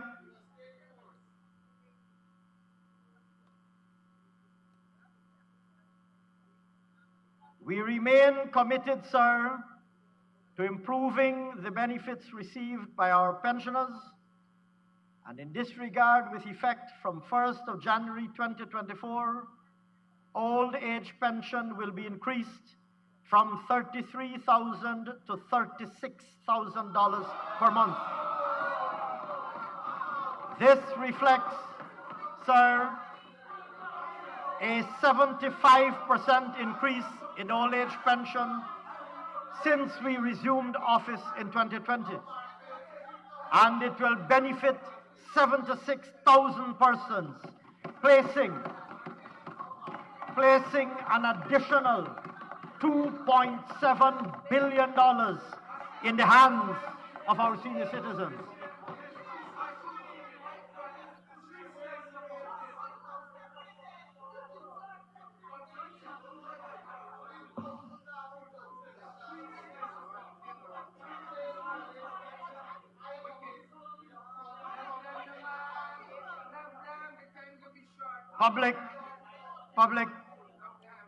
public assistance.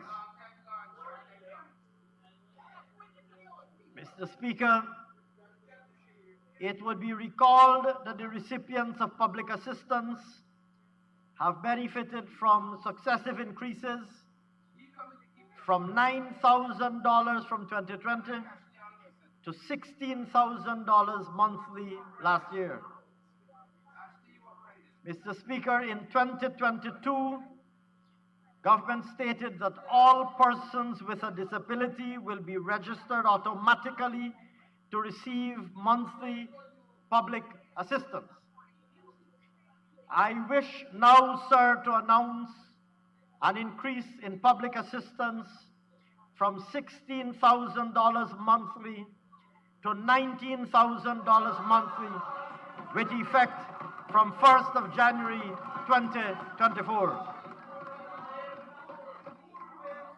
More than doubling the public assistance since we resumed office.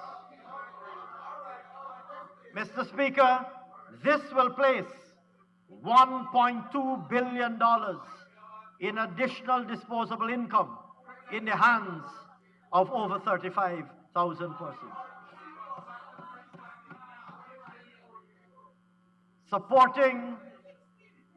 Supporting eye care for school children and pensioners.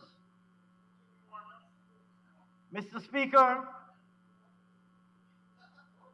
our government has continued to invest significantly in improving access to health services for all of our children, for all of our citizens, including our children. And in the area of promoting eye care, we have been building schools. I'm not sure that you could claim to have done that.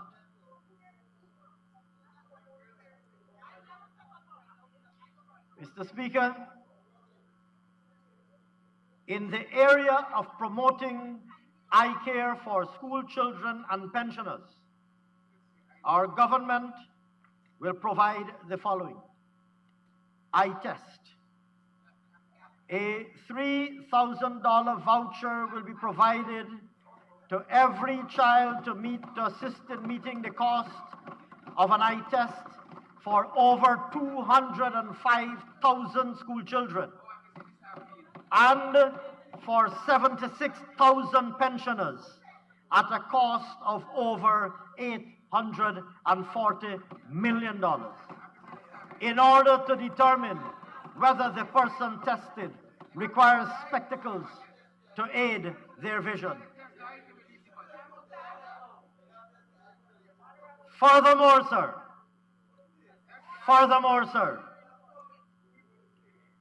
for those who require spectacles, both children and pensioners, a $15,000 voucher towards the cost of the spectacles will be provided. This measure is estimated to cost a further $955 million. I should add,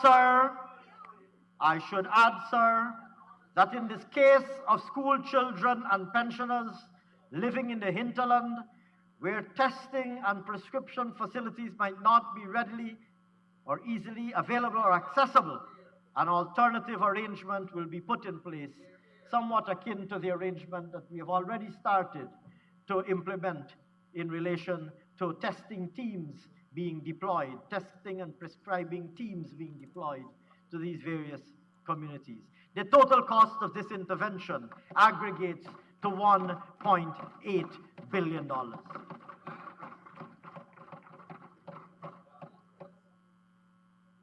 Cervical cancer. Mr. Speaker, cervical cancer is one of the most pressing health problems facing our women folk. Mr. Speaker, in order to encourage testing for cervical cancer, government will provide a voucher of $8,000 for women between the ages of 21 and 65 all women between the ages of 21 and 65 to meet the cost of cervical cancer testing. This intervention will cost an estimated $2.8 billion. And I mentioned earlier that we will be ramping up capabilities to address this particularly important public health problem. I mentioned earlier, sir, the work we are doing to ramp up the capabilities of the Guyana Fire Service.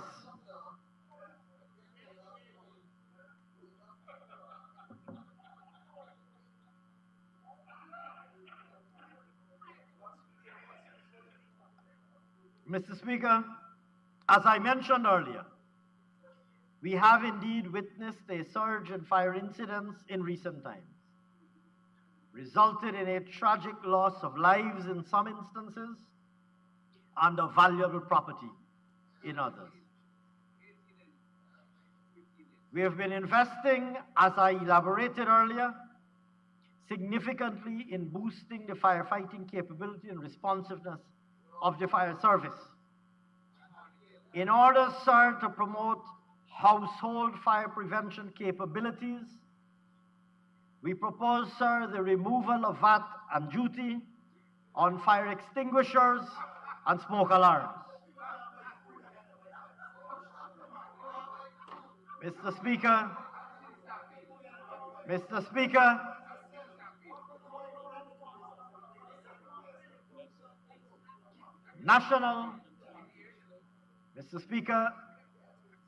National Insurance Scheme. Mr. Speaker, the current minimum pension paid by NIS is $35,000 monthly. I wish to announce that with effect from the 1st of January 2024, the new minimum NIS pension will be $43,075, which will result in a $2.6 billion transfer of additional disposable income to the benefit of over 27,000 persons. Relatedly, sir, survivors' benefit is payable to the dependents of a deceased insured person, subject to certain, this is the NIS pension to which we are referring. Survival pension is payable to the dependents of a deceased insured person. Let me start again. Survivor's benefit is paid to the dependents of a deceased insured person, an insured person who has passed away, who has died, subject to certain qualifying conditions. The current minimum pension paid to survivors by NIS is $17,500. I now wish to announce that with effect from 1st of January 2024, the new minimum pension paid to survivors will be $21,537, which will make an additional $800 million of disposable income available to over 12,000 persons. Invalidity pension.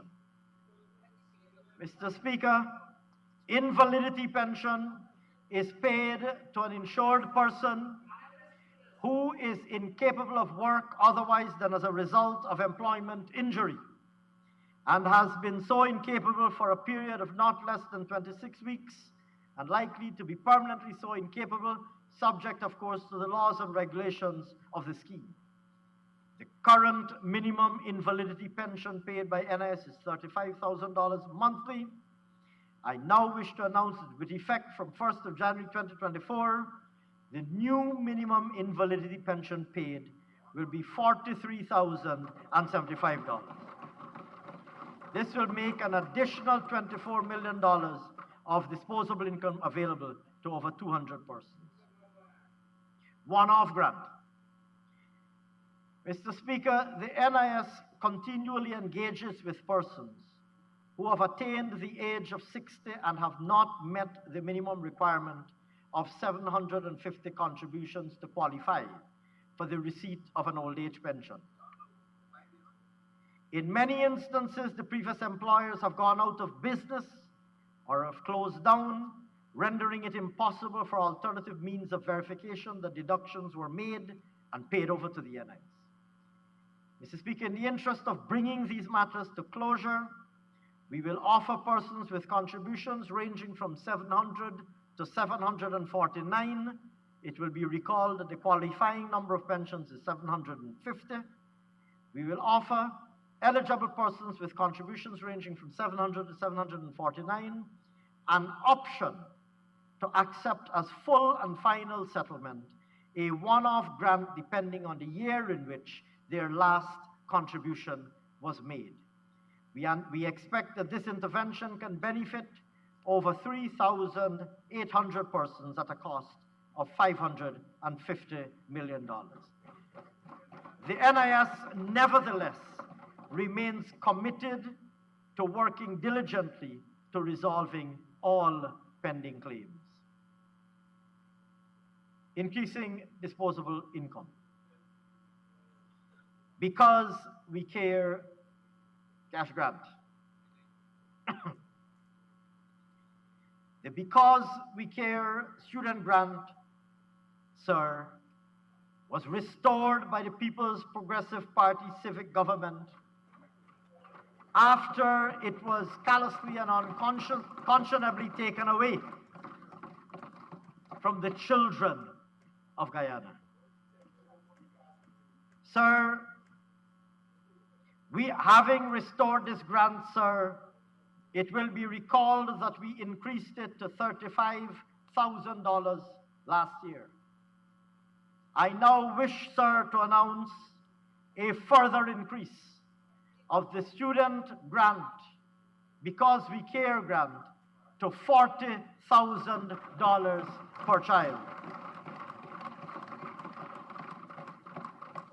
This, sir, will benefit over 205,000 school children in the public and private school system, placing an additional $1 billion in the hands of their parents.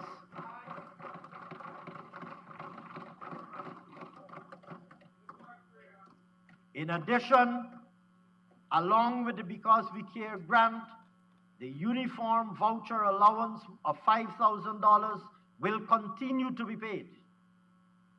This will result, taken together, the $40,000 Because We Care grant and the uniform allowance of $5,000, which obviously totals $45,000 per child, will see parents of over 205,000 school children receiving aggregate grants, the two grants, aggregate grants totaling $9.2 billion.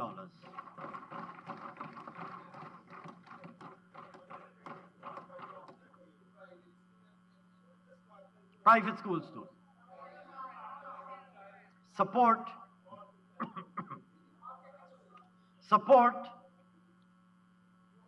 to University of Guyana graduates. Mr. Speaker, in our 2020 manifesto, we promised a pathway for debt write-offs for persons with outstanding student loans. In this regard, I now wish to announce that we will commence the first phase of eliminating outstanding loans owed by graduates of the University of Guyana, on condition that these graduates can demonstrate proof of being employed or self-employed in Guyana after their graduation for a minimum period to be specified, reducing the cost of life and medical insurance. Mr. Speaker, it will be recalled that in 2022, measures were introduced to encourage citizens to obtain life and medical insurance policies. These measures allow taxpayers a deduction from their chargeable income for premiums paid for life and medical insurance up to a maximum of 10% of their income or $30,000 monthly, whichever is lower. To further incentivize citizens to protect themselves with life and medical insurance, themselves and their families, with life and medical insurance, I wish to announce an increase in the deductible ceiling from $30,000 to $50,000 monthly, or 10% of their income, whichever is lower. This intervention will reduce the taxable income and consequently the tax payable by the taxpayer and facilitate greater access to coverage, both life and medical insurance, and make both life and medical insurance more affordable. Income tax threshold. Mr. Speaker, the income tax threshold was increased from $65,000 to $75,000 monthly in 2022, and then to $85,000 last year. I now wish to announce an increase of the threshold to $100,000 monthly with effect from year of income 2024.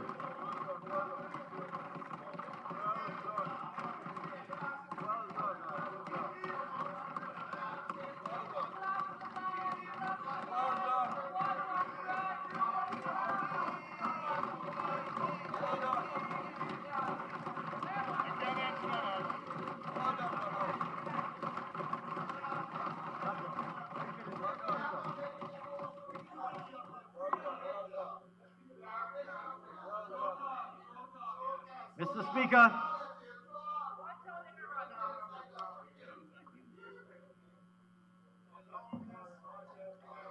Mr. Speaker,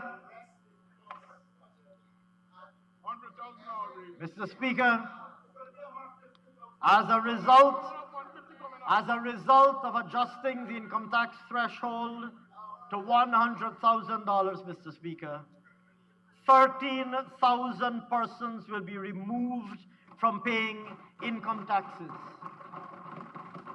and will result in $4.8 billion being transferred to the disposable incomes of workers.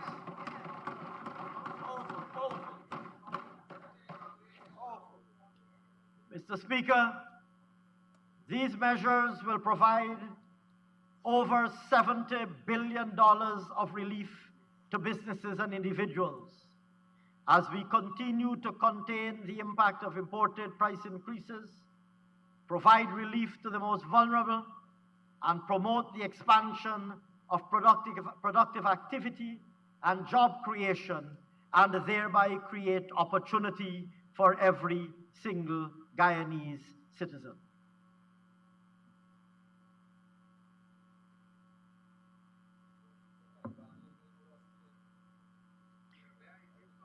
Mr. Speaker, I will conclude. Apparently, sir, the leader of the opposition, I heard a murmur of disappointment from the leader of the opposition when I said I will now conclude.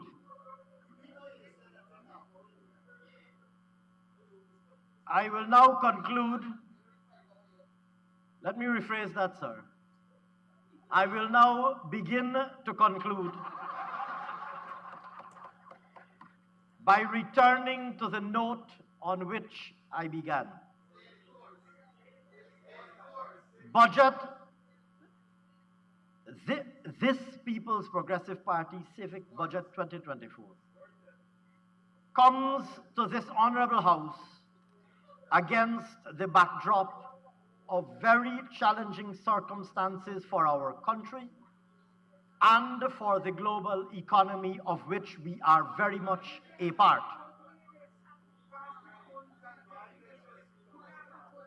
As I indicated when I began, and we cannot, sir, we cannot be serious policymakers and be oblivious to the world in which we live.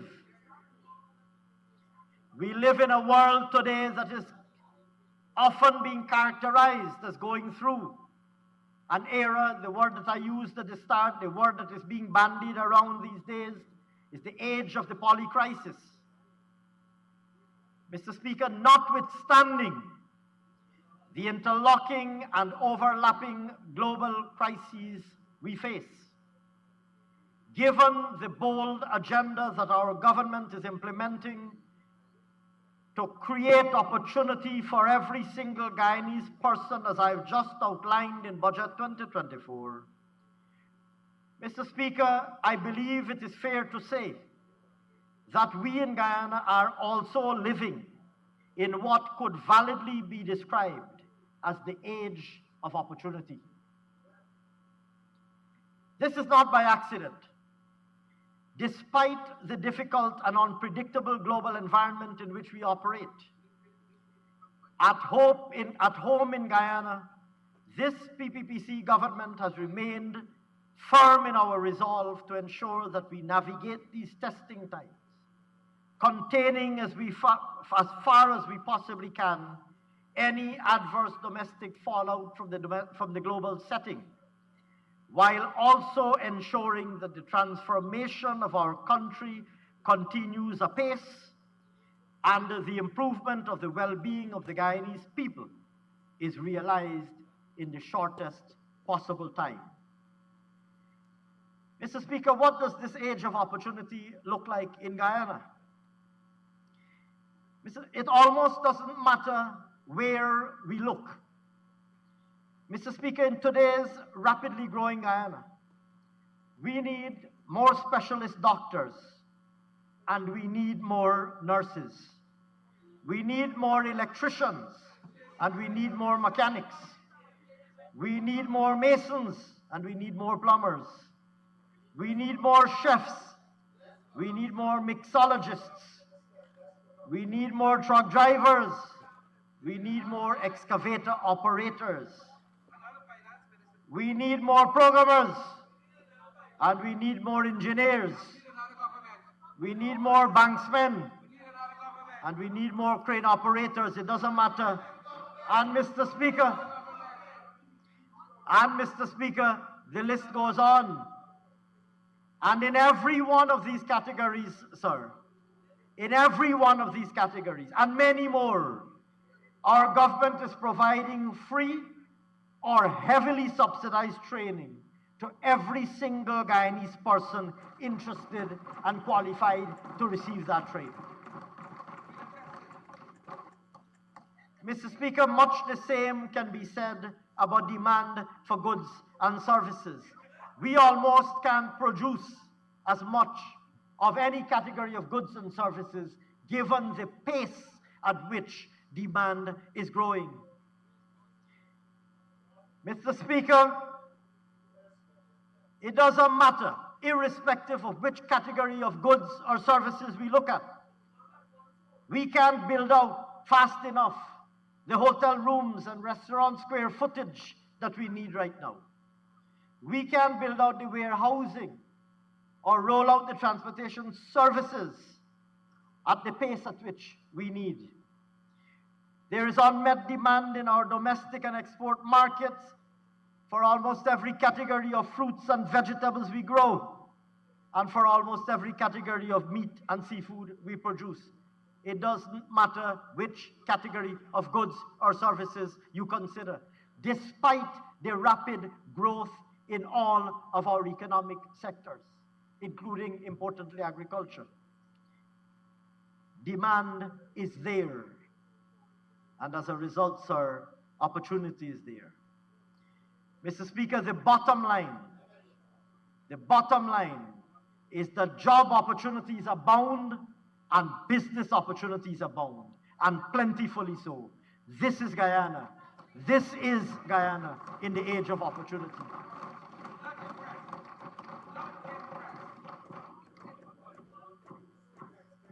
Mr. Speaker, Budget 2024 continues this government's work to build out this very Guyana, where every single Guyanese family, as I said at the beginning, is able to meet their basic needs. but beyond meeting their basic needs, is able to avail themselves of these opportunities that I outlined earlier, and many others, to build and accumulate household value and wealth through their own effort. That's why since 2020, we have distributed 30,000 house lots, household wealth. That's why we have given over 21,000 gold scholarships, enhancing employability. That's why we have trained nearly 3,200 teachers and almost 700 nurses, enhancing employability and income earning potential. That's why we're building the Ghana Technical Training College and the Hospitality Institute. That's why we enacted the Local Content Act. That's why we set up the Local Content Secretariat to enable and equip every single Guyanese person to step up and take advantage of the opportunities that exist in this Guyana's age of opportunity. Mr. Speaker, in the face of an onslaught of challenges, Budget 2024 stays the course and paves the way for prosperity to be built by all and for all.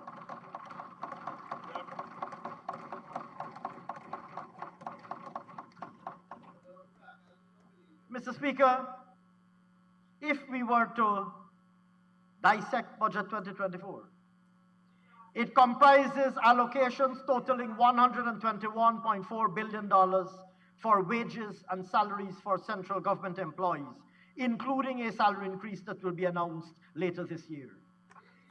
It includes an allocation of $40.7 billion for old age pensioners and public assistance beneficiaries. It includes an allocation of $135.2 billion for our education system to ensure every single child receives a good education. Incidentally, that includes over $9 billion worth of Because We Care and uniform cash grants alone. It includes an allocation of $129.8 billion for the health sector, including the build-out of several hospitals and telemedicine centers in communities that are currently unserved or underserved, and in our hinterland. It includes an allocation of $204.1 billion to upgrade and expand our roads and bridges and transport infrastructure, laying the foundation for long-term economic growth, while also bringing relief to commuters and residents today.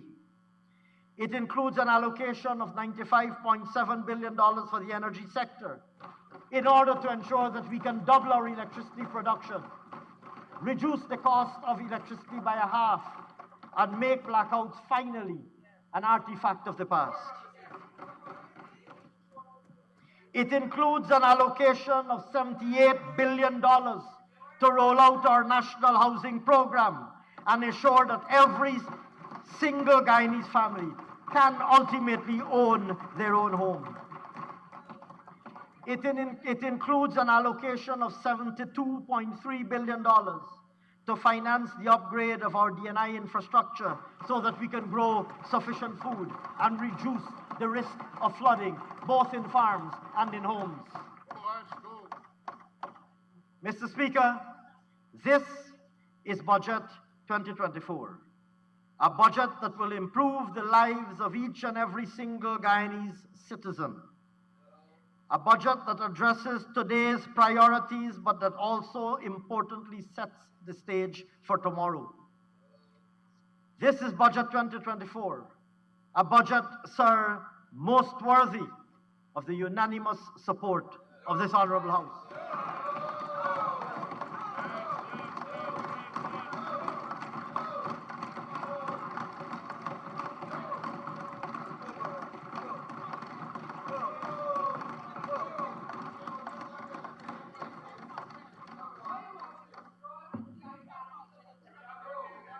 Mr. Speaker, This is Budget 2024.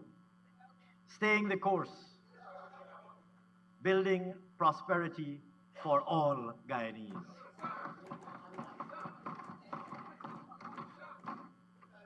I continue my conclusion, sir, by thanking my cabinet colleagues and their staff for their valuable inputs. I thank also the many stakeholders who made suggestions and sent submissions. And as always, I reserve the heartiest thanks for my own Ministry of Finance team, who, sir,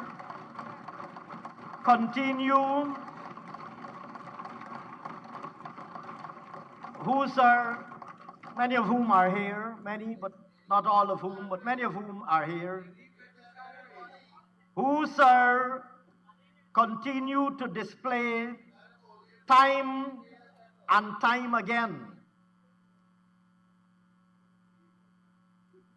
I reserve, Mr. Speaker, the heartiest thanks for my own Ministry of Finance team, who continue to display time and time again why they are the special forces of Guyana's public service. Ready, able, and willing, motivated and committed, a best-in-class team that I, sir, am singularly proud and singularly privileged to have an opportunity to lead and to work with.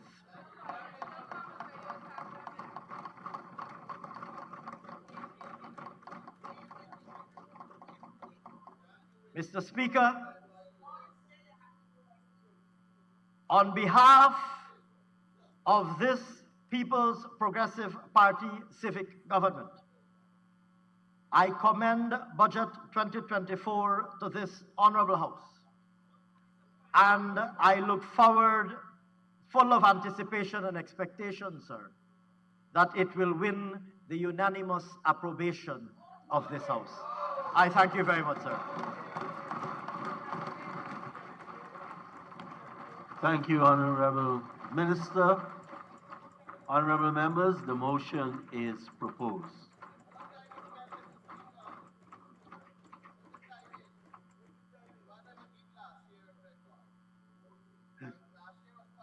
Thank you, Honorable Minister.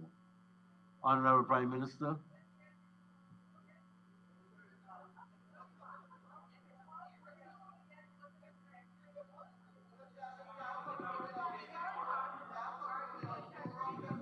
Mr. Speaker, may I join in commending my colleague for this biggest budget ever in the history of Guyana. The people-centered budget for the people of Guyana. And I can also, it's not too late to wish you a happy New Year, happy 2024. And with that, Mr. Speaker, I move the adjournment of the Assembly to 10 o'clock on Monday, the 22nd of January, 2024. Thank you, honorable members. The Assembly stands adjourned to 10 a.m. on the 22nd of January.